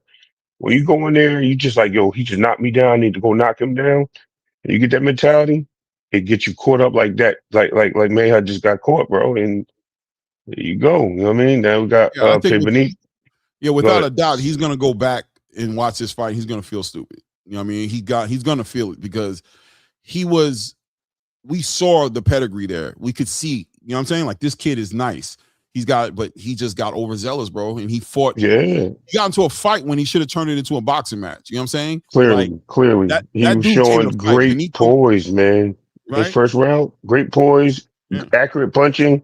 Yep. I was like, yo, he might steal this because I seen the pressure, but he was catching him in between shots and stuff. Mayo was catching Benito in between shots and then turned around and just got mollywop, bro. Like, I mean, you started trying to trade blows with the guy, bro. For nothing. There was no reason to do that. That early in the fight, right, Ray? Like, I could see if it was like the last round or like the second to last or last couple of rounds, championship rounds, and you feel like, damn, I got to get it back because maybe I'm down on the cards or, you know what I mean? Bro, second round, you got knocked down in the first round, bro. And I got round, bro. And I had got like Abdullah Mason vibes, right? And I was like, yo, he about to get up. And you can see how he rushed up. He was ready to go back. I think you even called it. He was like, look, he ready to go in there and get it back, right? Yeah, I already seen it. Right? And what'd he do? He went back in there to get it back and got clipped. So, hey, man, same man, it happened again. Amen. My brother Blue Blood Sports TV says it's the pressure of knowing that impress the judges and cards that force the mentality to press. Yeah, it's a big stage. The big brings out the best of people and also brings out the worst sometimes, right? Because that kid may have showed me that he was a boxer. He should have been comfortable, and he had some power too, but he could have allowed that to develop. But the impatience of wanting to impress Dana, Nick Khan, impress the new platform, you know what I mean? And show out and have this shootout, you know, put him in a bad position. Sometimes that works out for him because we wouldn't be, obviously, if it would have worked out, we'd be like, there he goes, right? Like, right. If you'd have clipped him, we'd be like, oh, but that's not what happened. So maybe he wanted to fight it tonight, bro. You know what I mean? Maybe he wanted that check. Yeah, bro, that all these incentives, the $50,000 bonus for this, $100,000 bonus for this. Before you know it, you a psycho in your mind. You salivate. Exactly. Trying to get that money up, bro. Trying to go back and get that get back, man, get that pay. Trying to pay off that charge. What's going on? You picked up that what's going on with the network. Trying to pay it off. Exactly. Hellcat. Crazy work. He said that $50K that'll pay off the Hellcat. You know what I'm saying? I got about, you know what I mean? 20, 30 grand left on that. I can pay that off right quick. Pop, pop, pop. You know what I mean? I know $50,000 hit your account, bro. You start thinking big. You start thinking about covering a lot of shit, bro. Well, now you ain't getting nothing. Well, I mean, you're gonna get the check that you signed up for, right? The win should always be the priority, right, Ray? The win should be the priority more than anything. Always. If you get the bonus, let it be a bonus. But the win you gotta secure the win. Right. And if he got back into his boxing bag, he might have won that, and it would have been the fight of the night to come back and win off a knockdown. Yeah, for sure. You know what I mean? He threw himself in that position, man. Hey, man. Let me see. Blue Blood said, even Floyd pressed the fight against Mosley, chop, etc., because they try to quickly erase the impression on the judges and the crowd. Yeah. Exactly. They get caught up. Their feelings, they get in their feelings, Blue. They get in their feelings, man. But the real veterans understand. But even now, Floyd, I don't even think Floyd tried to get it back with Mosley. Floyd did the right thing. He grabbed, you know what I mean? He was tying him up, hanging on him. Like, you're absolutely right. No, you're absolutely right. Because I mean, look at Devin. Devin got that big punch in the first round. In the seventh round, got knocked down. Tried to get it back, made it worse for himself. Earl Spence got knocked down in the second round, made it worse for himself. They came off their game plans, and these are like veterans, right? These are champions, right? And so it's easy to do, and it's easy to get, especially when you got such a big fight or such a rivalry. You know what I mean? It makes you don't want that embarrassment, and he's 100% right, man.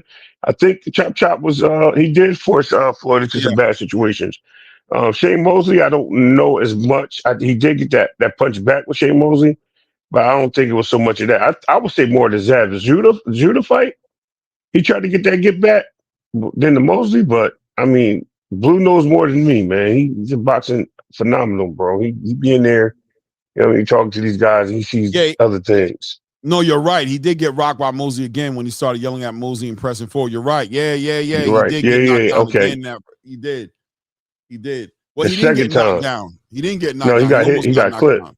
He The got first clipped. one, yeah, the first one he clipped him and he didn't really like do crazy, but that second one, yeah, it hurt Floyd. Floyd The whipped. second Yeah, one, okay. Floyd was out on his legs for real. He was grabbing the whole arm. Yeah, He grabbed that boy's arm like this and was like, "Boy, you ain't going yeah. nowhere with this arm, bro." That's when he Uh-huh. whispered the famous thing in Shane Mosley's ear. He said, "You're gonna have to kill me. You're gonna have to kill me in this ring." Shane said Uh-huh. that too. But Shane confirmed it. He said that shit. Yeah, you're gonna have to kill me. You're gonna have to kill me, nigga. You got me fucked up. Yo, that competitive spirit in Floyd Mayweather ain't nothing to play with, bro. When you really think about it, man, you know who else I think got a spirit like that? Shakur. I think Shakur got that mindset, bro. I ain't never seen him hurt to see that. Me neither, I but mean, he's been he's so hurt. competitive though. It's like anybody He's who's been that hurt, but he competitive, don't show it. yeah. He stick to the plan. Um, I don't know. We got to see. I'm telling you, man, we don't know who these fighters are until they face adversity, Clay. And we haven't seen a lot of these fighters face adversity. I mean, Um, that's a fact. we, That's a fact, Greg. that I won't even that's argue with you really on that. what defines you. I think the But I big will say moments. Shakur's hands being hurt and him competing the way he can. I look at that as adversity. I see that as his adversity, showing his grit. You know what I mean? His willingness to punch with a bad hand. His you know what I mean? His ability to adjust in that situation where he's, you know, legitimately one-handed. Yeah, You know what I mean? In his mind, but still coming into the fight confident enough to I'm going to win it with one hand. You know what I mean? There's something to say about that. There's some grit and something to say about that when a fighter shows up in that kind of a situation and continues to fight through it. yeah. You know, but Well, but, but I it think still doesn't Shakur. replace I think getting his hands punched are by better legs though. going up from under you. Yeah, I think his hands are better. I think the gloves he's using, he's supposed to he Yeah, tried. Is he a rival? Yeah, I think he has rival gloves now. I think he's doing. I think they fit him well and they got a good fit. yeah. Um, We got Ahmed and El Blue will correct me if Bialy he coming has into the to. ring. Cairo Egypt. Ahmed El Bialy. This fight right here is going to be a light heavyweight fight here against Umar Dazembegov. The Zambegov. I don't know. But it's a light heavyweight fight here. Let me see. Ahmad brings in the record 24 wins, 1 loss, and the loss was by a knockout, but he has 19 knockouts. 80% knockout percentage on his record, 6'1" with a 73-inch arm reach, lives out in Vegas, making his debut here on the Zuffa card, on Zuffa here, fighting against Umar. I can't say his name, Dazembegov, who's 13 wins, 0 losses, 9 knockouts, standing at 6'1" with a 75.5-inch arm reach. Right. This one for the light heavyweight. Look at Tiafimo in the crowd dancing, having a good time. What you think about Tia being in the building, man? Listen, man, we already know what it is. Yes, he's looking to make that deal, man, and I think he goes to 47. You know what I mean? I think that's what he does. I think he goes to 47 at Zuffa. It puts him in a good space. He'll be a star. He's already a star, and Mm-hmm. it keeps him right where he needs to be, right around that lineal championship. You know what I mean? So even with the Zuffa belt and getting those big fights, it's gonna put him in that conversation of the Ring Magazine title. I'm sorry, title rankings. You know what I mean? So Right. yeah, I think it's a good move, man. Why go from what you love? He loved his lineal belts. He didn't care about the other belts. You can hear that. You clearly hear it every time we talked about it. Being a lineal champion, that's all he liked. Well, I mean, I'll be honest with you. Off that last fight, just off of him going back into that space again, as far as, you know, I've never got my fair shake, you know, and he's just back in that bag of what he said he was over with when he was doing the face-offs with Shakur, right? That Right. he's back in that bag, which shows he never left that bag. So would Zuffa be a space that would probably make more sense where he builds himself a little bit more up? He gets celebrated a little bit more. Does this give him that fresh start? Does he feel like Yeah. the other boxing space is through with him? Is he accepted that and want to move on from that? What do you think about that? Yes, to a degree. I'm gonna say that is exactly what it is, but I also think that these small ballroom type fights, I think those are the ones that got him where he was, right? He was on top rank fighting in these small spaces and building his name. With a fan base like in a crowded room like this at Madison Square Garden and other places. When he got to that big stage and he became to take over and all that stuff and tried to become the showman. Remember, he changed his name and that was not him. You know what I mean? He needs to go back to where he needs and start back where he needs to be. And I think right here he's going to get good competition. He's either going to Fight, be that, fight he's will going be to be a soon. great, or he's going to be a great journeyman or gatekeeper. Pick one. And if he does that, you know what I mean, the money will be there for him. It's just, is the money worth his situation, or is it better for him just to stay into the big world of boxing and all these sanctioning areas and keep getting embarrassed like he did? You know what I mean? I think it's better for him to stay right here, sign with Zuffa, get back into the ring and do his thing like that, man. It helps build the brand. Also, both of them. Yeah. I think it's an opportunity. I think Zuffa is definitely looking for the stars. It's looking for the guys that are going to be at the top of the division. That's going to give the guys at the bottom of the division something to work to. You know what I'm saying? And I think he fits the bill. I don't know if that's what he does, man. But look, like I told people, at the end of the day, Zuffa's doing one or two things. They're either putting fighters on, or they're putting those counter offers out there that are giving the fighters the deals that they're getting. Right? Like Bam went, and Zuffa, you could credit Zuffa for getting him the deal with Eddie Hearn, because Eddie Hearn had to match that offer, Right. right? Anyway, let me call the fight, man. We're here at the Yeah, top of the yeah. bills He's here. We've got Umar Dazenbekov in the black shorts here, going against Ahmed El Biali in the white shorts here. Both guys in the center ring. I can tell you right now, Dazenbekov, I don't know. I'm gonna call him Bekov. Bekov is in the middle of the ring, holding down the center of the ring right there, working behind that lead hand. You already see the Eastern European energy, very fundamentally sound, hands up high, good guard, good, very like almost like an Israel Madrimov. He's bouncing up and down, he's sticking him to the body. And here Bilal is that you can see just wanting to let that right hand go right now, but doesn't have somebody who's standing directly in front of him. Good work, left hand, straight left hand to the body, and that stop. Good work, that lead hand by Bekov finding him, man. Good work by Bekov. Bekov is like a light heavyweight Israel Madrimov, bro. Just up and down, jerking up and down, fainting him, and just freezing Bialy up with all the movement. Bialy just pretty much playing double dutch, trying to get the rhythm and shoot his own shot in there. But Bekov doing the way Bekov keep his hands, and good work, straight left hand to the body. The way he moves around and puts him in position to let his hands go and be a great counterpuncher as well, because he's not giving up position. He's standing in front of him, but he's moving. It's crazy. Belial just trying to find him with that lead hand and set up that straight right hand. Now we don't forget, guys, we're seeing the southpaw and the orthodox fighter try to figure out in the ring right now. Bekov look like he's the one who's holding down that jab. So how does Belial deal with that? Does he come in with that straight right hand to the body and start finding his own shots that he can hit with that backhand? Because it looks like right now Bekov, good, beautiful work. Bekov gets under the lead hand, sticks him right to the midsection with that left hand. Right to the midsection. Good check right hook by Bekov. Good check right hook by Bekov. Continue to up and down. Look at this. Erky, you got me going up and down, man. It's messing on my head. All that movement he's doing. Good work. Doubles up on the jab. Comes right over the top with a left hand. We got under a minute left here in the first round right here. Bekov this round went by fast. Beautiful work right here. Balial just taking his time, walking down, trying to cut off the ring here and trying to set that right hand up. But it's got to be very difficult. But I can tell you right now, Belial, I don't know what instructions he's going to get from that corner, but it's got to be let your hands go. You know what I'm saying? Find that body. You got to attack that body. Stop headhunting, because this guy's moving around in a way to where you need to slow him down, and you need to use that movement to your own advantage. You know what I mean? If he's going to jump up and down, stick him to the body. Stick him to the body. Let's work on that tank and see if we can make him look weird. You got 10 rounds to get this guy out of here. So, let's work that body for a good 4 to 5 rounds and see what he looks like in the 6th, 7th round, and see if we can turn it up and get that opportunity to land that big right hand. Mm-hmm. You know what I'm saying? That's the end of the first round. What did you think of that round? Definitely. Just Bekov. I just call him Bekov, fam. I ain't gonna lie. But it is but no, the first part is Dez. Like, okay. You know what I mean? Yeah, but I'm trying to figure it out. I think he's like Czech or something, but yeah, man, that's exactly what it is, Clay. It is what it is, man. This guy is freezing his opponent right in this spot. And that movement's there, and you can see that he has the options of like you said, going to the body and punching him with the lead left, trying to build that close that distance so he can land something. Mm-hmm. He's not even, he's staying too far back. He's cautious.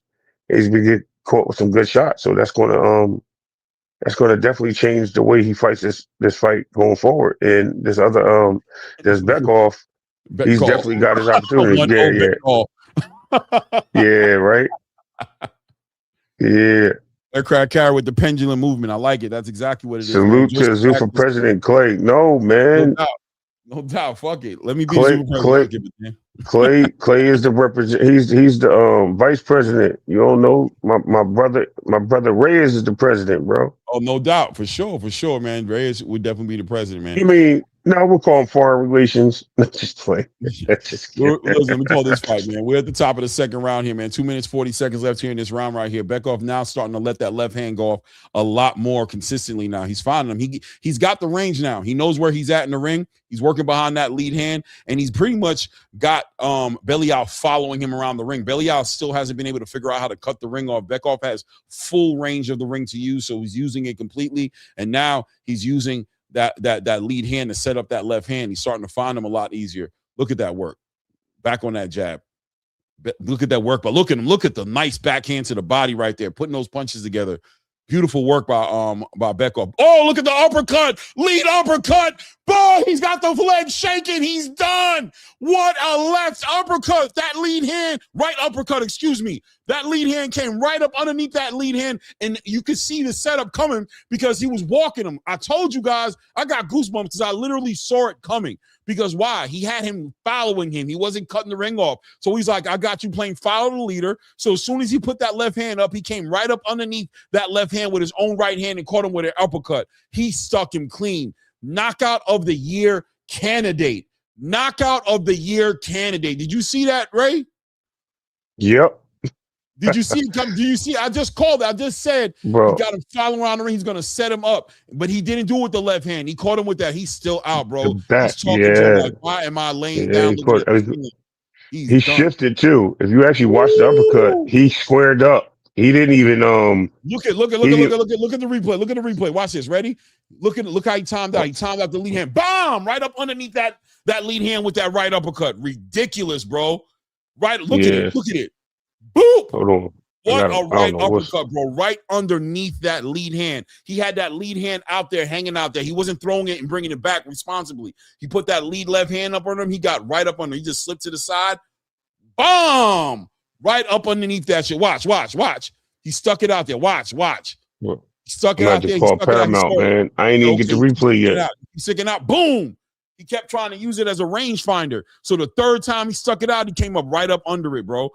He one, ready, two, boom. That was the third one, actually. That was the third time he put that lead hand out there. Crazy, bro. That's how you box, though, man. That's how you do it. What did you see, man? That's how you do it. Man, Paramount playing games, bro. Go ahead. What happened? I said Paramount playing games, man. They keep getting kicked out. It's like the ninth time, bro. Lord, child, Lord. Yeah, he hit him with a nasty one, bro. Listen, bro. That's fight. Yo, we was just talking about. Did you see it, bro? He palmed one time with the left hand, and you saw. And what did Bekoff do? He walked out to his left a little bit. He walked out. He circled out to his left, and he says, "I'm going to make him reach. I'm going to make him reach with that damn hand. And the next time he reaches, I'm going to teach him. When he reaches out with that hand next time, I'm coming right up." And beautiful shot selection, because I thought he was going to catch him with a left hand, but it was the right hand. He set him up beautiful for the right hand. He was perfectly lined up. Boom. My God, bro. Knockout of the year, man. Yep. Yo, his legs was candidate for sure. I tell you what's funny though. I'm glad you. I think we was just talking about performance of the night. That might be it. That might be it. Yeah. Shout out to everybody in the building, man. 130 people in the building. Hit the like button as you step into the building, and definitely subscribe to the channel if you haven't done it. I don't know too many people who doing it like this. It is what it is, bro. Who calling the fights like this? I mean, he ain't doing it right now, at least. Maybe he do it on Tuesdays. I don't know. Maybe he do it on Thursday. I don't know when he does it, but he ain't doing it on Sunday. He had a seizure. Saturday, so. He had no seizure, man. He just had his electrolytes, his electrodes, shaking up. That's all. He lost connection. Yeah, there was so little activity coming from Belial, who thought that he was going to catch him, but you would have thought Belial would have. I don't know. He didn't have any time to adjust really, but I wanted to see him start shooting that straight right hand to the body. You know what I'm saying? Stepping out, shooting that right hand to the body, trying to come up and catch him with some right hooks, some right backhands, and working that body and controlling all that movement, all that unnecessary movement that was happening. I thought he would have tried to get behind him, but he was headhunting still. You saw him looking. He was dead set focused on his head like a carrot to a horse. You know what I'm saying? And he was like, all right, well, follow me, walk with me. And as he kept on trying to use that left hand as a rangefinder, right, to try to catch him, like I'm trying to catch you. You know what I'm saying? Somebody moving, so he's trying to catch him. But that left hand's too far out. He came up right underneath that left hand, bro, and hit him with that uppercut. Ridiculous. Yep. Ridiculous, bro. And it was a perfectly landed uppercut, too. It was like says lead hand. KO was thus far number one. Shushu's KO was, I'm about to say, we can argue that, Blue, because Shushu's KO was a good combination punching, right? Look at the left hand to the body. Bomb! Oh! They're showing the replay of this left hand. This uppercut was crazy, bro. This knockout is right next to Brian Norman's knockout of Jin Sasaki. Am I bugging? Yeah. Yep. No, it's right here. Boom. Like clear. Bro, he had, yeah, it was. I'm sorry, Blue. I have to disagree, man. This is. I got a feeling. And Blue, don't forget, Blue, they got Turkey Al Sheik with the head nod. You know what I'm saying? This is Turkey Al Sheik's platform, so already they're getting the edge. You know what I'm saying? They got a knockout of the year. This will be on Ring Magazine Awards 2026 as one of the knockouts of the year. May very well win it. That's a clean shot, bro. I know he just won $50,000 on top of that. Oh yeah, $50K. That's his all day. Give it to him now. Don't even matter what. Yeah, don't even waste your time waiting for the next fight. That's crazy. Yeah, it was like a perfect. You could have left yourself more open for a cleaner shot, bro. I don't even understand it. You know what I mean? At least Brian Norman, Jin Sasaki was telling them to hit him. You know what I mean? Are you listening to the interview?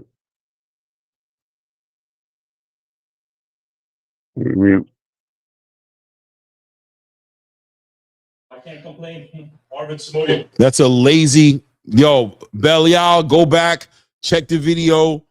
You are very lazy with your left hand. Very lazy left hand. And you were following him. You weren't cutting the ring off. And you weren't letting your hands go in the opportunities where you could let your hands go to the body. You kept holding everything, trying to get a headshot in. Bruh, you're gonna be mad at yourself. It's crazy? When I just watched the replay again, he stepped into the uppercut too. Because if you look out, he was inside crazy on his, like, you know how they say keep your foot outside of the southpaw? Mm-hmm. He was so far in, there was no room for him to move or block. He was so he did it to himself. It's crazy. Still what I'm trying to say is Umar Dazambeko. Anyway. What's this? What is he? Light heavyweight? This light heavyweight, man. Yeah. Man, he might be a force to be reckoned with, man. This is what's good about Zuffa, man. You're getting to know these fighters at their early on in their careers. Right. Yeah. And this guy put on the show, man. He might go out there and show us something. He might be a challenge one day. You know what I mean? Hot Rod was just on here. That gave me goosebumps. When he knocked him out, bro, my hair stood up on my arm, bro. I was like, I felt an electric shock go through my body like, Jesus. What you think it? them electroids. Where you say? Them electroids fell out, bro. You see that? He had a seizure. Look, he stepped right into it, bro. That's crazy. Woo. He got hit with the concussion syndrome in a football game, bro. That was crazy work. Good work, man. So what do you think? Right back. Yeah, bring Beckoff right back. That's what we're gonna call him, Beckoff. He got a whole name, but we call him Beckoff. Was it Zim? Whatever. I ain't gonna say it again. I had it. Yeah. You got it. Ain't gonna try. Let me ask you a question. We was talking on Frequent Channel today, right? Somebody asked a good question. I think it was Joseph. I think it was. It might not have been. But the Frank Martin, what's the name fight? Dazzling kid, man. I don't know why I forgot his name. but the kid from Philly. Who you got, man, and how? With who? You asking me who? Yeah. Between who? The Frank Martin fight with Not here, Albright. yeah, Albright. I was gonna say that. Yeah. I got Frank Martin, man. I ain't gonna lie. I actually got a chance to talk to what's his trainer's name now? His new trainer. What's his name? Buddy McGurk, right? Yeah, Buddy McGurk today about it. That's what I said. Buddy McGurk said before the first fight, he only had worked with Frank Martin for 3 weeks. You know what I'm saying? He said that's when he first started working with him. So since you got to think to yourself, bro, since he lost against Gervonta Tank Davis, you ask yourself, what have these fighters been up to? I was talking about it earlier because on the Jermell Charlo interview, Jermell says he's been looking to get active from 3 months after the Canelo Alvarez fight. He was looking to get active, but he couldn't be active. This man's been outside the ring for almost 3 years. What in the world kept a man who wanted to fight from fighting? I'm not going to press that button. I pressed it over there. Right. Exactly. Listen. Exactly. All I can say is this. So I know Frank a button they didn't press. Call Al. And Frank Martin in the same situation, without a doubt, he wanted to be active. He said that before. We've heard him have the same kind of an interview where he said like he wanted to be active a long time ago. But activity kills these fighters. But we saw Frank Martin come back against Rances Barthélemy, and he had a great outing, right? He looked like his movement got better, his footwork got better, and he had a knockout of the year candidate with that knockout. But going into this fight, this is going to be really like Buddy McGurk's first full camp with Frank Martin going into this fight Nahir Albright. So they still haven't gelled all the way together yet. Nahir might be able to take advantage of some transitional some opportunities, right? Right. I was saying because my report was that obviously Freaking was like, I'm Philly biased, I'm going to Albright. And I said, listen, man, I'll be honest with you. I said, look, I like Albright as a fighter. I see Frank Martin stopping him in the 6th round, man. And it's like, look what? At that. Aircraft carrier. I'm not doing that, dog. Listen, aircraft carrier. I just literally, if you heard what I just said right now, I wasn't going to disrespect the knockout, but what I'm saying is exactly that. What I'm saying is what we saw in that fight against Rances Barthélemy was a Frank Martin who hadn't been working with Buddy McGurk for more than 3 weeks going into that fight. So this fight right here is going to be the litmus test. That fight isn't the litmus test is what I'm saying. This is going to be their actual first full fight camp together going into a fight together. That's what I'm trying to say, aircraft carrier. Literally. Exactly. And not to mention that he's been out the ring for so long. So it makes sense for him to have that type of fight, bro. Like, that's what it is. This is going to be this fight right here. Most people are picking Frank Martin, even me. I'm leaning towards Frank Martin. I'm leaning on the Ghost, who I've known to be the Ghost for years. I'm not taking consideration the Tank Davis fight. Matter of fact, I'm giving him points for the Tank Davis fight, saying that experience I would think makes him a better fighter. You know what I'm saying?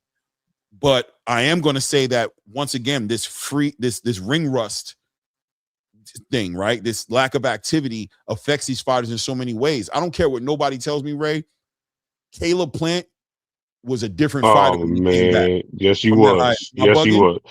2 years off, bro. Came back and got beat by somebody nobody even knew. Right. And got knocked down against Trevor McCumbee. He had a lot of adversity in that fight. He ended up winning that fight with a knockout, but bruh, come on, man. He got punched around. He was getting punched on in that fight. Am I bugging? Nope. You're absolutely right. Then he comes in his next fight and gets laid out. Well, he doesn't get laid out, but he loses, right? He gets sitting on his pockets and he loses. Yeah. Decision. Exactly. And that's what I'm saying. We could talk all day. He says, yo, stock Q2 ass two-tone is on and popping. What? Julio Haver is laughing? Yo, hold on. You stop. Que tu haces. This Spanish. Que tu haces. What does that mean? Like what's going on? Oh, Two-tone is on the power. I guess he's calling you two-tone. He's talking to stock chasers. He's talking to stock chasers. Stock. K2 Two-tone is on. Okay, I see what he's saying. Yeah, Two-tone was getting on me today, man. He was cooking me today. He was doing it with a loving hand, I guess. You know what I'm saying? Nobody's sleeping on him, Joseph Jackson. I'm not sleeping on him. I just listen, man. I look at I didn't see it, but what's his face sent me a recording of it. I heard the recording. I didn't see the actual video. Yeah, man. Like you said, I said Buddy McGirt full camp. Literally said that. I literally said it on Frequent Chat. I said, "Yo, he with Buddy McGirt, bro. He got a full camp now. We gonna see. We gonna see. I'm not Sarab telling said you. Drew Titan. Nap KB, man. PT. PT, man. You already know. Little by little, we holding it down. What's up, Drew, man? Appreciate the love, man. Who you got in this one? The heavyweight battle, man. The American or the Nigerian? I'm going with FA, man. I think FA is more. I think FA is boxing a lot more. You know, somebody asked me earlier if I thought it was going to be a stoppage, and I got to be honest with you. At first, I said yeah, but I think there's a good chance this fight goes the full distance. I think there's a good chance that happens. Okay. FA doesn't seem to go for the kill that much, but here's the intangible, bro. Zuffa boxing is the intangible. Exactly. You figured You know what? That stage. You're gonna be I'm gonna disagree with you, and I'm going the opposite direction, and I'm going with a stoppage all the way opposite. Okay. I'm going with the American. I think he's trying to be that star, bro. I think he's trying to be that guy, and I think he has the opportunity to do so right here. So we will see.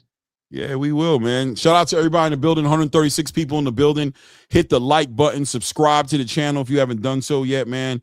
Appreciate all love, man. Let's continue to keep it going, man. My brother Drew Titan put some love in the chat here. Charles Edward Cheese stopped by tonight. Bless the kid, man. Shout out to Charles Edward Cheese, man.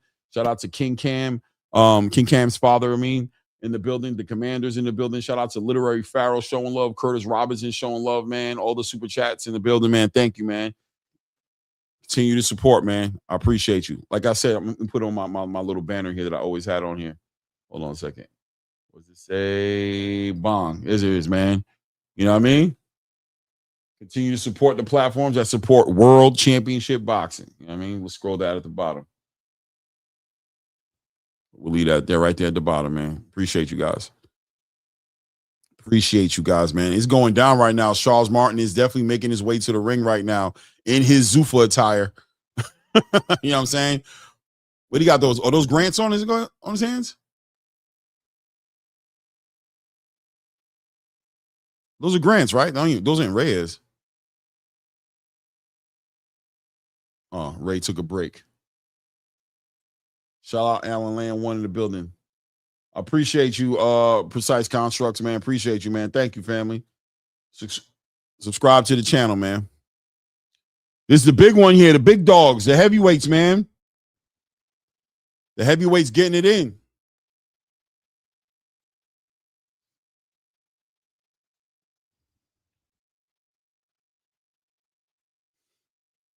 Charles Martin says that he had a great camp, says he's super excited, said he had things that he never had before in his career, the ability to for the recovery. He took full advantage of the PI facilities that the UFC offers, that Zuffa offers at this point, right? Says he's in some of the best shape of his life, had a full camp, knows what his next fight's going to be, has a whole new approach to boxing right now as far as how optimistic he is about. He said he used to always feel like when he got inside the ring, he didn't know when he was going to get a fight again. It was like unemployment. Right after the fight, you felt unemployed. Now he knows where the path is at, and he says something about activity and knowing that you're going to be active. He says there's something about that just motivates you in a different way. So we're going to be looking at a Prince Charles Martin. Oh my God, Charles Martin. Yeah, Prince Charles Martin, that should be motivated like he's never been motivated before. F.A. Ajagba, top 10 Ring Magazine heavyweight in the world, man. Had a very close fight with a Martin Bacoli that would probably put him in a position to get into some big fights. That fight, I believe, ended up going to a draw. We thought we'd see that rematch. He wasn't able to get moved around like that. This guy coming from Top Rank finds a new home at Zuffa Boxing and finds a new approach to the game now as he has his eyes set on continuing to work inside of that top 10 Ring Magazine rankings and trying to get himself up in the rankings and still get himself an opportunity at a title fight, being that Turkey Al-Sheikh is running. Well, Dana's running it, but it's on the Turkey's bill. So FA looking to make a statement in this fight, right? Trying to make a statement for himself. Ray, you got to, Clay. Yeah, I'm here. You hear me? Yeah, I hear you. Yeah, all right. Yeah, no problem. I got a call from your other brother, bro. Your Aki. You know what I mean? No doubt, no doubt. Shout out my brother Frequent. Yeah. Shout out to Frequent from Clay. He on the line right now. It's crazy. I didn't know I could do both, but I had to put it on mute, so I wasn't talking to you and him at the same time. But yeah, man, yo, Thomas Taylor be making me mad, bro. I don't know who Thomas He's Taylor quick is. to stop. Yeah, he be quick to stop fights too much, man. He way too quick. Like he's always looking to stop a fight, and I get it. Like he's all about the protection, but he's also very aggressive with the fighters. And he'd be like, "Yo, knock it off," and like I'm like, bro, man, just because you got the Ed Hockley referee shirt on, bro, you ain't got to be up here trying to pull all this not like be so tough, man. No doubt. F.A. Ajagba in here with an 85-inch arm reach. Lord child. 254 pounds on the scales yesterday. And Charles Martin came in 250 pounds on the scales. He has like an 83 or 82 arm reach. I don't remember what it wrote on there, but damn, man, these heavyweights are giants, bro. That's kind of crazy. That's a long arm reach, bro. 84? That's about as long as it gets, right? Yeah.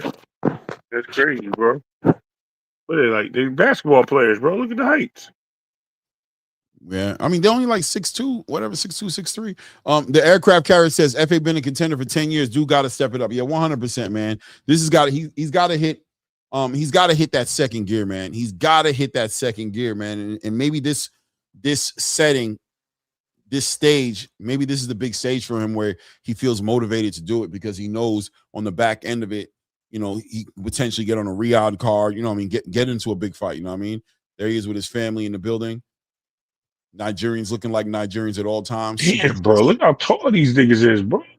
This ring little as hell. Yeah, look at that Simone behind him. He look like he'll chop your head off, bro. Eat your liver in front of you. Yeah.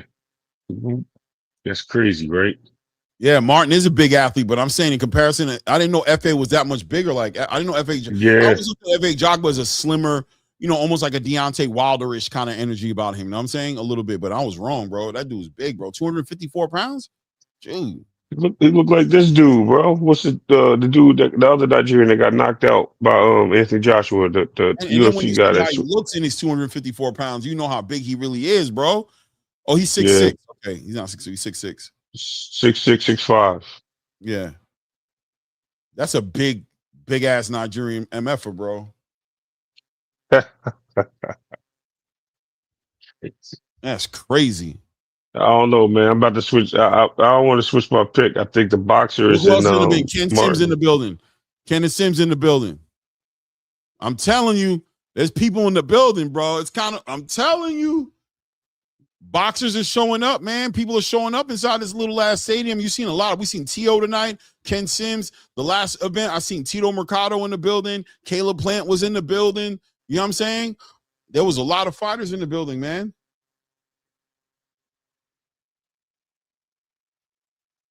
Let's go. As the fighters are getting ready to get active in the ring. Referees clearing the ring. Cameramen are getting out the ring. Trainers are stepping outside the ring. Let's go ahead. Make sure everybody's where they need to be. Watch your feet now. Don't fall and bust your tail. I seen that cameraman almost fell out there. Hold it together now. Keep it together now. There we go. Beginning of the first round. Let's go. F.A. Ajagba immediately takes the center of the ring. You immediately see a bit of a size difference there. F.A. is clearly towering over Charles Martin to a degree, right? Charles Martin trying to fight short and work him to the body, that lead hand to the body, using that lead hand as a range fighter. He needs to pay attention how he uses that lead hand, though, because watch out for F.A. Ajagba's left hook. It can come right over the top. It can come right over the top right there. Well, not the left hook, excuse me. Yeah, check left hook. Yeah, check right hook. Sorry, check right hook. Watch out for that lead hook, period. How about we say it like that? Over Charles Martin's hands, that's hanging a little bit low, and he's reaching with it. He's not. Ooh, nice work by Charles Martin. Nice. Over nice check right hook, straight left hand, right down the middle. Good work right there. But Charles needs to pay attention to that lead hand. I could already tell you that right now. Watch out for that. I'm telling you that right now. That lead hand that he's keeping low. He's using it as a rangefinder. And you can see FA's timing it too. As that lead hand comes across, he's slapping that lead hand down. But Charles Martin doing a good job of working the angles and shooting that left hand straight down the pipe to the body. He's working the body. Good work by Charles Martin, continuing to control where this fight goes, controlling it with that lead hand, but he needs to pay attention. Is it telling you, I got a feeling that check left hook coming across the top. I'm not gonna lie to you. Check right, yeah, check left hook. Matter of time. You see it? Like he's working it. Charles is shooting that right hand out there. But FA working with that left hand. Watch out for nice right hand by FA Ajagba right there on that little exchange right there. Both fighters being very, very patient. These heavyweights, man, any moment. Oh, nice. Left hand catches Ajagba and knocks him off balance a little bit. Slowly taking their time right there. The big dogs in the ring. Nice straight right hand to the body by FA Ajagba. Nice straight right hand up top. Charles Martin continues to paw with that left hand, tries to set up that with that right hand. Sorry, trying to set up that left hand. He's pawing with it. FA taking his time. And FA's being that kind of fighter lately. He's been the fighter who's taking his time, working behind his jab, being not rushing, not pressing as much as he did in the beginning of his career.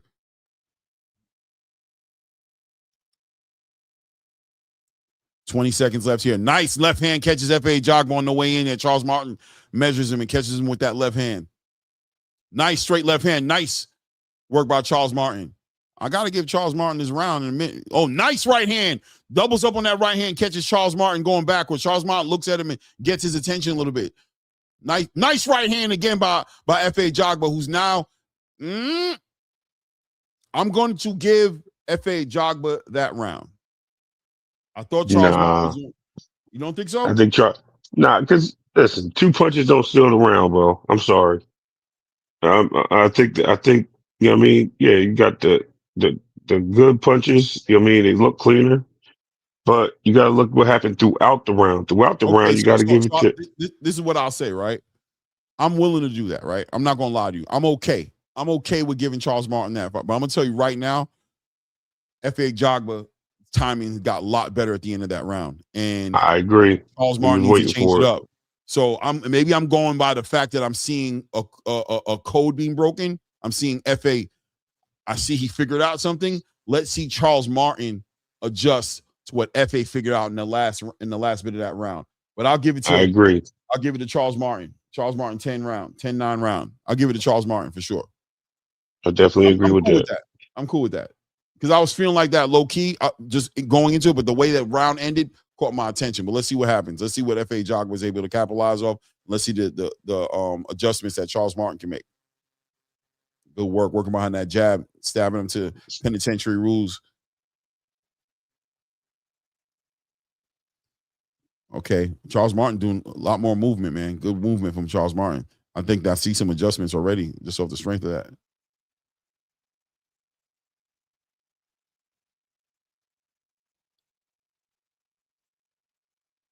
Punching across your body. Be careful, Charles. Yes, sir. Be careful. Pawing with that jab, straight right hand. Pay attention. Nice left hand catches. FA Ajagba catches right on the gloves.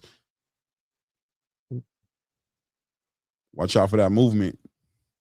Look out that front left foot right there. I can tell you right now, it looks like FA is doing a good job of keeping his foot on the outside of Charles Martin's right foot, which lets me know that he's setting up that right hand. He's doing a good job of setting that right hand up, working behind that jab. Yeah, I think he's a little too stiff though, Clay. I think he's either going to land quick or he's going to see it coming. It's one or the other. Martin's going to see it coming, or he's not going to see it coming. It's one or the other, because he's very like stiff with his movement. Ajagba, and you're a little too busy for Martin too. Like I like the way he came out, bouncing a little bit, but now he's a little too busy. He's flat-footed, so it's going to land. Something's going to happen. He doubles up with that lead hand. Charles Martin doing a good job of staying active. Nice work to the body. Beautiful left hand to the body by Charles Martin. Nice. 8 times up right there. Tries to come up with a left uppercut right up the middle there. But FA just taking his time and walking him down, man. Nice right hand to the body by FA. Nice overhand right there. But Charles gets right up under it. Back up on that right hand to the body again. Stabbing him to the body with that right hand. This is a good round for Charles Martin, though. This is a good round. I like the way he's controlling what's going on in here right now. Good movement, keeping him on behind that jab and keep circling him. But it feels like FA is cutting the ring off a little bit better every time. He's doing a better job cutting that ring off. Nice. Walks him right into that right hand. Beautiful. Nice check right hook by Charles Martin. Circles right out to his right and gets out the way. Back on that lead hand. Good. Lead hand to the body by F.A. Ajagba, finding Charles Martin now just trying to score wherever he can hit him. We're about to hit the 15-second mark here in this round. Good work, man. Nice left hand to the body. Nice work by Charles Martin. Good punch. Shot selection by Charles Martin there. Nice work. Nice work to the body. Back on that jab. Left hand by Charles Martin. Good work by Charles Martin, man, at the end of this round right here. Yep. Oh, easy round for Charles Martin. This round, there was separation. This was a very much 10-9 round.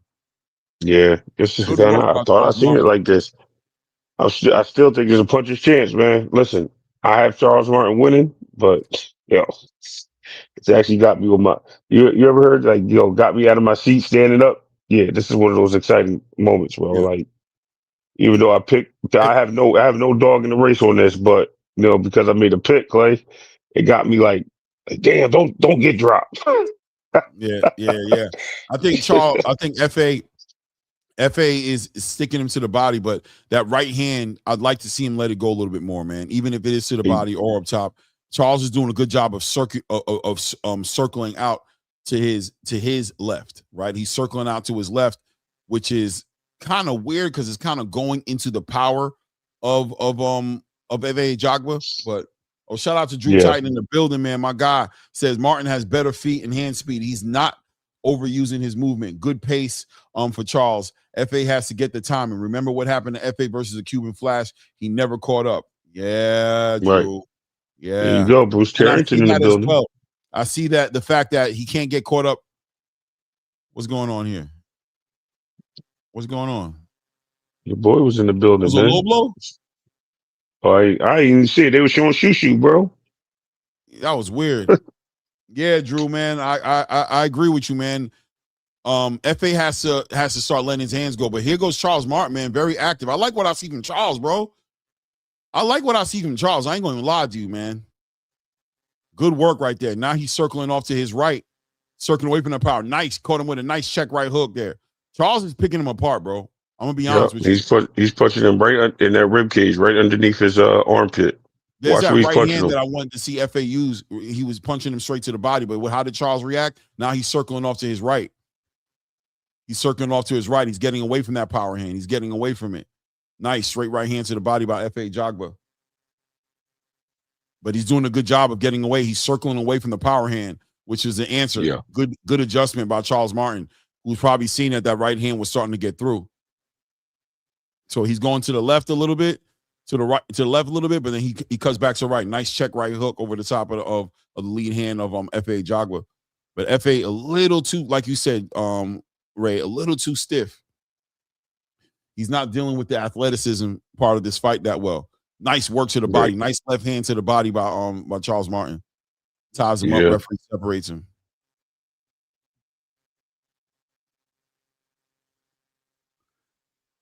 Look how far Thomas Taylor is away from the action, bro. He don't want to get caught. Nice work. Nice left hand. Nice left hand over the ear of F.A. Ajagba, man. Beautiful. Ooh. Came right on that right ear. Nice. Ooh. Yeah, 2 times too. Yeah. There we go. Nice work. FA trying to get.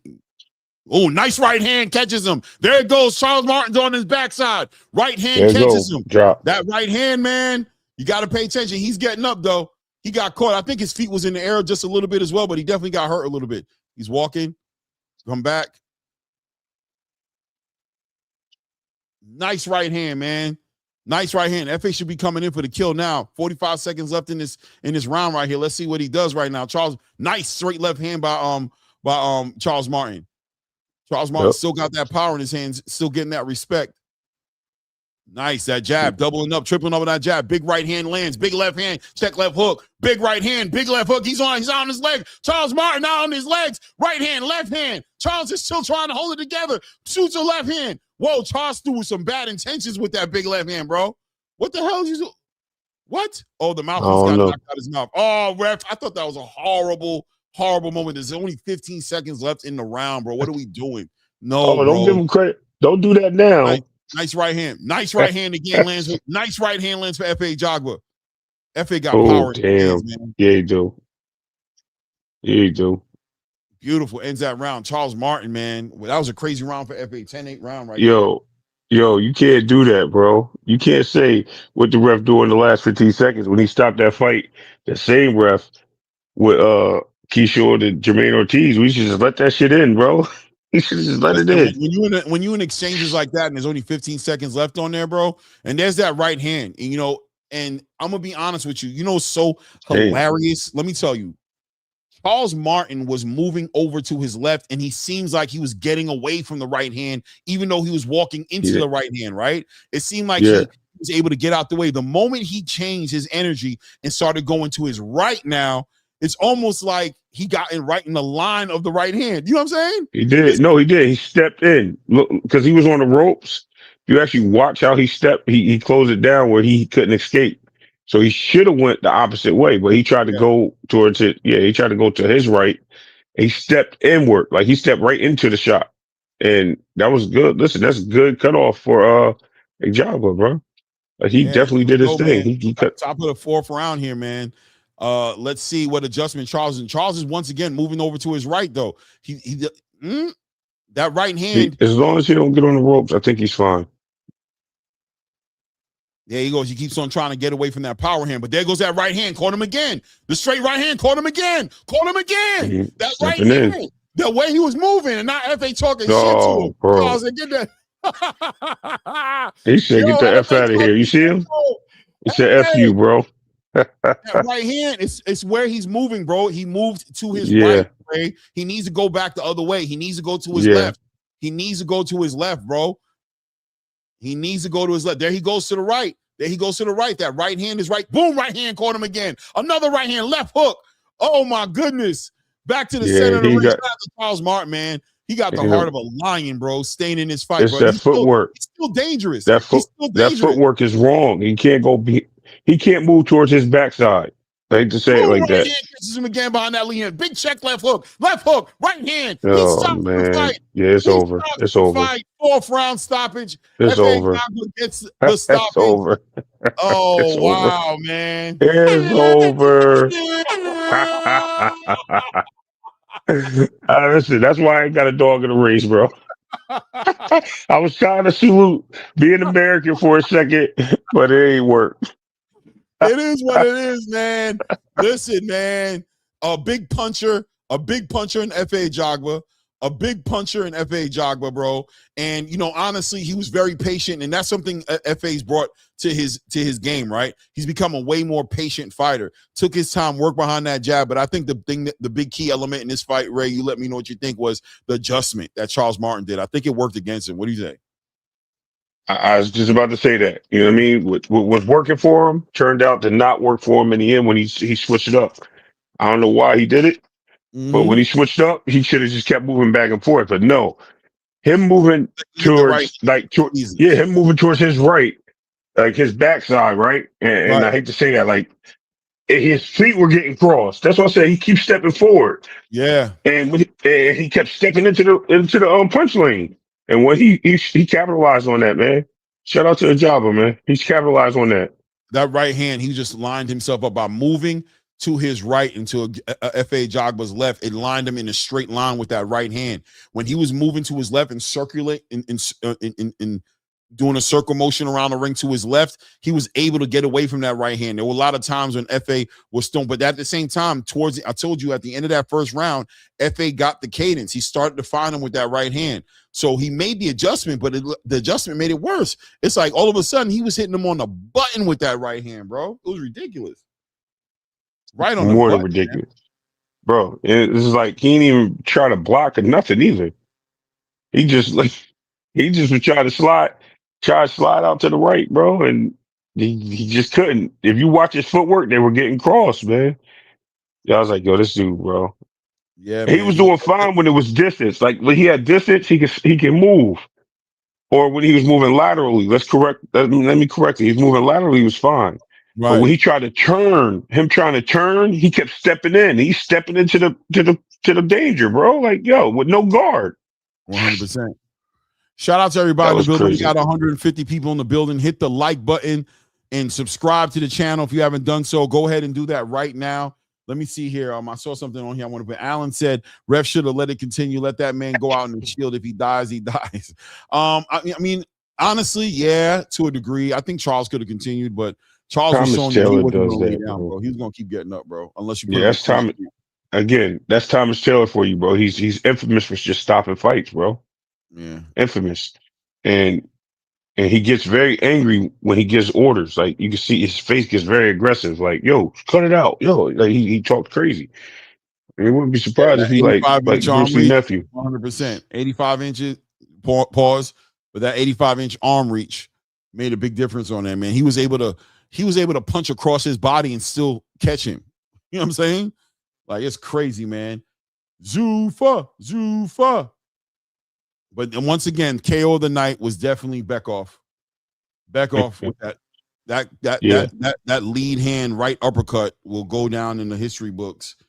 At the end of the year, we will hear about that knockout again on the Ring Magazine Awards in early 2027, January 2027. We're going to hear about that knockout. That knockout. It's crazy because both of them early in the year, bro. Both of these situations early in the year. It's crazy work.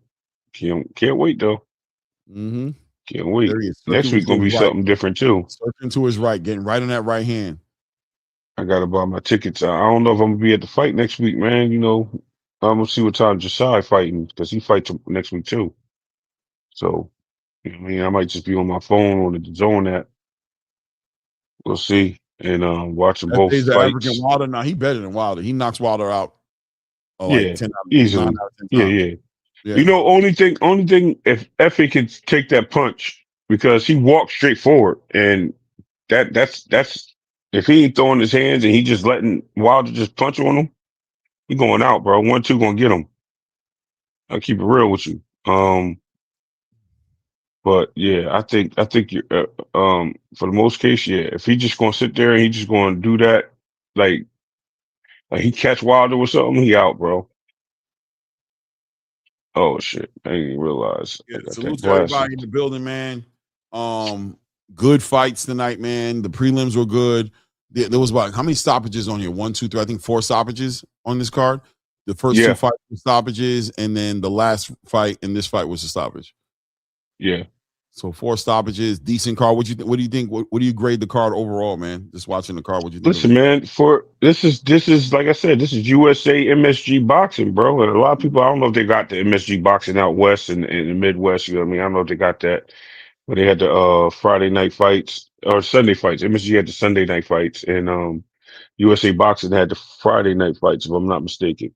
But this is what it is, man. This is what you want. You want to see these guys, the journeymans, the up and coming fighters, the guys that have done it, the gatekeepers. Like, this is the pool for them, man. This is where they need to be, and you'll have a star rise out of the out of the hill, man. You know what I mean? That's crazy. I don't believe I said that. I was trying to think of a better word, but out of the ashes, there you go. You'll have a star rise out of the ashes, man, and when you do, you'll see who that star is, and that's how they're made and built. They're built like this, man. They're fighting on these platforms with these tough fights, these fights that are putting them into combat ready situations. This is why we had great competition back in the '90s and the '80s and even early 2000s, man. And this is what we need to get back to, straight up. Zuffa, Pro Box, man. Get these guys tough fights, man. Put them out there. Turkey out there. Put these guys in the ring with somebody that's going to challenge them all day, every day. FA just said he's putting the heavyweight division on notice. He says there's no more running. You got to fight me now. You know, and I think a lot of fighters, that's a big thing they're looking forward to, right? That whole idea of running from me, always finding a way to go fight somebody else instead of me when I earned it. You know what I'm saying? Like, there's no more of that. You know, at Zuffa, he's like, nah, you're gonna have to fight me now. So, hey, bro, whoever you are, man, whoever you think you are, we're gonna find out because you're gonna fight me here. Right. You're gonna fight me here. Yo, And you know what's even crazier, Clay? Now that we talk about it, speaking of the heavyweight division, what do you think of the WBC doubling back on what they just said about giving this guy the opportunity to take on a voluntary fight and then stripping him literally a week after? After Mannix finished confronting him and all the BS. But I know they Yeah, stripped him. So I thought yeah, so they stripped him? they stripped him like 2 days ago. They stripped Usyk. Oh, I didn't know they stripped him. I know they put the mandatory on him, but I thought the mandatory is going to be after his defense. No, it was on Twitter like 2 days ago. They stripped him.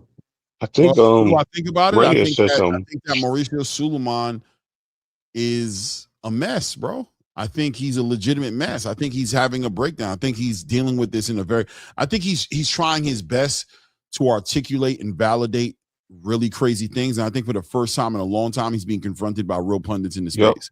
You know what I'm saying? Pressure, bro. And I'm glad you said that. That goes all the way back to the franchise title, right? The franchise title was a trophy, and it allows you to be put in position to fight for championship belts. Why would you have to fight for a championship belt if you're the highest champion in the division? That never made no sense, right? Mm-hmm. But they allowed that to build into, oh, he's the top champion. When did that happen? Overnight? Because I had said this to somebody, I said, well, if the franchise belt was transferable, right? I mean, not transferable, was one in the ring. Why didn't Bivol win that belt? And we know why, right? Because they stripped Bivol. They didn't have a good rapport with Bivol. So they never allowed him to steal the franchise belt like they did with T.O. and Cambosis and Devin. So I thought that was weird and ironic, bro. So I'm like, yo, it just shows Mauricio is very inconsistent. It shows that he has no idea what he's doing, and whoever his board or whoever, I think his board is him, his son, and his wife, bro. I'll be honest with you. Maybe his brother. I don't think he has board members. And whoever that guy is in Korea or Japan, wherever he has his Thailand, that it. I think that's the whole board right there. I don't think there's nobody else. I'll be honest with you. Yeah, I think. I mean, I'm sure there's a board that you can find, like there's people registered, but I don't think a board is sitting here making all these decisions. I think at the end of the day, Mauricio is making decisions pretty much on the whim. And I think the thing about it is his explanations, now that he's being confronted with the real questions, they're real crazy sounding. You know what I mean? Like the explanation he said about Jermell Charlo, right? When he sat there and said, oh, Jermell said that he was going to take his life if the only thing he's living for is the WBC belt. Jamal, right? He's like, Jamal, the only reason he's alive is because he's a WBC champion. I'm like, bro. Yeah, like first of all, you put that man business out there like that, if that was the case. Why? Well, I mean, I don't even believe that's what it was. You know what I'm saying? And I feel like at the end of the day, somebody who's saying that, go get him help. Exactly. That's what I'm saying. You don't hold up a division. What do I care? If I'm a fighter like Carlos Adames, I don't give a. You letting him hold the belt because he said he's going to unalive himself? Right. Brother, what does that got to do with me, man? I'm out here fighting. You know what I'm saying? I'm not here. 2 years. Bro, what are you saying to me? And then the build up on the interim titles, right? All these guys that got interim belts is because the guys inactive, we can move the championship along. This shit, Fondora's been inactive, bro. Virgil and Belichick have been the interim title. Why one of them guys not the champion at this point? I'm not saying Fedora hasn't fought in the last couple of months or whatever, right? But he had a time when he was inactive, especially with these injuries.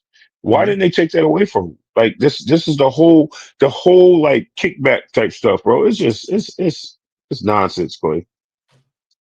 Yeah. So I mean, he's all this stuff is happening, and we're seeing, and I'm being honest with you, it's Zuffa. Zuffa came in and shook the space up, bro. Period. They're causing a lot of issues. They tried to get in front of Dana White and Zuffa last year before it even kicked off. They tried their best to soften it up. Oscar De La Hoya with his clapback Thursdays, Mauricio Suleiman with his campaign and his letters to the space about how they were going against the Muhammad Ali Act. But now it's kicking off. There are 3 events into their first year, and the cards have been getting better. This card right here was a great card. The last card was a great card. The first card was an opener, but it has some decent fights on it. The next card that we're going to be anticipating, I think, is going to be in March, and I believe that's going to be with Jai Opatai, right? Yep. Defending his cruiserweight title, and it'll be the first Zuffa boxing belt on the line. Yep, on the line as well. So you're watching all these things come full circle, and then you got Max Kellerman, you got Joe Tessitore, you got Andre Ward, you got Antonio Tarver, you got all these characters Michael in the Kriegel. space. Yeah, Kriegel and all those guys validating the space. And then every time you're watching these fights happen, you're seeing here you saw Teofimo Lopez in the building, you saw Ken Sims in the building. You know what I'm saying? The last card Shushu was there in the building, huh? Shushu was there too.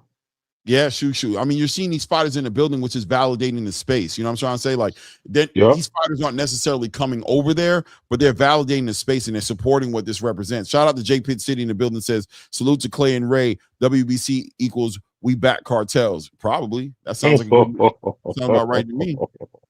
That sounds about right to me. I mean, we got a lot of things to say, but I hear you, bro. That's crazy. Hey, bro. Hey, man. I think there is a lot of times when you're talking about that situation in Mexico, but hey, yeah, what can I say, right? Of course, money. Listen, man, you can't be a millionaire and all that and not have some type of funding and protect you. Excuse me. Guys, hit the like button, subscribe to the channel if you haven't done so yet. I appreciate all the super chats, man. Shout out to Christopher the Prophet, says Clay Keyshawn want that Debo smoke, man. He did another call out video. He on Devin and Bill's head. Make this fight happen. DHP and Key. Yeah, I told people already from the beginning. People were trying to paint the picture that Keyshawn didn't want to fight Devin now. He wanted to fight him later. No, bro, that's not what it was. Keyshawn ain't worried about fighting Devin, bro. It's not about doing the same. Listen, I hate bringing this dude name up. He did the same thing with Tank. Called him out in the ring. Put Tank name out there. This and that. Moved on to another fight. Now I'm not saying because Tank didn't make the fight happen or it didn't go his way. But Keyshawn, he knows how to move the room, man. And I'm not telling you that he doesn't want to fight, but he clearly said he wants to go fight Crocker first and unify. Then he also said he wants to fight Dalton Smith. But now he's on a different. Listen, you're allowed to change, Clay. You're allowed to change your mind, and I'm okay with that. People have a hard time dealing with. I don't know why people have a hard time reading this stuff, right? But clearly, here's my angle. Very easily, Keyshawn Davis wants Devin next. No doubt about it. And let it happen. I'm all for it. At the end of the day, if you don't give me a contract, when you've played the game that these guys have played, they understand the writing on the wall. So what does he come out? He lets the world know he has options. He lets him. I don't got to fight Devin next. I'll fight this dude. Matter of fact, I'd rather fight this dude, pick up a belt off this dude. What he's basically saying is there's no stopping me. I'm not waiting on Devin. You're not going to hold me out here waiting for a contract to come to my mailbox. I'm passing up on fights. I'm making everything about you. I'm focusing all my energy on you. No, this is the negotiation table. But let me tell you something. If a Devin Haney or Tank Davis or any of these guys would be willing to call the bluff of these fighters and send over these contracts, we wouldn't have to have these conversations. But the idea that a guy who's never gotten a contract from a fighter who's an A side to him, who's never gotten a contract, should sit there and not make no moves that look like he don't want the fight until he gets a contract. It's ludicrous, bro. It don't make no sense. Send me a contract. If you don't send me a contract, I'm done with you, bro. I'll fight you whenever you want me to fight you, but I already see the game you're playing with me. They try to do the same thing with Shakur Stevenson. Oh, if you really want to fight Tank, why he ain't stay still? Why he signed Eddie Hearn? Why Tank ain't send him the offer? I want this fight to happen. I mean, what people are saying, they're saying something different. I think the fight is already signed, sealed, and delivered. I'm listening to the guy. Right now, you're responding to yeah, I'm talking to you. Why you say that? I said, no, I want the fight to happen. What I'm saying is I agree with you, right? But I think the fight is just done. I think Keyshawn is just over celebrating it, to be honest with you. I'm taking Showbiz's confirmation and leak on this fight is already a mega fight is done. Him and Keyshawn fighting on the undercard as a co-main to Shakur and what's his name? Ryan Garcia. But that fight ain't done because Ryan Garcia ain't fight next week yet. So what I'm saying is well, it can be that part can be done. Well, two things can be right at the same time, right? So that can be done, and the fact that Ryan didn't win his fight yet could be on the back burner, and they just have to find another opponent for Shakur. But I think right now that fight is done, bro. I think they already have that fight lined up for May 5th, May 6th, whatever it is, and it's going to happen. I am okay with it. Listen, man, I think it's a little too soon for this dude to jump up and just take on the Devin. I think a lot of people. I don't sleep on Keyshawn's skill set. I just think it's just he's just gonna be overwhelmed, and it is what it is, man. Look, I'm good with it. Yeah, but like I was saying earlier, right? At the end of the day, these fighters, the B-side, quote unquote B-side fighters, they always get this onus on them to just stop everything they got going on in the hopes of a fight happening. And that's one thing that Zuffa's going to bring an end to on this side of the conversation, because at the end of the day, the A side gets so much leeway to move how they feel like moving, and the B side has to make. Now you're seeing the B sides not play that game no more. The David Benavidez's of the world, the Keyshawn Davises of the world, the Shakur Stevenson of the world. These fighters aren't playing that B side game no more. They're moving on. David Benavidez wants better be than Bivol, but what does he do? You don't give me the contract, boom, Zerto. So what is somebody going to say? Oh, he's running. Now he's leaving the division and he ain't, bro, there ain't no contract. So what is he waiting on? He did this with Canelo too long, waiting around on Canelo, and finally decided to move on. Same thing with Keyshawn. Same thing with Shakur and that whole Tank Davis situation. Yeah, whatever, bro. I'm fighting Joe Cordina. Oh, he running from Tank. Look what he did. Why would you make it? You got where Eddie Hearn. All the nonsense narratives that get pushed into space. At the end of the day, the A side, on that side of the tracks, on this side of the conversation, has to send an offer. And these fighters know, until you send it to me, there is no fight. Tim Bradley gives a very good story about a negotiation he tried to do with Floyd Mayweather. He said while he was negotiating with Manny Pacquiao and that fight was done, Floyd Mayweather's team reached out to him and said, "Champ, we want you to fight Floyd." He said, "Okay, put X amount of dollars into my account and send me the contract." He gave them 24 hours to do it. They didn't do it. He signed the fight to fight Manny Pacquiao on that fight where he beat Manny Pacquiao. You know what I'm saying? So at the end of the day, he said, "I'm not waiting on you, bro, because people will do things just to derail another fighter." For the simple fact that Floyd wants to, maybe Floyd's team has a problem with Manny's team to derail his fight, they'll pull Tim off the table, and then Tim will get dragged into 3-6 months of inactivity, and then maybe the fight will happen, or if the fight happens at all. If Tim doesn't fuck up and take a tune-up fight, lose that fight by accident, now he misses out on his big payday with Manny Pacquiao because he was sitting there drinking the Kool-Aid of what Floyd Mayweather's team said to him. That's all Keyshawn is doing. Keyshawn is keeping it very simple. Hey, bro, send me a contract. He stepped right to Bill Haney in front of the camera before Bill Haney's team got in a fight with Tiger Johnson and said, "You promised me this, right? Let's get it." Inside the ring the next night when he fought, "Yo, I want Devin Haney next. F that. I want Devin Haney next." Why would he do all of that and not want Devin Haney? No, he's doing what he's doing because the next day came by. He probably called Bill's team and it was probably crickets.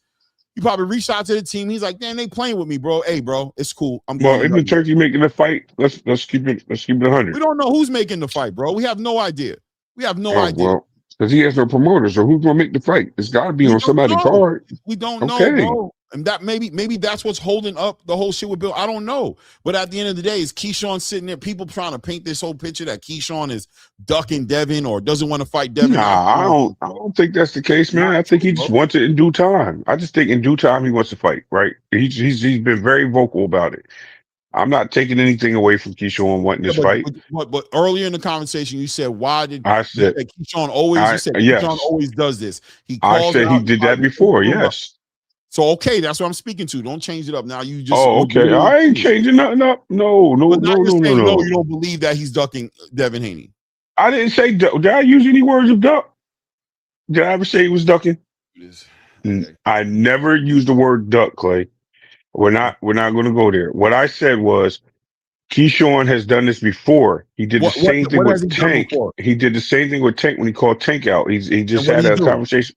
He called him out in the ring, and then he went and fought someone else. I think it was De Los Santos. He ended up messing weight. Why is him fighting someone else? What is the thing with him fighting someone else? And I also said, but I get it. Take that and send him. I said I get it. Take that and respond to him. So I get it, and it's the same situation. I literally said that too. What? I didn't hear the last word. You said he's done it before, right? I just want to quote. I'm tired of misunderstanding you. You said. He's done you're tired of misunderstanding me. Okay, I am misunderstanding you because when I'm answering it, you're saying that's not what you're saying. So I want to get it clear. I'm trying to get my best to get you to give it to me in a way to when I respond to it, there's no twisting of it. So I want to be clear. You said Keyshawn has done this before. What is this? Calling people out and having things set up differently in the background, Clay. That's exactly what this is. He has called people out, right? Not knowing if he's going to get the fight or make the fight, and continuing to ride that wave, and still having other options on the table where he's selecting other options instead of being waiting for the fight. But then you just explained that with the Tim Bradley story, right? And I said I understand that when you talked about that. I literally just said I understand that. So that basically fulfills that question or that statement that I made right there. Now moving forward, I've never said Keyshawn was ducking or running or full of shit. Never said that. I said he wants to fight. We all know he wants to fight. He's been vocal about it. That's a whole different topic, but it's okay. I mean, what is it not to understand? And the more this starts to feel like. Yo. Yeah, I'm right here. I was listening to Dana White. I hear you, bro. Right. So the narrative across the space is that Keyshawn doesn't want to fight. He says one thing and he does something else. That narrative, which is the same narrative you were saying, that he's basically asking for the fight but does something else. That narrative is a narrative that paints a picture of somebody who's clout chasing somebody with no intentions on fighting them in real time. I can use that. I can use that statement to a degree, not fully. Okay, so that being said, I'm just talking to the elephant in the room because I believe a lot of y'all be bullshitting and trying to say things, but at the same time mean other things and leave openings so you don't have to stand behind what y'all say. That's how I feel about it, right? I feel like okay. The simple way what's being said is Keyshawn is clout chasing. That's what is being said, and I don't care one way or the other, right? But what I'm saying is, I clearly see it's not a clout chase. I think B-side fighters don't have the luxury of making fights. They don't have the ability to do that with A-side fighters. So a B-side fighter can call out an A-side fighter, but unless the A-side fighter moves on good faith, they're showing the Zuffa belt. That shit is iced out.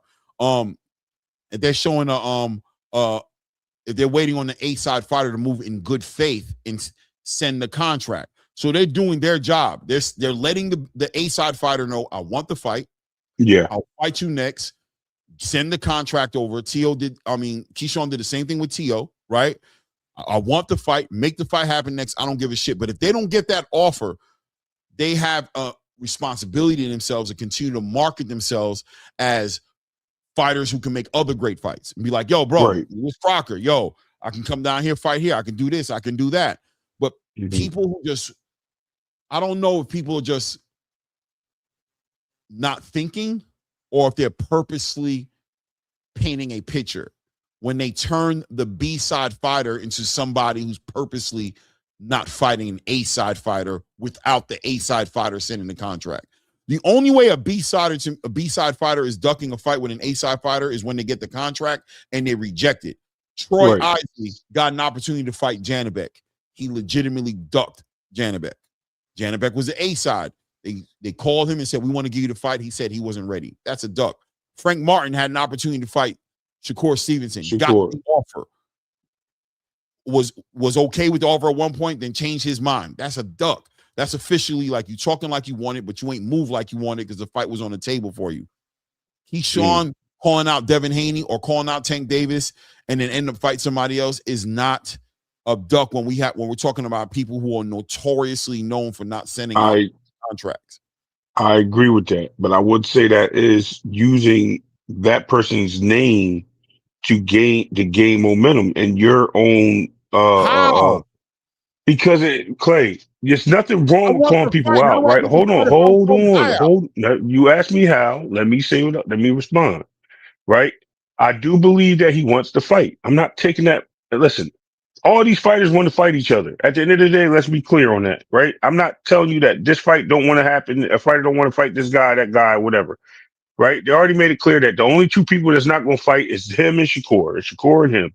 Only people that said that. Everybody else is food, right? Everybody else can fight. Now, I understand the whole A-side thing, but we have to also look at who is promoting the fight. Who's going to take the fight? Only person that's signing fights for Devin is Turkey. Maybe Turkey's not interested in this fight right now. We don't know what's going on behind the scenes, right? Let's be clear. Devin's looking at other options. He's got this guy calling him out, Hitchens. He's calling out Xander Zayas trying to make a big fight. He's looking to unify in the division. He has some options, right? And I don't think that it's so much of Keyshawn not receiving a deal from him. I think it's just a matter of process of elimination. If this ain't happening, we'll move it here. And we're going to get to Keyshawn because he's on the list, right? So if it happens, which I believe it happens next, mark my words, I think it's already signed and delivered. I think it's just a matter of if this card is going to happen or not based on Ryan Garcia. You're going around, you're getting around the fire. Bro, what the hell are you talking about? Trying to get rain, bro. It's very simple. Damn, bro, that's diabolical, bro. No, I'm saying I got to keep it real with you, right? Because or you're missing my point. I must be. B-side fighter has no options but to call out a fighter or not call out a fighter. If they don't call out the fighter, then there's a legitimate argument to sit there and say that this guy does not want to fight. Now, I don't think that's the case. Just because he calls out a fighter, even let's say Keyshawn calls out Devin Haney, knowing Devin Haney ain't fighting him next, right? Knowing Devin Haney ain't interested in fighting him. How's he wrong for doing that?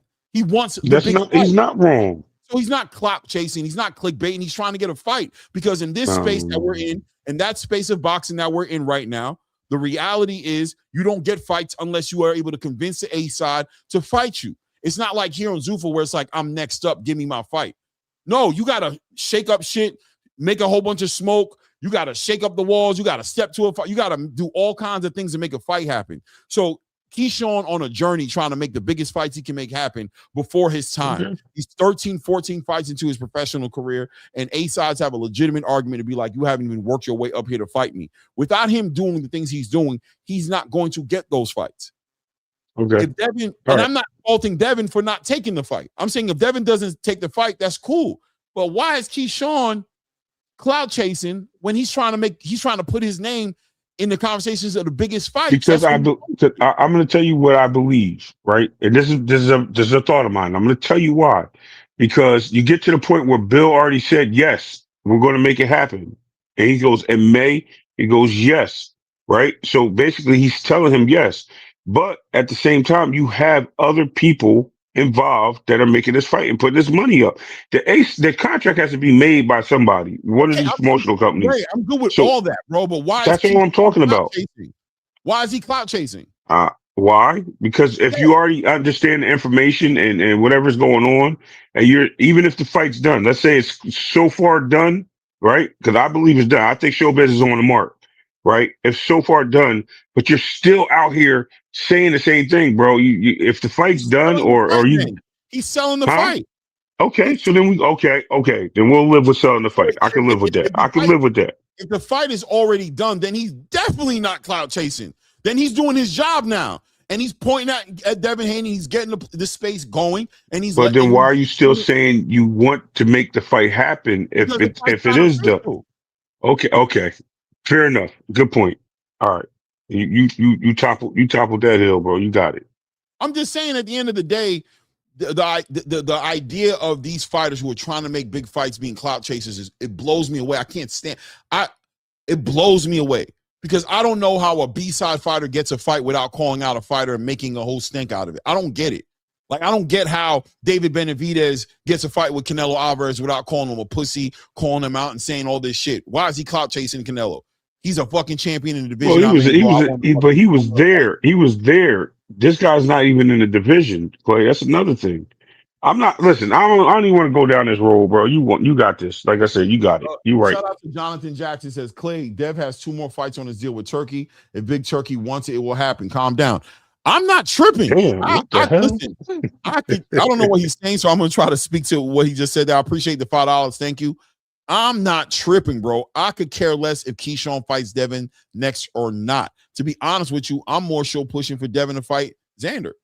Right? That's more what I'm more so interested in. What I'm saying is, why do these fighters on the B side who are constantly trying to make the biggest fights possible and then calling out these big A side fighters always crowned with clout chasing? Shakur Stevenson got called a clout chaser for 1.5 years, 2 years trying to make a fight with Gervonta Tank Davis, bro. Devin Haney got called a clout chaser. You know what? You're right. And I didn't agree with that. You know what I'm saying? Right. I didn't agree with that. So you're right. You know what? You're right. Now Keyshawn, right. I can't be a hypocrite. I can't be a hypocrite. You right.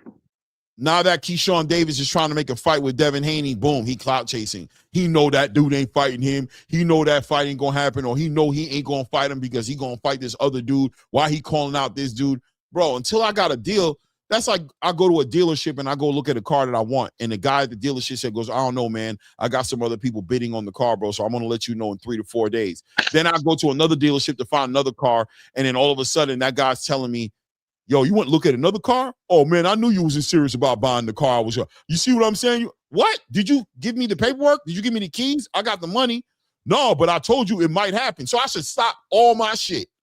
You know what I'm saying? And not go look for a car, being that I need a car more importantly than anything. I need a car just to prove to you that I'm willing to sit out here destitute until you call me when you're ready for me to buy the car from you. Get the fuck out of here, bro. That shit ain't working with me, bro. I ain't drinking that Kool-Aid, bro. I'm telling you, I'm not drinking that Kool-Aid, man. But if this fight is going to happen between Devin and Keyshawn, let it happen. I think it's going to be a great fight. I know a lot of people are picking Devin. I ain't picking against Devin. I think it's going to be a 50-50 fight because I think there's certain intangibles that stand out in this fight for me. I got to see it in the ring. You know what I'm saying? I think it's going to be a good fight either way, or him and Xander. Clearly, Devin Haney's a more experienced fighter in both scenarios, whether it's against Xander, whether it's against Keyshawn. The experience is there, but great fights, man. All great fights, man. Shout out to Showbiz if he's right too, man. Shout out to Showbiz if he's right. What's going on here? Let me see. I had to hit the horns for you. Hold on a second here. Man, wait, hold on a second. Somebody said something to me earlier, man. Alan Lamb wants to hit the bomb noise, Clay. Oh, okay. Facts, Clay. Oh, okay. You was agreeing with me, no doubt. Appreciate that, man. I don't usually get a lot of people agreeing with me, so I'm happy. Yo, Clay like 6'7", bro. He a bully. I ain't no 6'7", nigga. Stop playing with me, bro. Stop telling people. Yo, I'll show you all the picture with me and Clay standing there. I'm 6 foot, yo. Clay like 6'7", bro. Yo, I'm messing with you. It is what it is, man. Guys, hit the like button if you're in the building. Subscribe to the channel. It's about that time for me, man. I ain't gonna lie, man. It's been a good one, man. I've been up here for about going on 5 hours covering all these fights, man. Zuffa had a great night of fights. I don't know where the bonuses went. Dana was talking, but I was on here doing my thing, so I'll find that out tomorrow, man. Shout out to everybody who's in the building, man. Let's see the biggest fights happen. We got so much to talk about on Tuesday. When we go up, so much to talk about on Tuesday, man. I'm still trying to figure out. Wednesday, I'm done with the schedule that I'm on in my job. So I'll be back to my old schedule. So I'll be able to start at 3 o'clock on my lives again. But I think it's either going to be earlier, but more than likely later. More than likely it's going to be a late. And stop playing, bro. Why you wearing my T-shirt you got me, man? What? Why? Oh, Sugar Ray. I'm like, what are you talking about, Sugar Ray? Yeah, man. You know, on my house shirts that I got, I'm like Mr. Rogers. I got all these house T-shirts that I wear around the house and shit. Only I don't wear them outside. But yeah, that's what's up. My pajama shirts. Salute to everybody, man. Yep, no doubt, man. Shout out to Alan One, Curtis Robinson. Shout out to Charles Edward Cheese came in tonight. Bless the channel, man. Shout out to King Cam.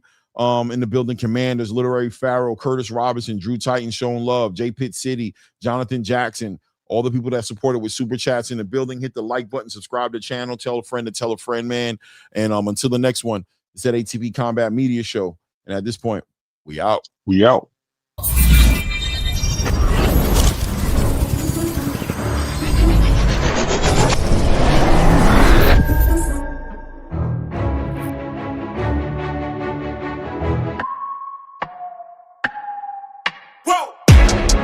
Would make it this far, they hated, they never believe me. Yeah, I would never drop the ball, I know I make it look easy. Yeah, Mayweather with the defense. I don't care what a critic gotta say, I got them picking up the pieces. That in me,